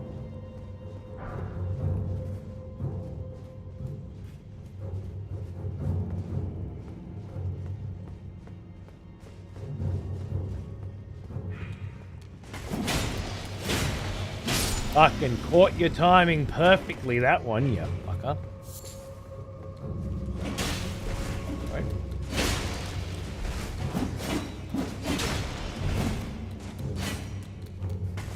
Let the hunt begin.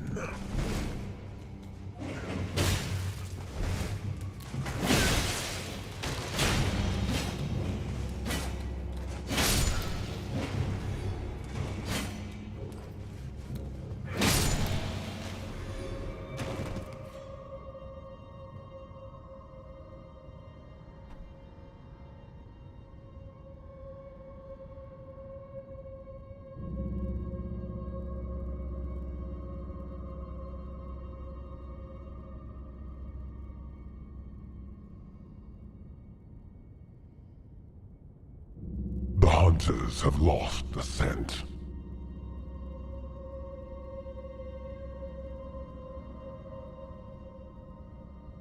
Making it cheaper again?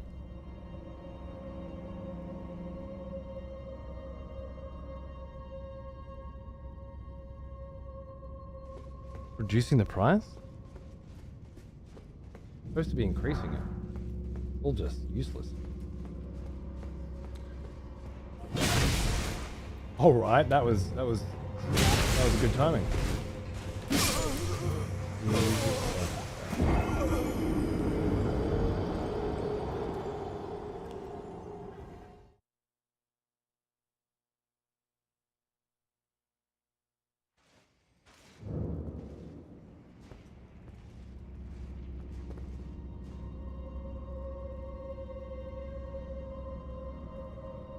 Is that right, friends?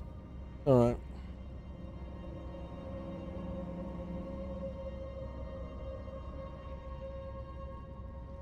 Well, if you guys want to try it, go for it.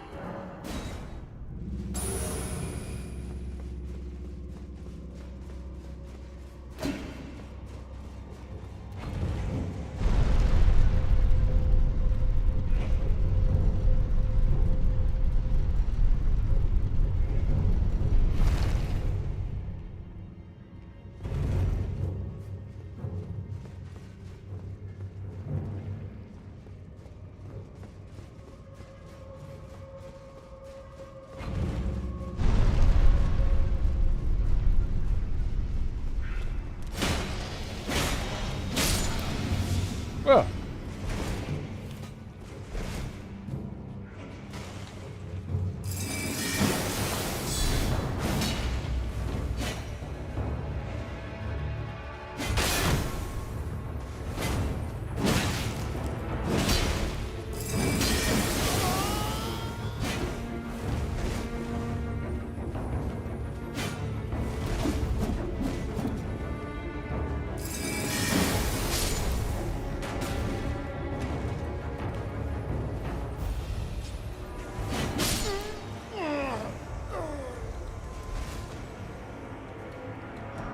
Hunters have lost the scent.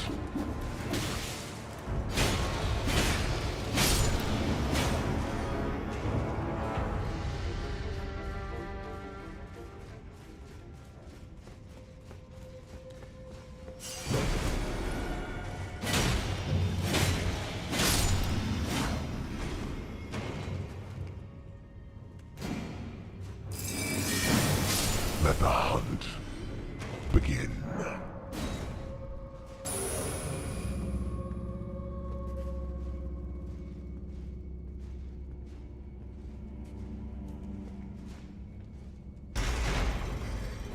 Oh, catacombs ain't an environment for the barbarian. I'll see you outside.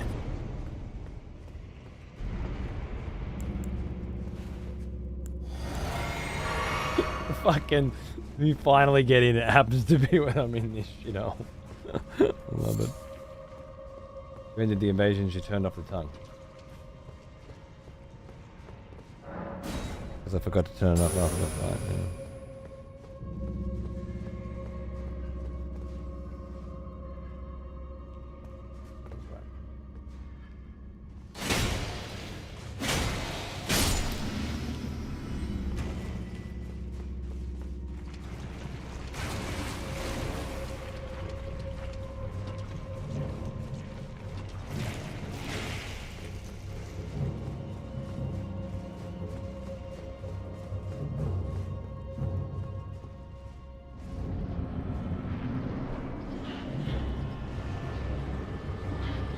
This was Jesus.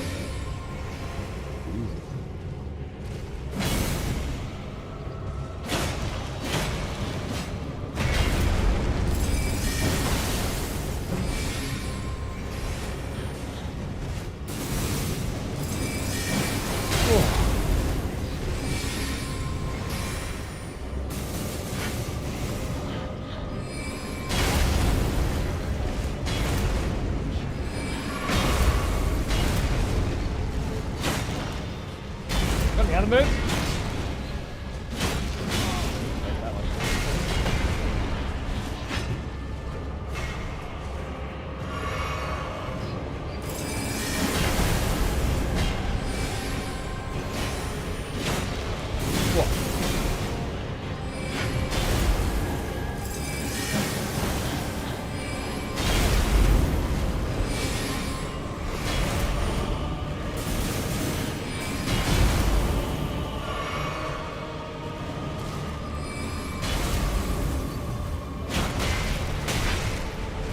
Naughty!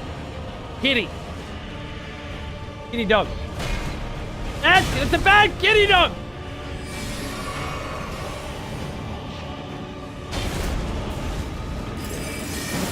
Oh yeah, I'm not gonna have that coming.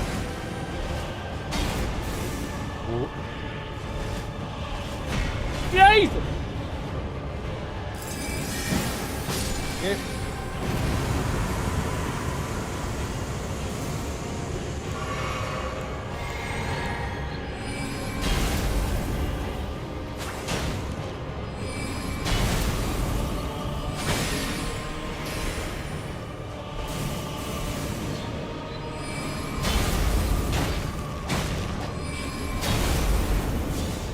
One. Oh shit! Fucking lot of shit going on. Oh, it's fucking in-game, is it? The fucking in-game asylum. The doc himself. Yeah. Hello, chat. From in-game's chat. How are you? I hope you had a wonderful evening with the doc. I'm sure you did. Hard not to. With such an attractive, talented, creative,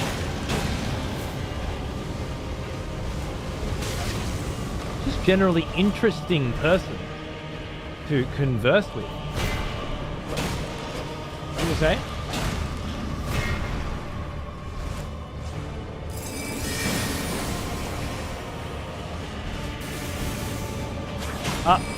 I'm sort of just in the middle of exploring some Elden Ring /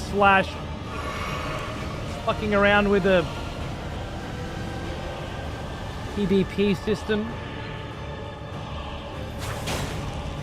to make PvP balanced and interesting in Elden Ring for myself, the many PvPers, and the people watching.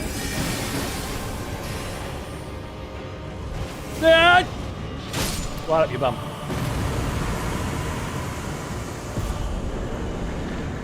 Of course, they dropped the pumpkin head ashes. That makes perfect sense.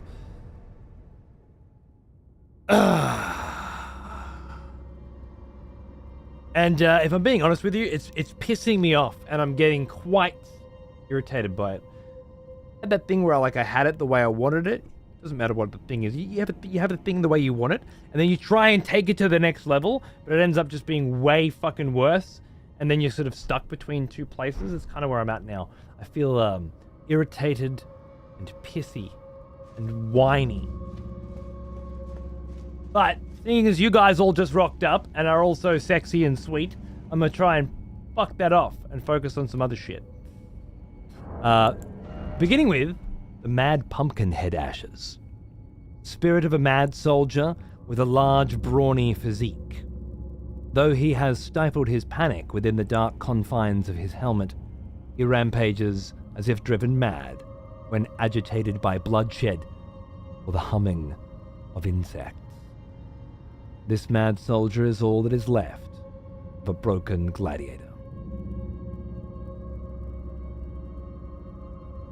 My first thought is guy on the bridge. But an explanation as to why it would drop in a scarlet rot-infused catacomb guarded by not one, but two watchdogs, and why there would be two watchdogs guarding this particular Erdtree route instead of one. Well, there's a lot of very interesting questions there. Honest to God, this place just doesn't make any fucking sense. It doesn't fit into any of the nice little boxes that I've been creating on our way here. I don't like it at all.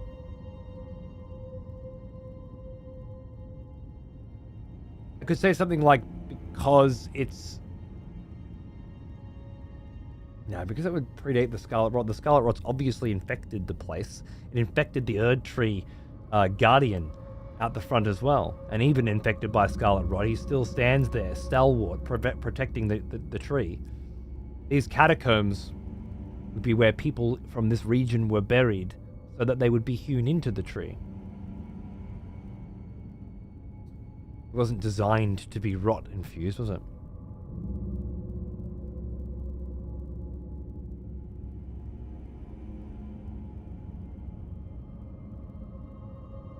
Agitated by bloodshed or the humming of insects.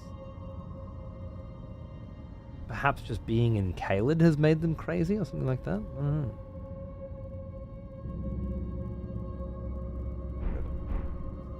Usually, for the most part, everywhere we've visited, there's been a pretty good explanation that could be teased out from what was guarding it and what it was protecting.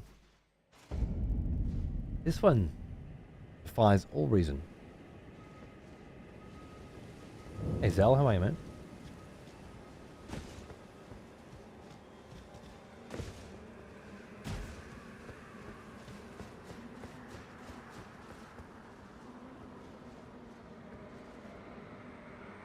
I want to go and check out Big Pot Bro and what all that means. And I actually need to come in through the well, right? Which might be an interesting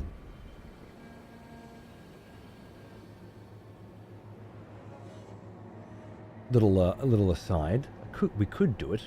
Not quite sure there's much reason to though. When we have other options available. Makes me wonder what panic he stifled. The panic of the growing rot? Interesting thought. Well said. Just like Vlad, they've had enough of those fucking dragonflies. True. Some of the catacombs are whack and the stuff inside feels random. Yeah, it could very well be random, or maybe it's just not as easily put together as most of them. But that one has confused the shit out of me. I wonder if maybe the gladiator started to have a hunger that he did not want. G'day, Zio. Is there a link between rot and insects? The only one I can think of immediately is Millennia and her butterflies, but it doesn't make sense here. No, I was reaching. This just felt like the kind of place that was rotting. Like, literally, rot. The rotting of anything attracts flies. It's just a natural connection to make, I think. Rotted corpse. But scarlet rot is not exactly decay, is it? So I probably shouldn't be treating it the same.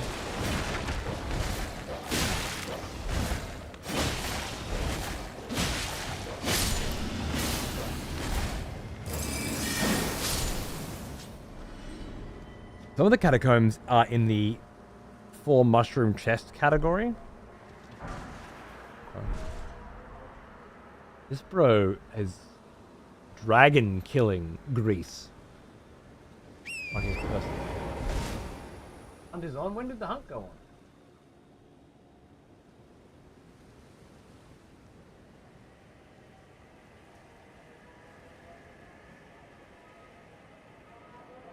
I don't remember.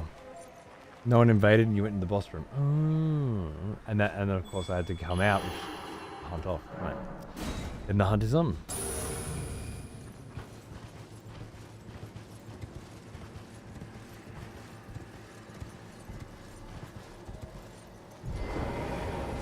I fucking remember this wall. Again, I started inside it. I never reached. Coming into Caelid via the road just has a completely different energy to it. The way is shut, you know? Rotted beef. Wow. Aren't you just right at home?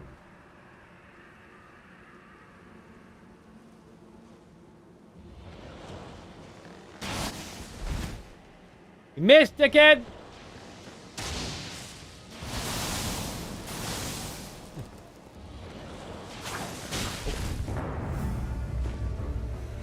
Oh, cheeky. Very cheeky.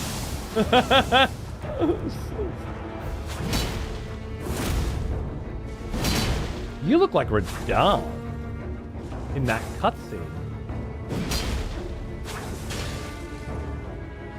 When he pulls the two swords out in the trailer we watched, right? Not the Radahn that I fight. Caelid. Yeah, that's really rough. Using the grab magic. This is definitely. Oh wow. And that takes care of that.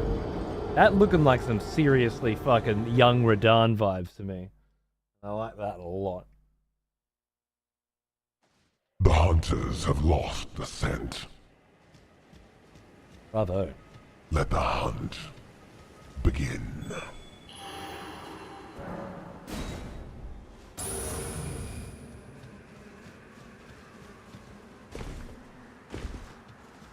Iterated theory I posted a bit ago could be an interesting take. We see Radahn eating corpses. Maybe they came here to Caelid. Rot made them go crazy. They started eating other soldiers. They put pumpkin helms on their heads to keep them sane.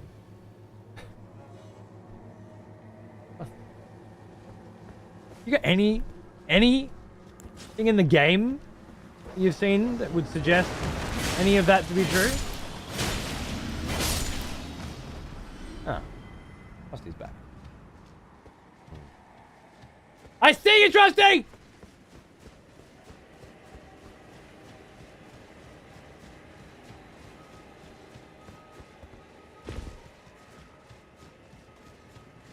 I guess it's been a while since I gave out the casual reminder for people like Shadow King.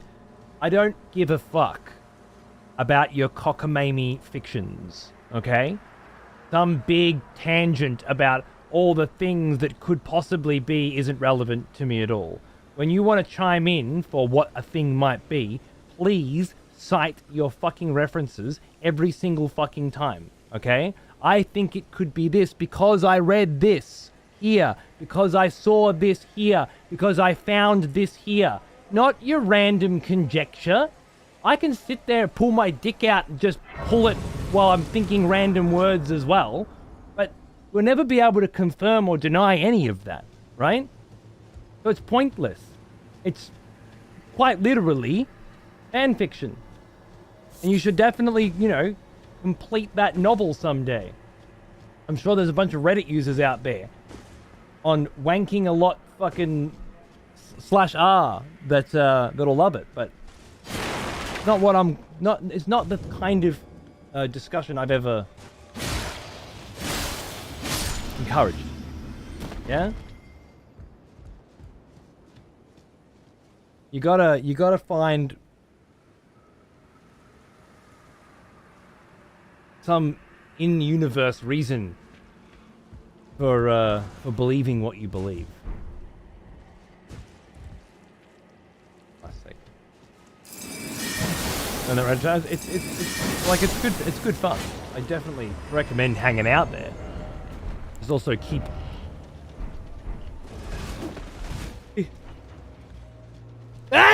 It's like Vegas.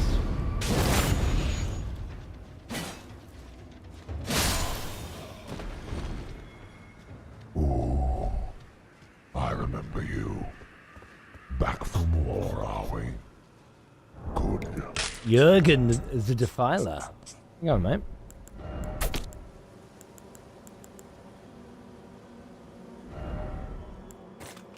That's even more useful, but no.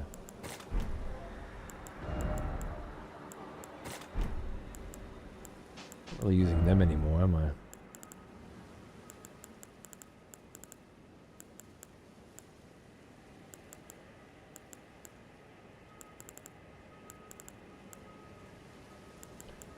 feel like I got a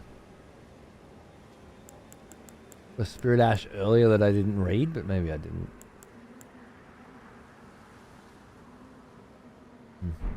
Right. That'll do for now. It's hard to cite your sources when it's Vardy told me. Well, maybe it is. That did not feel like some fucking Vardy tangent. It just felt like just an errant thought, you know? It's cool. Fair enough. Have them. But I don't think I've ever given the impression that I'm just sitting here randomly making shit up.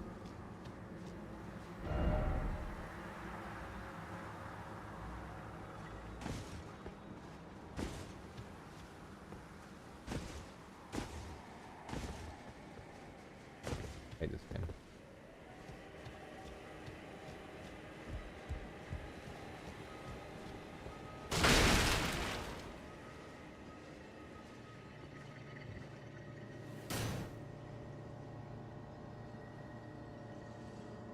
Rusty's here somewhere.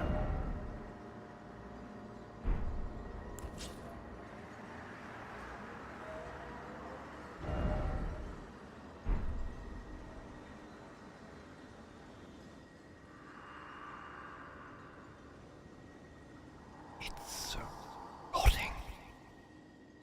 Everything. Rotting scarlet. The very earth that Caelid rests upon. And Celia. The end is nigh. For us all. Fucking cunt, I knew you'd do it!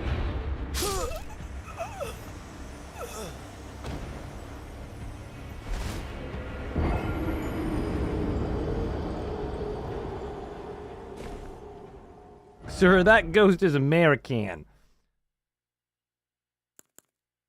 Like the rest of the characters in the game? I don't think so. Oh, I don't. This is not where I was. Oh. Someone has conscripted new voters for the next execution. Wonderful. The hunters have lost the scent. Thank you, Lightfellow. Very fucking generous of you. Cheers, mate. How you doing? Welcome, guys. Enjoy subs.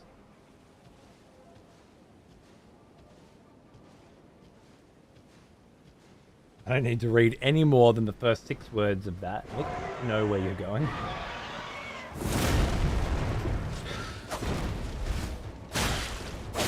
Whoa. Whoa. Okay. Rusty, you have put me in quite the predicament here because I decided to go to the stake. Oh, man. Oh, my God. Oh. Alright, I actually have to fight myself. I think alright, okay. I do not have time to learn your pattern. Madam! Madam! A modicum of chill! If you wouldn't mind! Oh my God.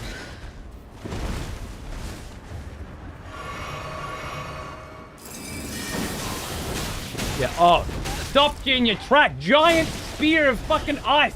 And you just keep coming. Like you just fucking didn't even take it. Are you crazy? Oh.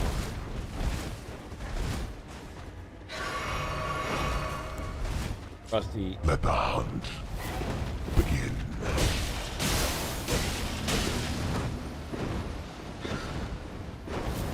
Oh, cool delay. The Mia fucking Zaki fucking special. Increasing and decreasing the delay between encounters with the same fight by 0.2 fucking milliseconds just to completely fuck with you. Don't tell me he doesn't do it! I know he does.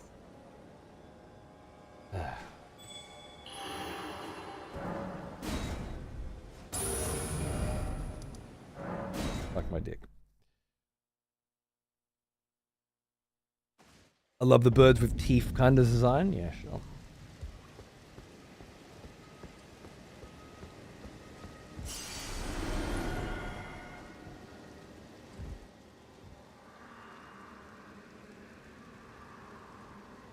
Oh, I mean, it's fairly fucking obvious, but thank you. A nascent butterfly? What are they describing him? Appears as if it's just emerged from its cocoon? I wonder if he took those nascent butterflies to prevent them from becoming scarlet butterflies. Or something like that. Seems like a hell of a stretch, but...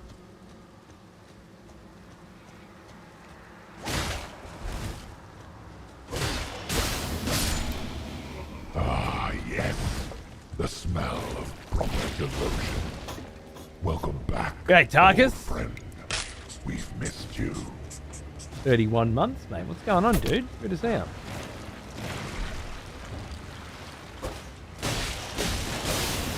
You're just stuck on a corpse? Okay.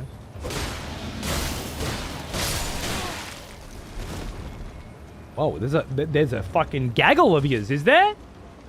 I've walked in on the town fucking meeting. I wasn't aware. I was just trying to kill one slug fuck. But alright.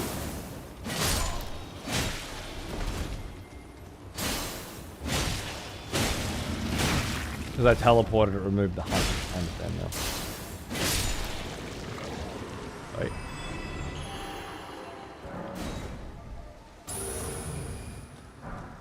Yeah, no, I know. I know. You don't need to remind me. Just gotta get there, you know?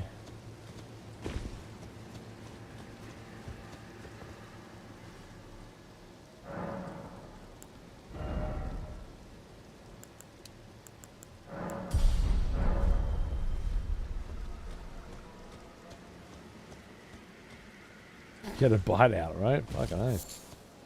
Okay, so this shanty town is situated at what I assume is considered to be the border of Caelid.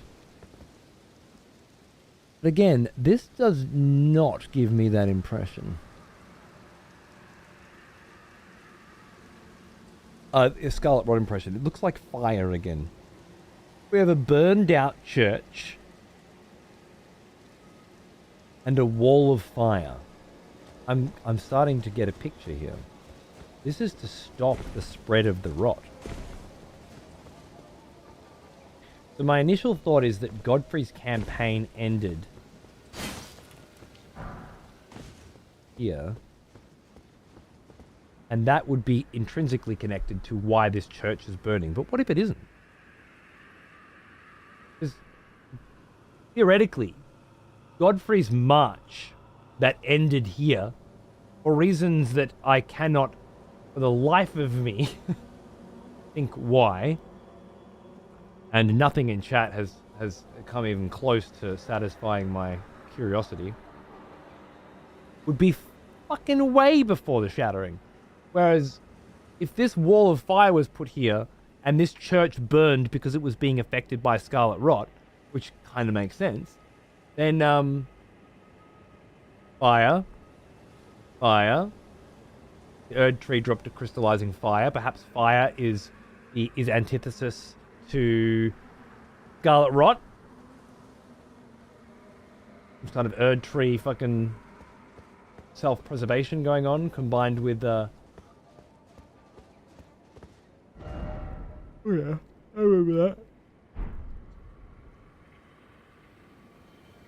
Also a very important Marika church right there as well.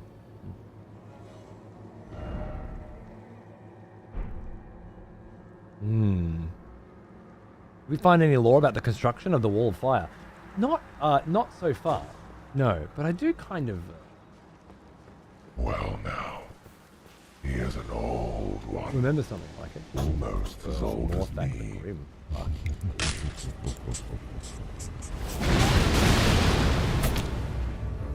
Suck it up. Hey, OLED, how are you, mate? What's going on, dude? Good to see you.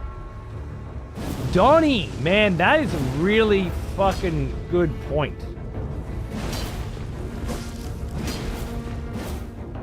Sacred fire cleanses rock and poison, for that matter.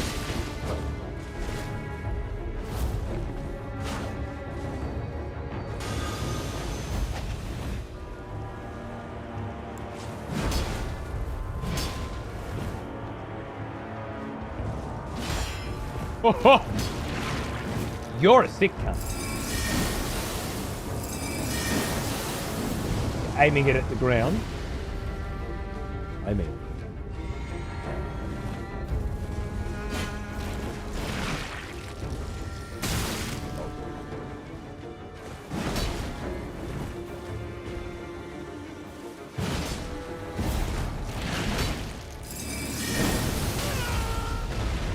What? How the fuck did I walk straight into that?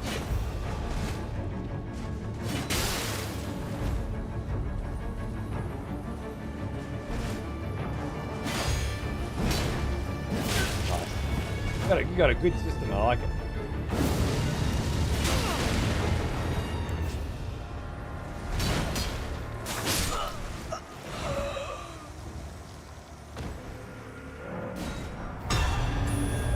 The hunters have lost the scent.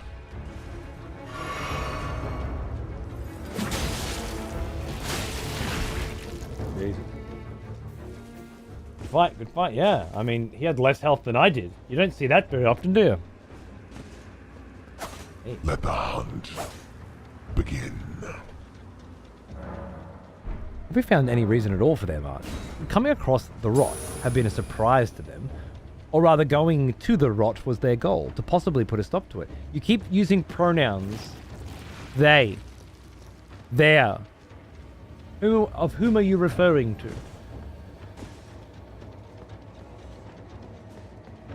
It's important. Because I can't guess. I assume you mean Godfrey, but that would make no sense at all. With the timeline that I have, Millennia fought Radahn here and spread the rot through Caelid way after the Shattering. Godfrey was first Elden Lord way before the Shattering. Way before the Shattering. Hell, Radagon became Lord before the Shattering as well, right? So, yeah, anyway. Don't use pronouns. That way I don't have to fucking guess at what you're talking about, please. It's important.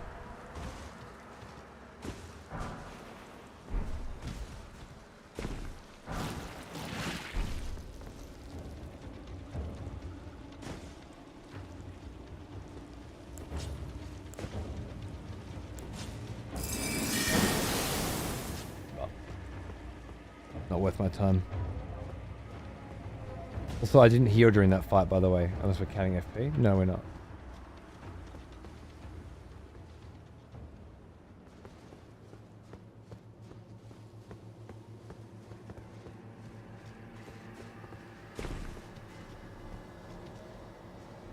Speaking of reminders, are we still aiming to prowl the Knights? Yeah, I can't even keep that in my head anymore, can I?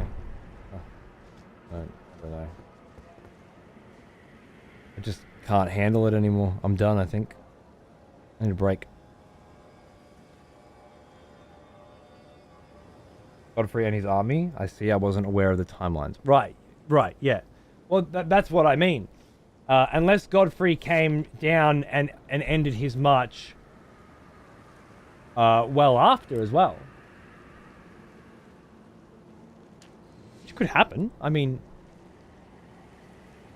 is he still alive? I don't know. I know we get to fight him as Horaloo, but that seems like part of a different timeline somehow.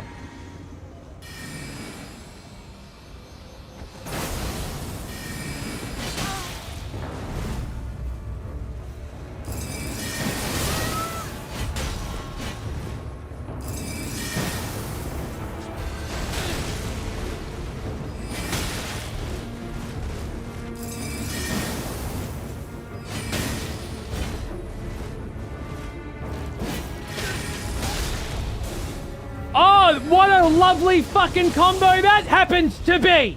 Huh? Fucking some slug cunt has crawled halfway across the world as far as he's fucking considered to just happen to fucking poke me right as this cunt's trying to swing his fucking magic sword. Unbelievable.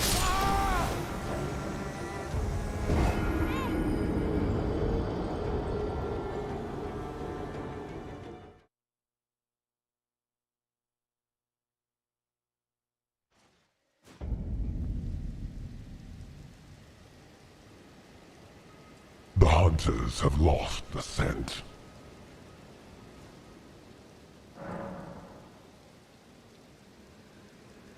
Didn't we become tarnished after we lost the golden light in our eyes?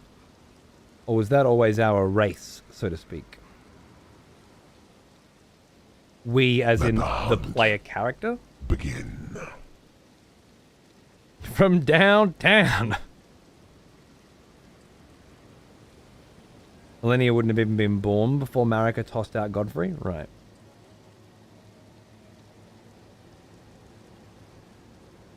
Tarnish were created by the removal of grace. What grace is up for debate. Interesting.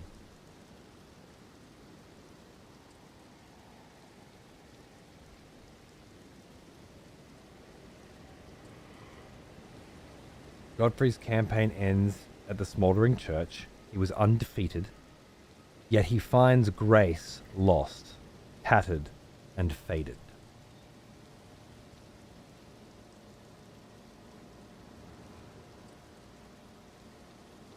I feel like Godfrey is here pre-wall, which means he gets to a church, and it's not a smoldering church.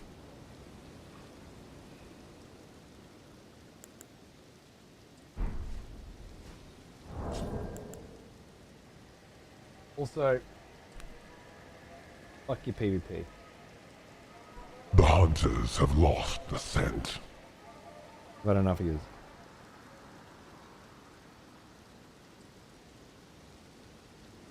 My observation is that traces of grace seem to be found in the eyes of creatures.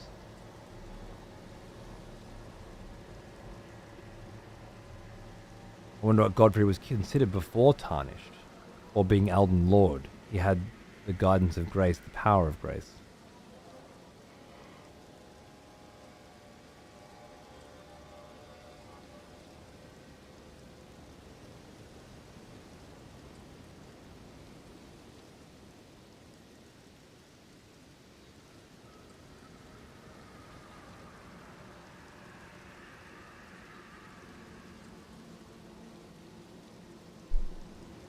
I think there was a mention of Godfrey in the Badlands.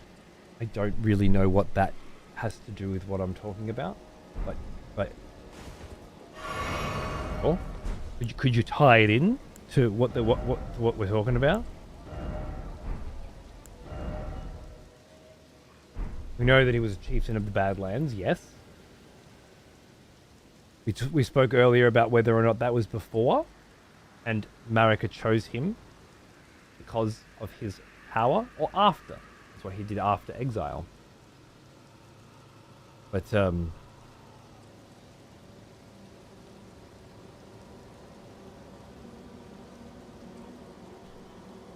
to figure out Godfrey's age and how he fits into some big timeline, how active he's been in all this warring of conflict. Well then, okay, I'm going to ask a fairly big question here. I'm not sure if I want the answer or not, but I feel like I need to know, and it might be time. But right at the end of the game, I fight Horalu at the base of the Erdtree. And that seems very peculiar. My question is, why do you think we fight Horalu at the base of the Erdtree?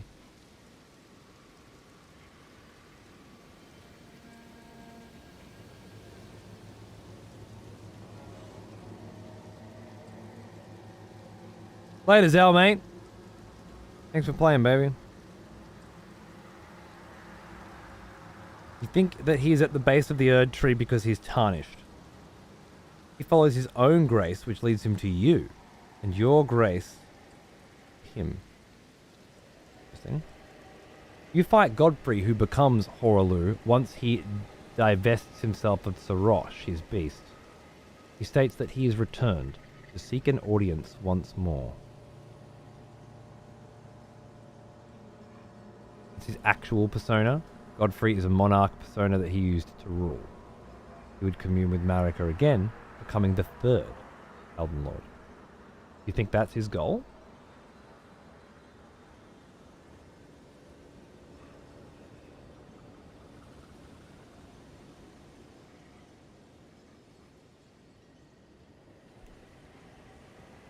Find out who's more worthy? The long-lost Call of Grace has awakened a lot of Tarnished to become Elden Lord again. It's part of the opening cinematic. He's one of the main Tarnished players who are called. Alright.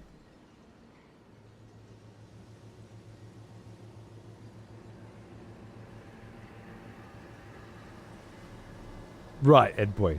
I forgot about that, and that makes a lot of sense. Stop you from becoming Elden Lord? Okay. So then, my main question is basically, is Godfrey alive right now? And we'll assume that he is. If he's alive right now, then he could have campaigned here.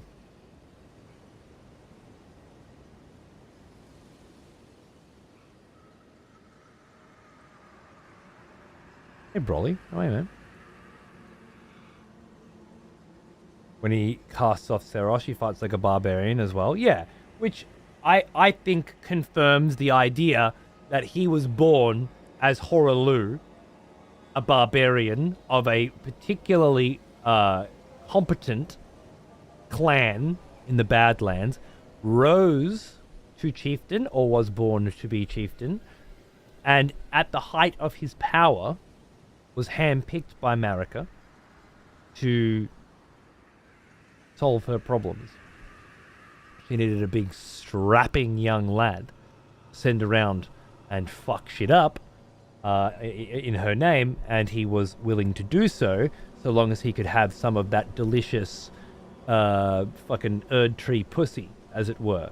And seems about right. Honestly, there's a lot of Khal Drogo, Daenerys Targaryen in this story, if you ask me. Want some of that blonde fucking Targ pussy is exactly what Khal Drogo was into. And this reeks of it. Given that it was written by the same person, it makes a lot of sense. What spurred this chat about Godfrey? The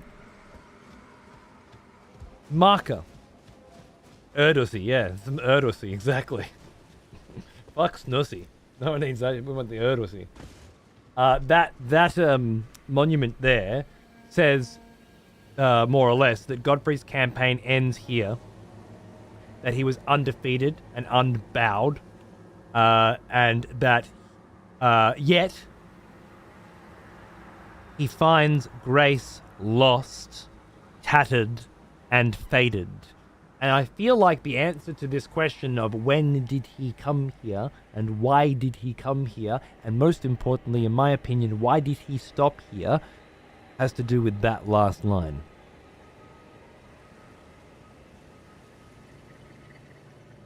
When Godfrey first Elden Lord was robbed of his grace, becoming tarnished, he took with him his kinfolk and left the lands between. I remember him taking the tarnished on a big journey. I remember a picture of boats on the map too, which I always thought meant, was in reference to him boating across.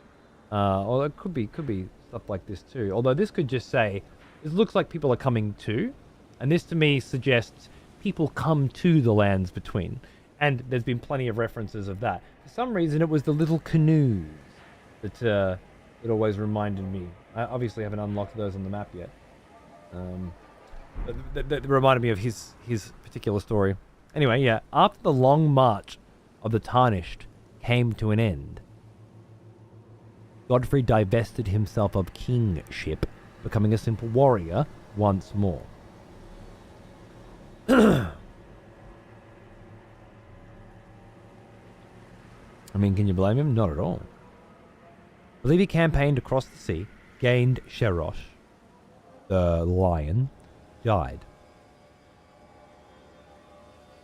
was given grace back, returns to the lands between, heartbroken over the aftermath,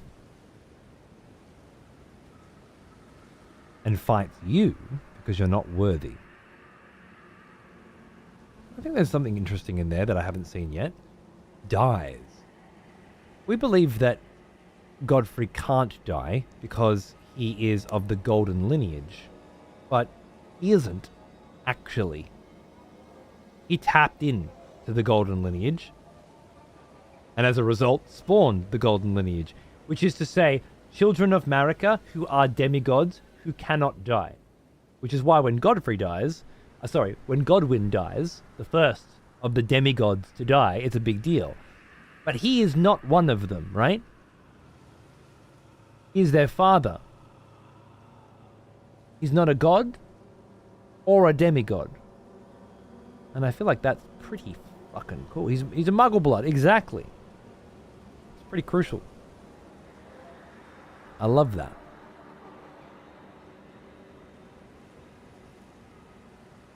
Could be Arakasune, but there's at least a school here, right? A school of magic that Radahn's at. Called the Caelid Wilds, after all. True. I guess this is where the third church of Marika is, and the last church. Are there churches further up the road?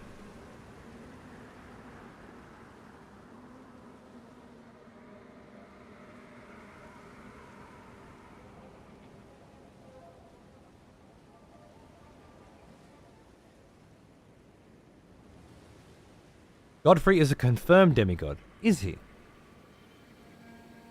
His remembrance states that he is in fact a demigod. Ah. That fucks with my theory. I guess that Erdtree is able to transfer some, like if you fuck a god, you are just a demigod from then on. I don't hate that idea either. You stick your dick in fucking a lot of different things, you're going to get infected by it, right?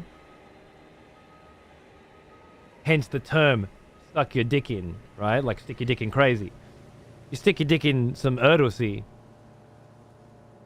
Yeah, you being elevated to demigod status, but never god status, seems plausible. And if the remembrance specifically states that he's a demigod, then we can. Okay, so there goes the death. He can't have died.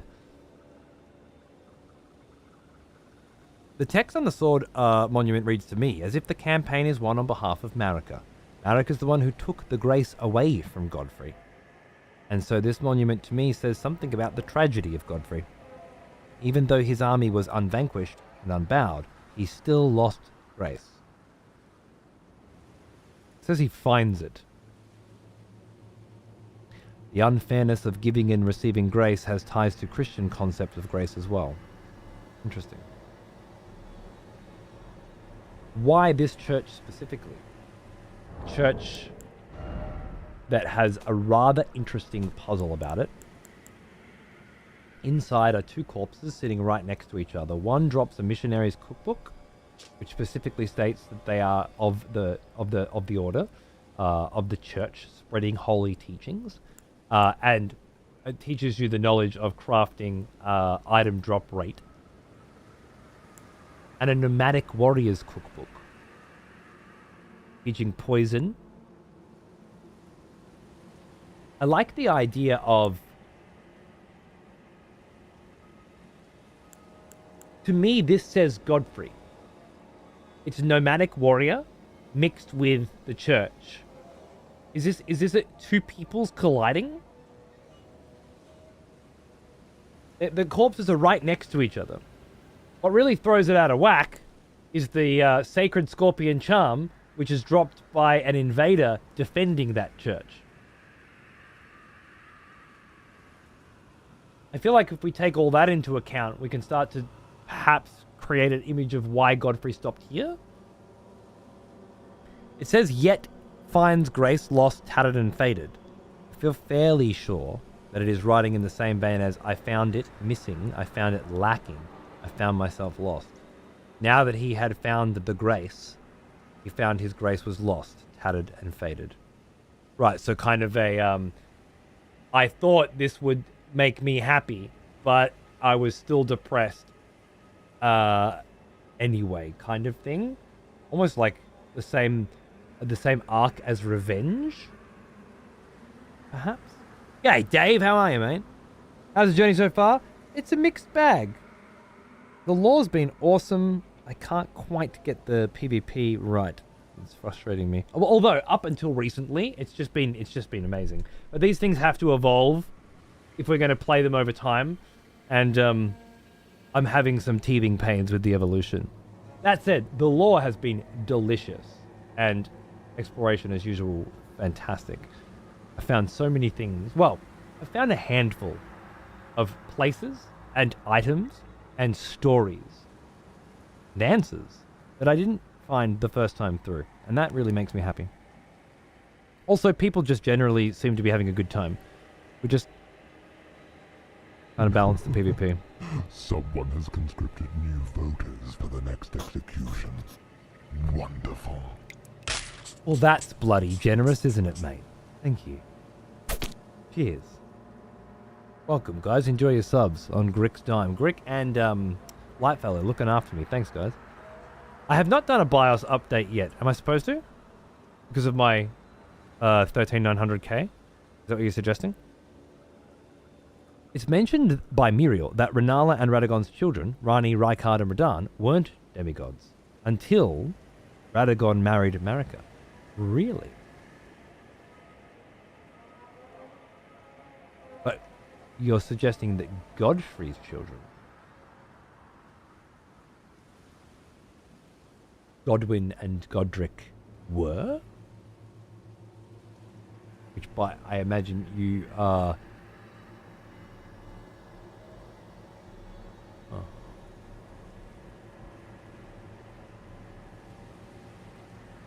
The latest update has a fix to that? Does it? I need to make a note of that. Update BIOS.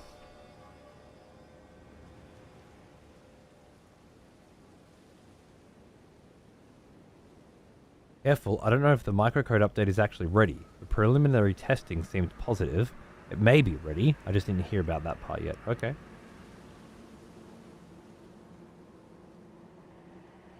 Demigodhood is complicated, but it can be acquired by inheritance, birthright, title, and power. Do you have examples of all of these different options in the game, Lex? Try to cite your sources where possible, please. Like you did with Godfrey's Remembrance. He is an old one. Almost as old as me. Hot diggity motherfucking name indeed, lols! How you doing, mate? $10 sub. 75 months. Fucking legend. Cheers, brother. We're 3/4 of the way through the big old 100. Much love to you and all the chat. And to you, my friend. Thanks for being a part of it for so long. I hope it's still an enjoyable place for you to spend some time every now and then. Thanks, mate. Yeah, cheers, Rash. I assume you've done it?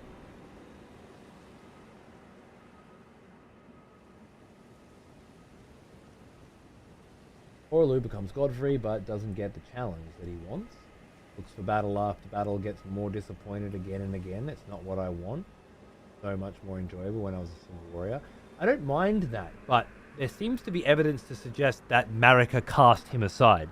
And if that's true, then that's more likely the motivator. I was just comparing the arc of revenge, as in you get what you wanted, and then you don't want it anymore, is what I think Zio was sort of getting to. At least that formatting. I love the sources, especially when they're not Vardy Vidya. Yeah, well, fair. Me too.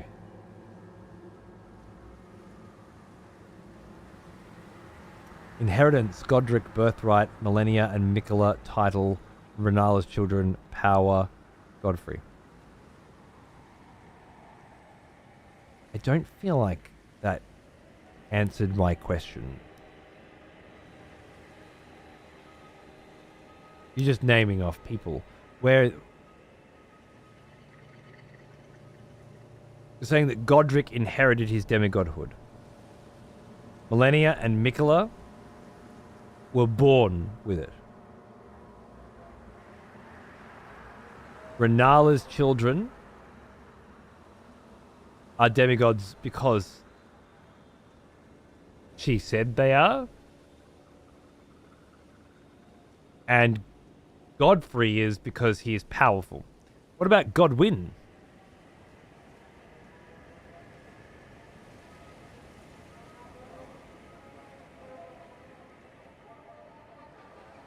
I'm just pushing back the idea that Godfrey needed to bed Marika to become a demigod, since 3 people that didn't do it became demigods.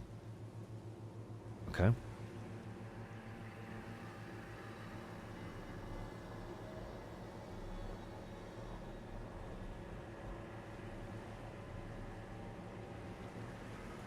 Marika divested something within Horaloo, turned him into Godfrey, and took it away with the declaration that they would be hated for becoming tarnished.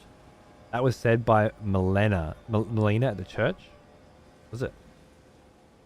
By Melina at the church?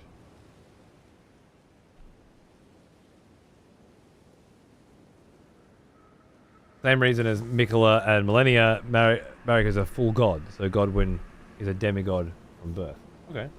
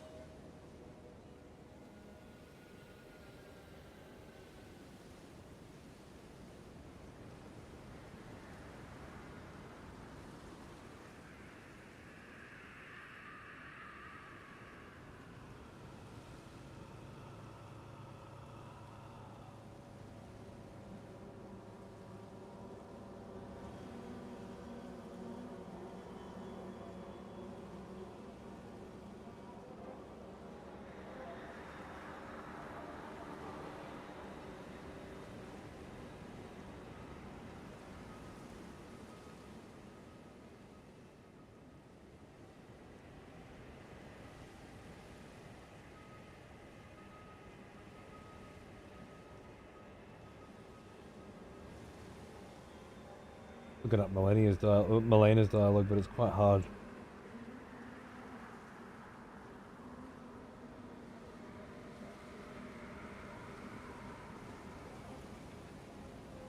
There's nothing in-game that implies Godfrey was a demigod before wedding Marika, though. Just that he was afterwards, yeah. Godric is so weak that he basically only inherited demigodhood, and then a great rune.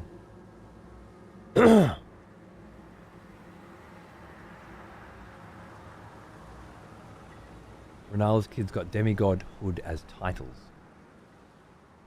What that means. Godfrey was Horaloo, already a demigod before he met Marika. Right now, all hints at sheer power for him to achieve this title. Okay. Have you got proof that he was already a demigod before he met Marika?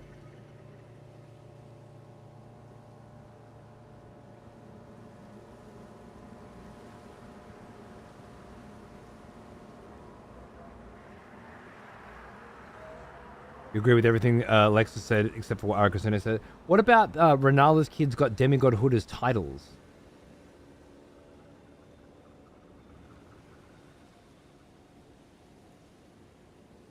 Is that because of Radagon? You're saying? 'Cause I'm not really understanding how that works.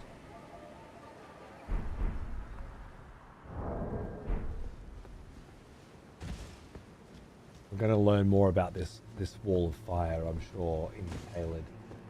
Probably put a pin in that. What do you remember about Radagon and Marika? I remember he left Renala to go get some of that Erdtree. I don't remember why.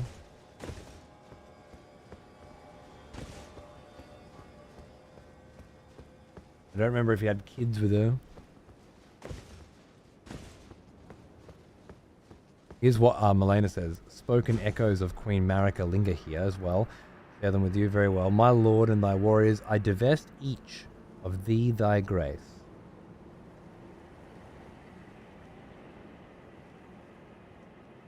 So Marika gives Godfrey and his army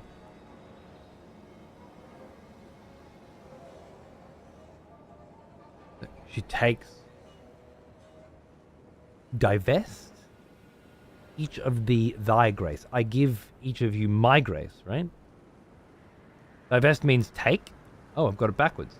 I divest each of thee thy grace. I take all of your grace. With thine eyes dimmed, you will be driven from the lands between. You will wage war in a land Let the afar. hunt. Ah, yes. The smell of proper devotion. Welcome back, old friend. We've missed you. Does the toggle not work? Still there? Australia.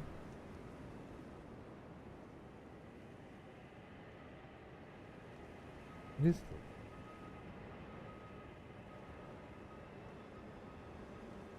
The hunters have lost the scent. That brings it back. That's what I've done.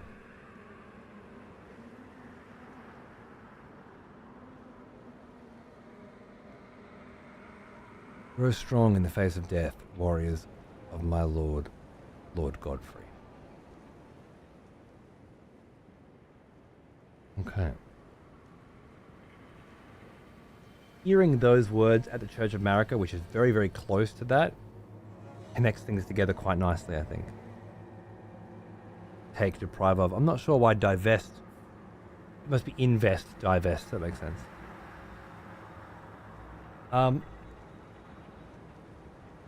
All right, Shu.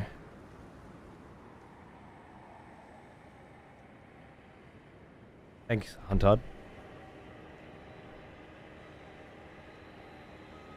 She wants Godfrey to go, conquer, die, and come back. Die? In the face of death, right?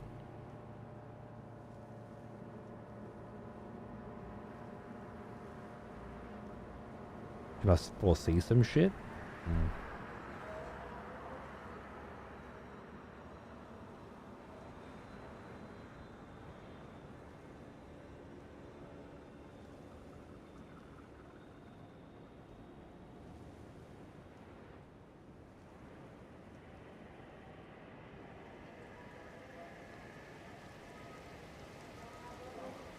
Alright, so Godfrey is told by Marika. I'm going to put Godfrey's campaign somewhere here before shattering.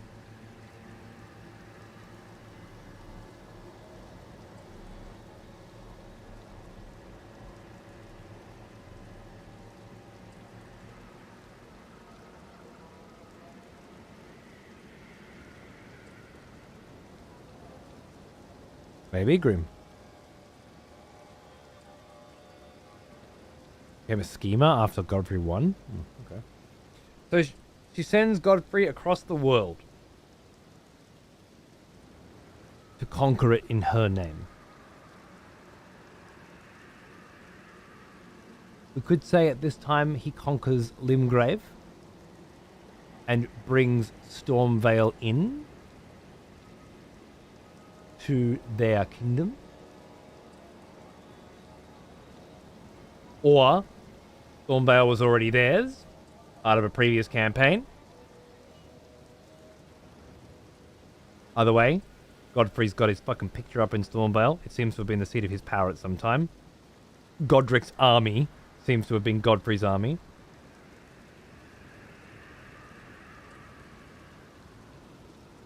Convoluted and hard to piece together. Are you finding the lore of Elden Ring compared to, say, Bloodborne?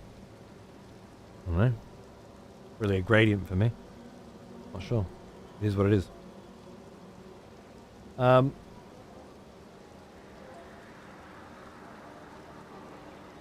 Also, just pointlessly distracting.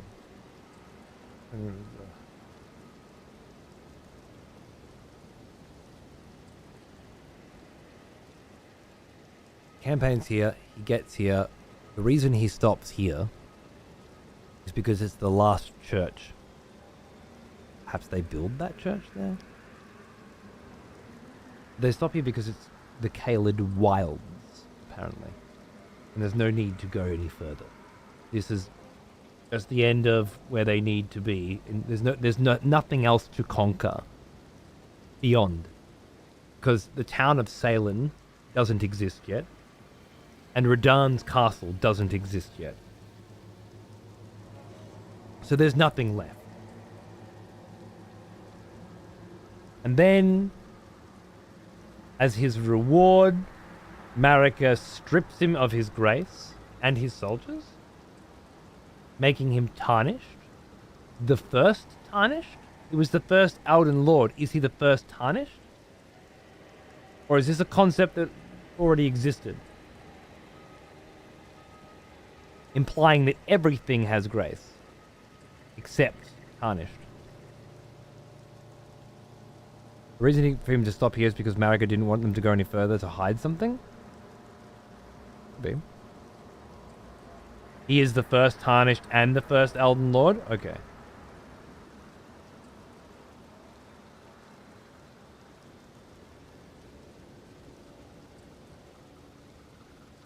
Taking the grace of his soldiers. His grace and his soldiers. Exactly. But they were the first tarnished. And so... And she told him to go and across the sea and wage war and stare in the face of death.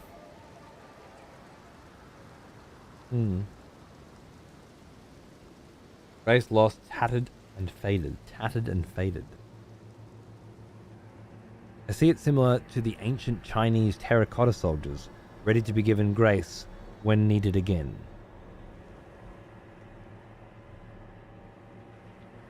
I wonder if it's like Marika knows that because she has no more use for him, he can't be happy.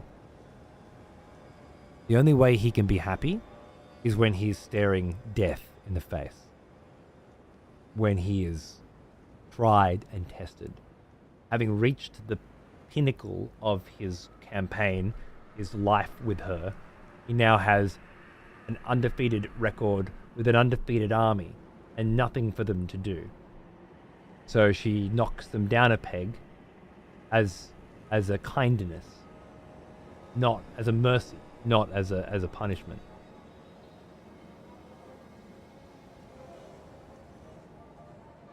Right, Shu.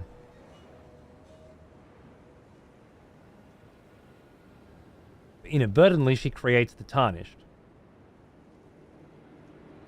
Godfrey wouldn't be mad, he'd be fine to be Horalu once more. I don't know if it suggests that he wouldn't be mad. When people in power make these decisions on behalf of others for their own good, they don't usually understand why the decisions are being made. It isn't their place. They're down there, right? Things are happening to them. They're reactive. Up here, proactive.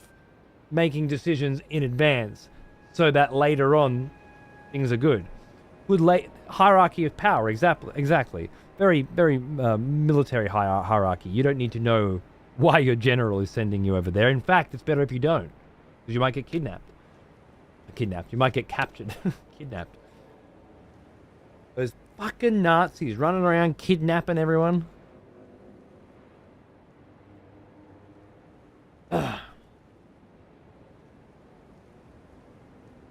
That line, when Godfrey was hounded from the lands between, makes much more sense.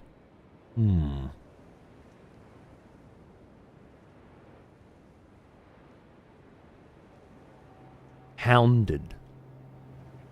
Why do you think he was hounded?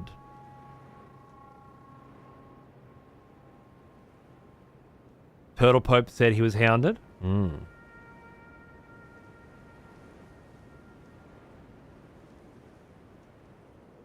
So Marika's making this decision.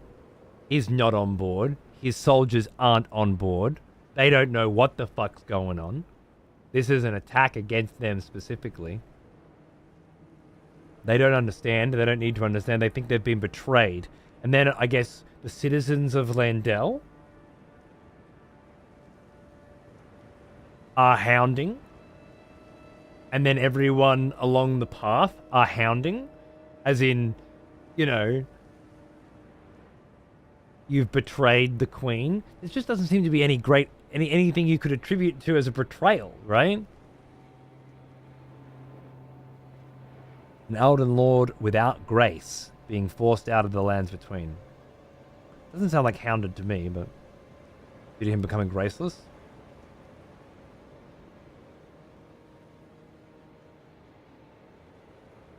They don't like tarnished because they are godless heathens or something. But if he's the first tarnished,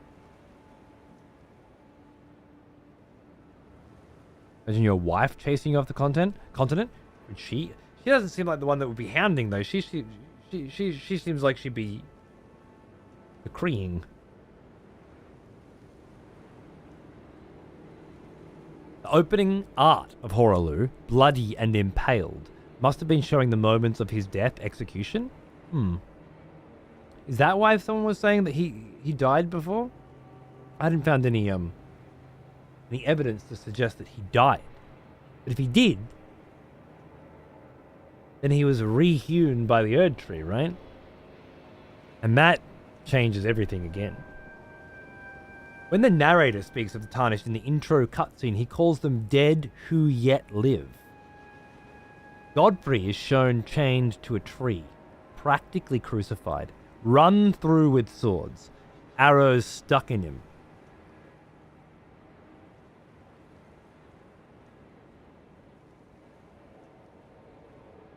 So maybe he doesn't die, because he can't die, because he's tarnished, and tarnished can't die? All the tarnished in the opening cutscene are literally dead. They only return to life when the guidance of grace comes for them.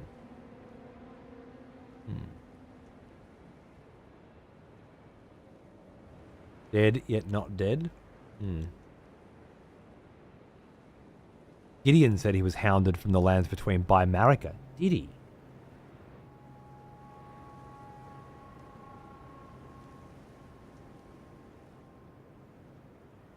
Yeah.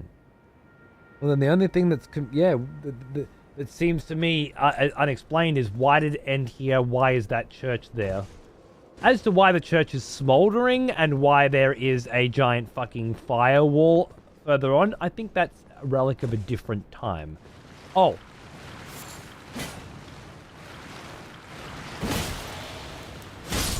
I love these guys actually climbing up out of the Erdtree, out of the ground. That's amazing.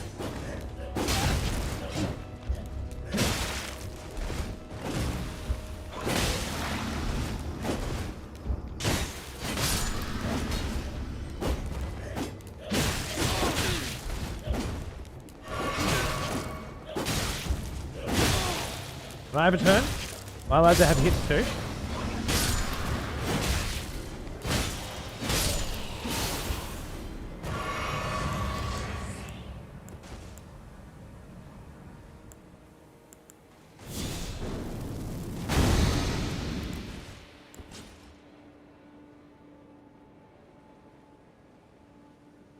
An important part about grace, as it's often described in real-life counterparts, is that you cannot make yourself worthy of it.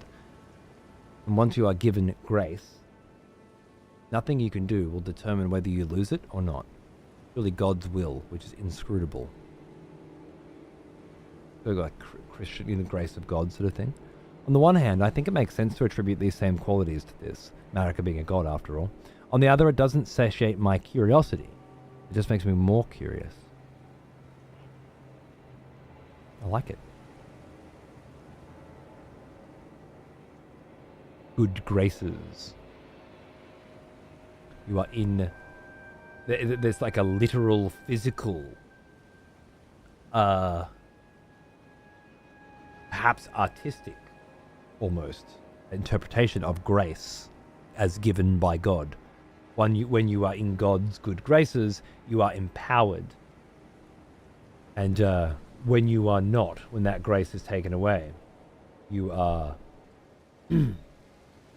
cursed. So why don't they drop dead when a lot of Tarnished in the wild say I've lost sight of grace? Yeah, I don't know. They show Fear walking in a crypt, the Dung Eater hung from a gallows, Gideon is in a coffin, and Gold Mask is poisoned. Right. Did I go to donate plasma and come back to the continued discussion of the smouldering church that I left out? Yeah, more or less. It's a bit bigger than that. It's largely it centers around... Today's discussion has been around Godfrey.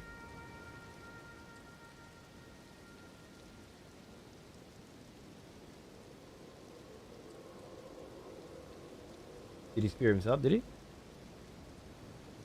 Grace is a complicated thing. Without the DLC, it can be understood as a bond between all beings in the lands between that have been accepted by the Erdtree. What this means is also complicated. The only one who earned grace is a guy you have yet to meet. Okay. You don't want to tell me those things, right? No, it's not a spoiler per se, but inadvertently you're giving me information about the game that I didn't have before. That's not allowed. I don't know if you noticed, but the smouldering church's eastern walls are completely gone apart from the columns. A little bit of environmental storytelling. That Millennia's full bloom just fucking annihilated everything in its path. I mean, that's a really cool interpretation. I think somebody else was saying that the walls were... walls that were blown away were on the Erdtree side.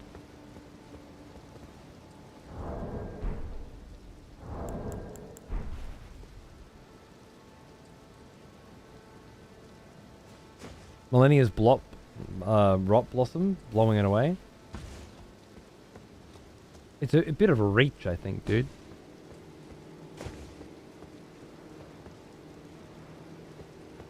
There's no sign of any rot in that church, right?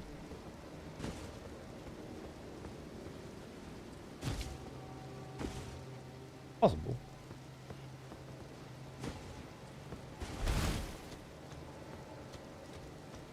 Someone wrote that no one ever earned grace, and that's not true. Right. That's okay.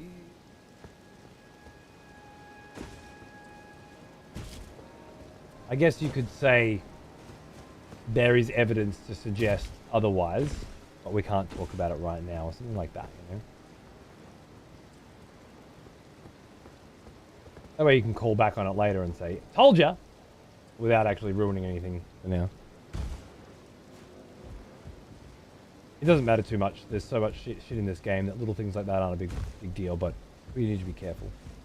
Talk about the firewalls in this area or just that church? Well, there's the firewall right in front of the church, right?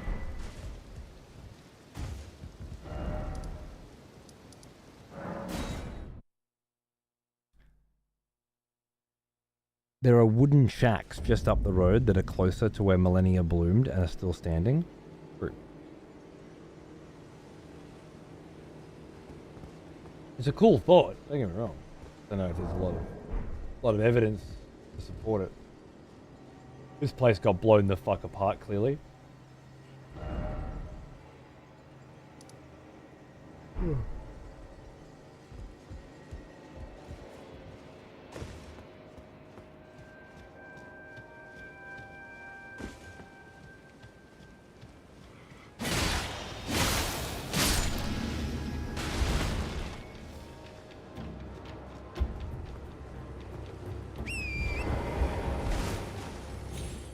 Marika was using Godfrey to conquer the lands in between, and after he defeated his last worthy foe and lost his grace, or had it taken away by Marika and banished.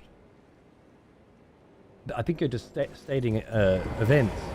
What are you trying to say?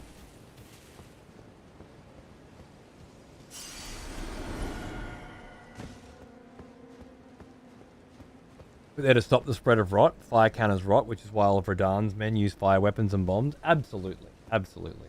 And as somebody else rightfully pointed out, the spell Flame Cleanse Me also cures rot. So fire certainly cures rot, and those walls seem to be the reason that was put there. But why is the church filled with fire and not rot? Presumably because it was rot. And I guess that's why Mayo's like, it's been blown apart. And these fucking little slimes just sneak up on you, don't they? Thank God for that spell. Yeah, I agree. Hang on.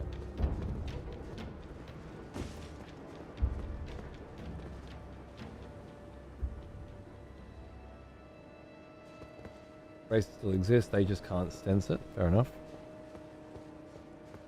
Currently enjoying devouring a doner kebab? Oh, you lucky fuck. They just don't make them like over here like they do. Fucking Europe ruined kebabs for me, man. Every time I get one here, it's just unsatisfying. And about 5 times more expensive.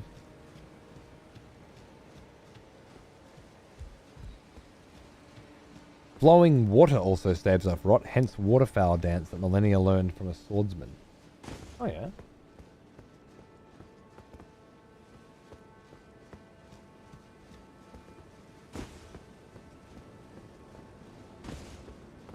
Interesting one. Can we have the fun invader back button? No, you cannot. No, I don't want to fight you anymore. I'm over you. Sorry. I'm not interested. I'm sick of fighting you all. It's become too much. I'm exhausted and uninterested in the whole fucking scenario. I need time. I need a rest. Sorry for being a dumb guy, but what are the lands between? Is it a metaphorical place for limbo? Like between life and death? Or a very real place? Well, it seems to be a very real place. Like, it is a continent-shaped environment with seas surrounding it. There are peoples sailing to it from other continents. It seems... My best guess would be that it is referred to as the lands between because it is a continent wedged in between 2 other continents. I know we feel like the lands betwixt Dark Souls 2 metaphorical stuff, and I absolutely do sometimes lean more toward the idea of this is somewhere between worlds, but nothing in the game, as far as I understand, suggests anything like that. Only that we have continents, seas, travelers, stars above, things come from up and land down. It seems very much like it is a spherical planet. There are quite a few oddities, such as the Round Table Hold, referred to as the Table of Lost Grace, by the way. But it's a world of gods and demigods. I mean, that's true. But so was Greece, according to the people who lived there, right? They were just wrong. These guys are right.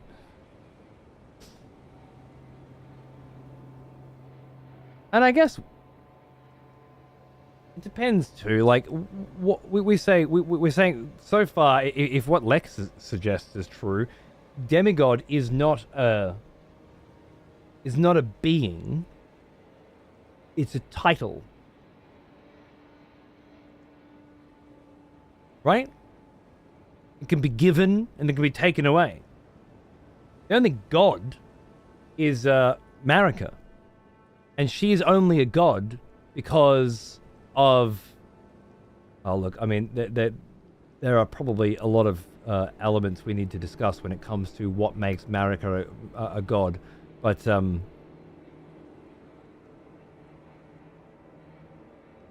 she's not an elder god. And she's not an outer god. She's not the god of rot. She's not the greater will.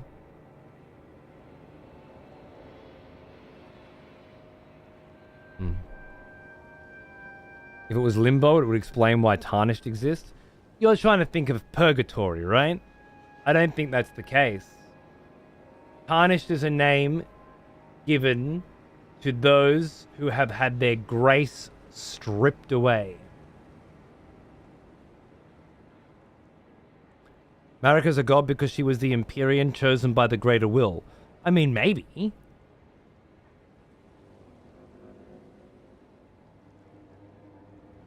That's one way of looking at it. It doesn't take into account the being from beyond the stars that lives inside the Erdtree right next to where she is. Chosen by the greater will could very well just... Like, it's much more likely that there's an alien being living on Earth and has empowered her with its own abilities. That seems to be... Like, if we were to take Earth as the lands between is a continent on Earth, it's no different to ours, except that aliens have come and visited it. Those aliens have very obvious and real, tangible powers and abilities. Some of them are very well, like, make those very well known with things like Scarlet Rot. Others with glintstone and sort of I guess magic derivative of glintstone, because all of the magic comes from glintstone, right? All the different conspectuses are all different types of glintstone, like practicing glintstone magic. And then there's the faith-based stuff as well, the amber. It's all just... Oh, man. It's all a simulation. Roderick does say, everyone who came with me, they crossed the sea for me. So people can sail to the lands between, definitely, yet to your character specifically, the narrator says, cross the fog, the lands between, as you stand up in some sort of limbo like nether. I feel like that might be representative of becoming tarnished, rather than being hewn into the Erdtree. Like that moment of death, and then reawakening. Because we know that tarnished are dead but not dead. Weren't you always tarnished? I don't think so. Just when you awoke, you were given grace back? Maybe. A playground for the outer gods? Yeah. That's what it feels more like to me anyway. Nothing mystical about it, really. Quite grounded in reality, with the one exception being aliens. Or gods. Tarnished as in broken? The Elden Beast was also sent by the Greater Will. Is that right? Another one of those things that I want to believe it, but you didn't provide any information as to why you got it. If you're so convenient, it's hard for me because half the time people say that shit, they then provide the specific piece of information when prompted. But many fucking times people don't then provide it, right? And it turns, we had one just the other day where it turns out it was just a theory, right? But it's presented as a fact. I don't know which is what to believe. That's why I ask you to cite your sources. The Elden Stars incantation states that the Elden Beast was sent by the Greater Will. See, that's the perfect way to put it. In Miyazaki's works, the magic side of spells have represented science, the pursuit of truth in the cosmos. That seems to make sense. I don't know that glintstone has any connection to any outer god. Incantations, on the other hand, all seem to be connected to a god. True. It's Celine specifically said glintstone is residual life and it is drawn from stars. Amber is ancient life. And what we were toying with the other day was that the magic of faith is drawn from power gained by dead beings on the planet, whereas glintstone is drawn by power from dead beings off of the planet. Star death, if you will.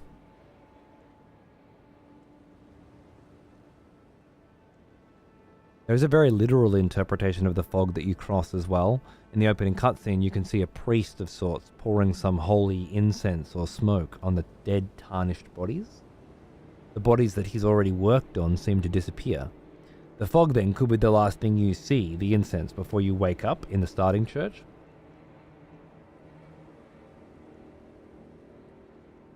Interesting you say magic represents science, because some sorceries in Elden Ring both require intelligence and faith. I assume that they were created by combining those two types of energies together.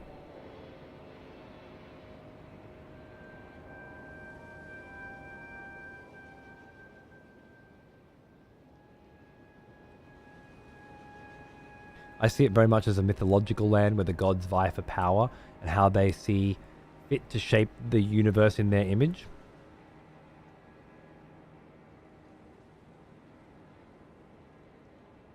The story of the stars is very interesting, like all the lore of this game. Absolutely. It was the most interesting part I had, most interesting connection. For me, when it comes to stars, cosmos, it always comes back to Bloodborne and how that story just did a complete 180 and became the thing from out of space. And this seems much more overt about it. But I'm still quite confused about a lot of elements. I like the idea that amber comes from the Erdtree, specifically, and that it is a kind of power that is that provides power to faith-based magic, which we could say is Elden Beast magic, which I guess we could say is the Greater Will magic, right? And it is created by an entity known as the Erdtree, which is a machine that sucks in dead corpses that are specifically buried at its roots on catacombs throughout the world. It sucks the grace out of them. It sucks the runes out of them that they had collected throughout their life. Power that they had ingested, perhaps intentionally, perhaps just by way of living. Energy. It sucks the energy out of them and it destroys them. And then it uses that energy to create more. Some of that energy is then siphoned off and used to power the Greater Will's endeavors. So the tree is a parasite. That's how it feels to me. At the very least, that's what we were working with. And amber is a byproduct of that. That amber is that extra magic, that extra essence that gets sucked out. We did confirm today that quite specifically, once the Erdtree brings you in, it destroys you. It's very Yggdrasil. Yeah, very Avendasora sort of world tree stuff. If that's the case, then there's another kind of machine out there, that's creating glintstone. It's using whatever it uses to create glintstone. What really confuses me is the amber rays coming down from the sky. I thought that they were meteorite chunks of amber. But maybe they are falling from the boughs of the tree, of the Erdtree. In a cute as above so below way, the player is analogous to the Erdtree you describe. We kill, consume runes, and grow stronger to evolve. Precisely. Everything in this world kills or consumes runes and leaves runes when it dies. Another piece of the puzzle that we have been seeing sort of everywhere now is that there are corpses all over the lands between. Some of them are crucified, some of them are sitting in a corner, and most of them hold runes. which is interesting because those corpses have not been properly buried in a catacomb, have not been chewed in to the Erdtree, and so their runes are simply sitting there, left to be collected by somebody who walks past, I guess, somebody who can see them. Perhaps that's where the grace comes in. In order to see the runes, the power that manifests as grace, you must be able to see the grace. Entity from the stars that siphons power to employ itself and accomplish its goal. Well, that's exactly it, Lukewarm. That's why I think the Erdtree exists. The Greater Will, using perhaps the Elden Beast as its guardian, and the Elden Beast using Marika as its proxy, is a parasite that that it infects planets with to power itself in this great cycle of rebirth. But there are other entities too that fight against it for reasons I don't yet know. Maybe that's why the whole Prince of Death and those who live in death are so vilified. They are partially hijacking the Erdtree's processes, but to what end? Yeah, well, that's that. Now we come back around to the plot, the shattering of the Elden Ring and the prevention of death, right? And how that works. We have skeletons rising up from graves. We have Godwyn spreading across the world, specifically at Stormvale. But now, like the other day I was saying, Godfrey goes from the Erdtree's roots straight to Stormvale. Busts out, there's a giant piece of him there, and infects the entire Stormvale castle. And that feels like it's an action of malice, of hate to me, which suggests that either Godfrey or Godric are the target. Those being the two custodians of Stormvale that we're aware of. However, today we discovered immediately that places of water, such as this place and this little forest up here as well, there's no water on the map here, weirdly enough, but this area as well, are both covered in water and covered in death roots. And those death roots have fucking eyeballs on them, man! Which is super interesting too, because there are two locations, and I assume many more, where there are actually death roots growing up out of the ground, and they are filled with corpses, which is gorgeous, and they have eyes, but the one place at Stormvale where Godwyn appears to be manifesting most strongly has no eyes at all. Crazy. The fact that it scales from the dead entity's life force might not just be a game mechanic, and that's very interesting. Yeah, you have to assume everything's relevant, don't you? Are they falling or going up? The streaks? I mean, I hadn't thought about that.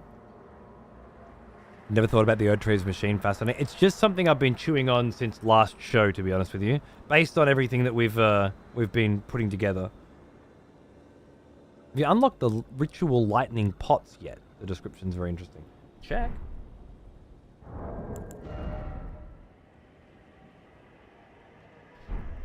You know what? It doesn't really matter. I've got the guides. I can check in there.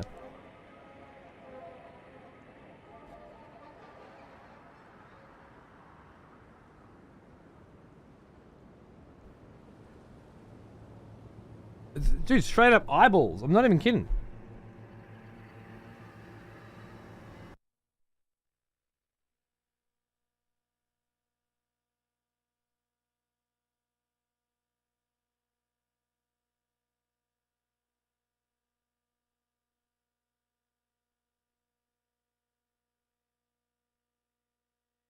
So oddly categorized. I don't get it.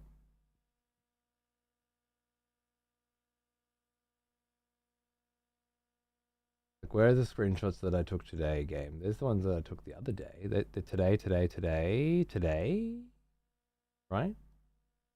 Maybe I didn't take a screenshot of the eye. I thought I did. Get it. Definitely eyes. Ancient Dragon Bolt pot.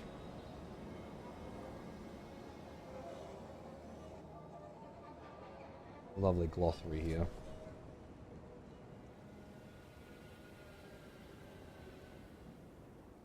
Ancient Dragon Bolt Pot, 445.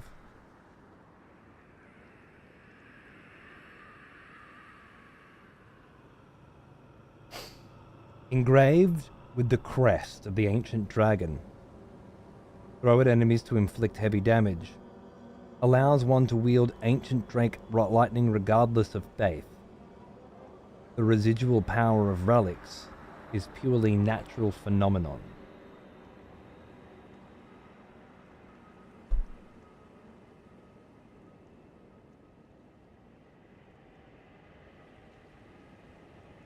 The residual power of relics is purely natural phenomenon. I guess that's the part you're enjoying.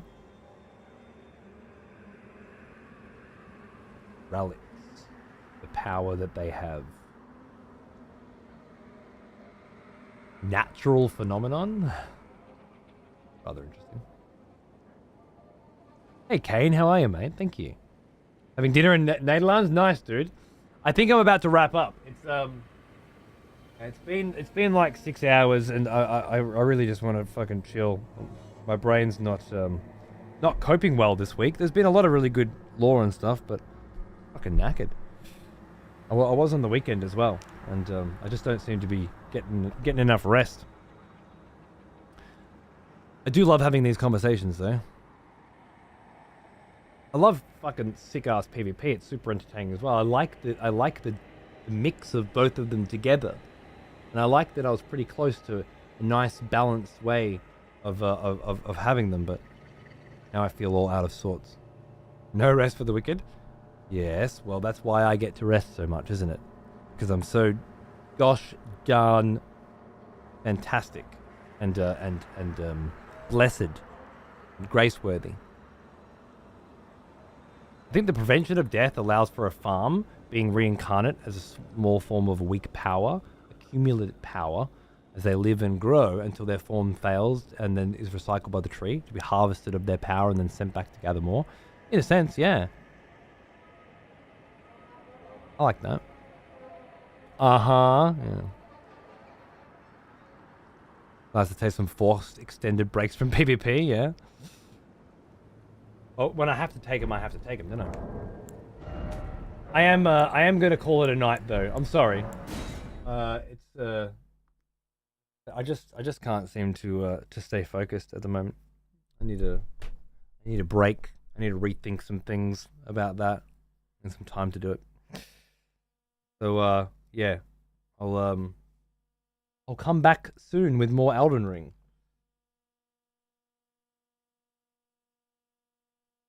Take a couple of days and try and figure some things out. I'll let you know. I also want to play some Volgar at some point soon, so maybe I'll just squeeze in one of those and squeeze a little Volgar stream and maybe a fucking painting stream as well. Take a little break.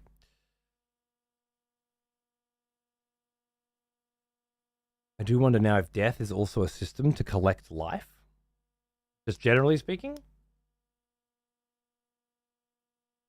Thanks, Lightfellow. Thank you very much, man. Gonna bring your long sleeve to Cologne with me. Let's see if anyone recognizes it. You never know. I've been to Cologne 3 times for Gamescoms, and definitely met people there before. Who knows? Maybe someone will. You paint? Oh, we've been painting Warhammer and Stormlight Archive miniatures. I don't paint pictures. My mum is actually a hell of a painter, but it never really passed on to me. Sorry, Avian. You're probably thinking painting being an artworks. But yeah, painting miniature figurines is something I got into a little while ago. I'm always trying to get into new things and then seeing if I can stick with them. You know, I'm still painting me minis, still keeping with that. Picked up a guitar recently, banging that. I was doing drums last year. Just trying to, keep things going. All those things can be interesting streaming things as well, because you can do anything on stream. So it's cool. You saw eyeballs on those death flowers. Who's on the other side? Well, Godwin, the Prince of Death, is the general assumption, I think. A Warhammer 40k Horus Heresy lore stream? Oh, yeah? Well, I guess when we do painting streams, we can talk about anything, can't we? That sort of fits in quite nicely. I adore the peeling back of the curtain of the lands between, the underlying corruption and sinister roots of the world, even in things such as beauty as the Erdtree. Yeah. Of such beauty. Love it. Get some sleep for a couple of nights. It usually clears the fog in my head when I go too hard on night gaming sessions. I don't know why it's affecting me as much as it is. I have been doing quite a lot of reading. I've almost finished the third Malazan Book of the Fallen book. That's a very heavy lore, rich environment as well, and there's a fucking shitload going on. Feeling a bit distracted, pulled out by too many things. Godwyn, who lost his Rune of Death. Malekith lost the Rune of Death. Godwyn was killed using the Rune of Death by assassins. He was the first demigod to die. His death caused Marika to go insane and shatter the Elden Ring. The question is, was his death planned so that Marika would go insane and shatter the Elden Ring, or was that simply a byproduct? In which case, why murder Godwyn in the first place? Godwyn the Golden, her baby boy. It seems to me that someone or something wanted Godwyn dead because they wanted Marika insane, because they wanted the Elden Ring shattered, because they wanted the Erdtree to stop sucking up corpses like a fucking Hoover, because they have their own ideas of the way the world should be, or their own way in which they plan to harvest that energy. I think it was Rani too. Rani before she took the body of the puppet, who was her master. However, we've not quite got to that point of the story. And that's the beautiful thing about playing all of this again slowly over a reasonable period of time leading up to the DLC. We have the best chance of fully comprehending and incorporating whatever new information the DLC has if we've got it all sort of fresh and nutted out, right? And I don't mean like the truth, but our version of things. We go into the DLC with our version of things. I think that's important. And this is going really well in that regard. I'm just a bit fucking... it's just a week for me. But I will either strip back the PvP system to something more manageable or evolve it again into something that works. It's not working now, though, unfortunately. And we will, of course, be back playing Elden Ring again soon. I might take a few days, but we'll be back again shortly. On the weekend, at the very least, at the very most, and continue breaking shit down.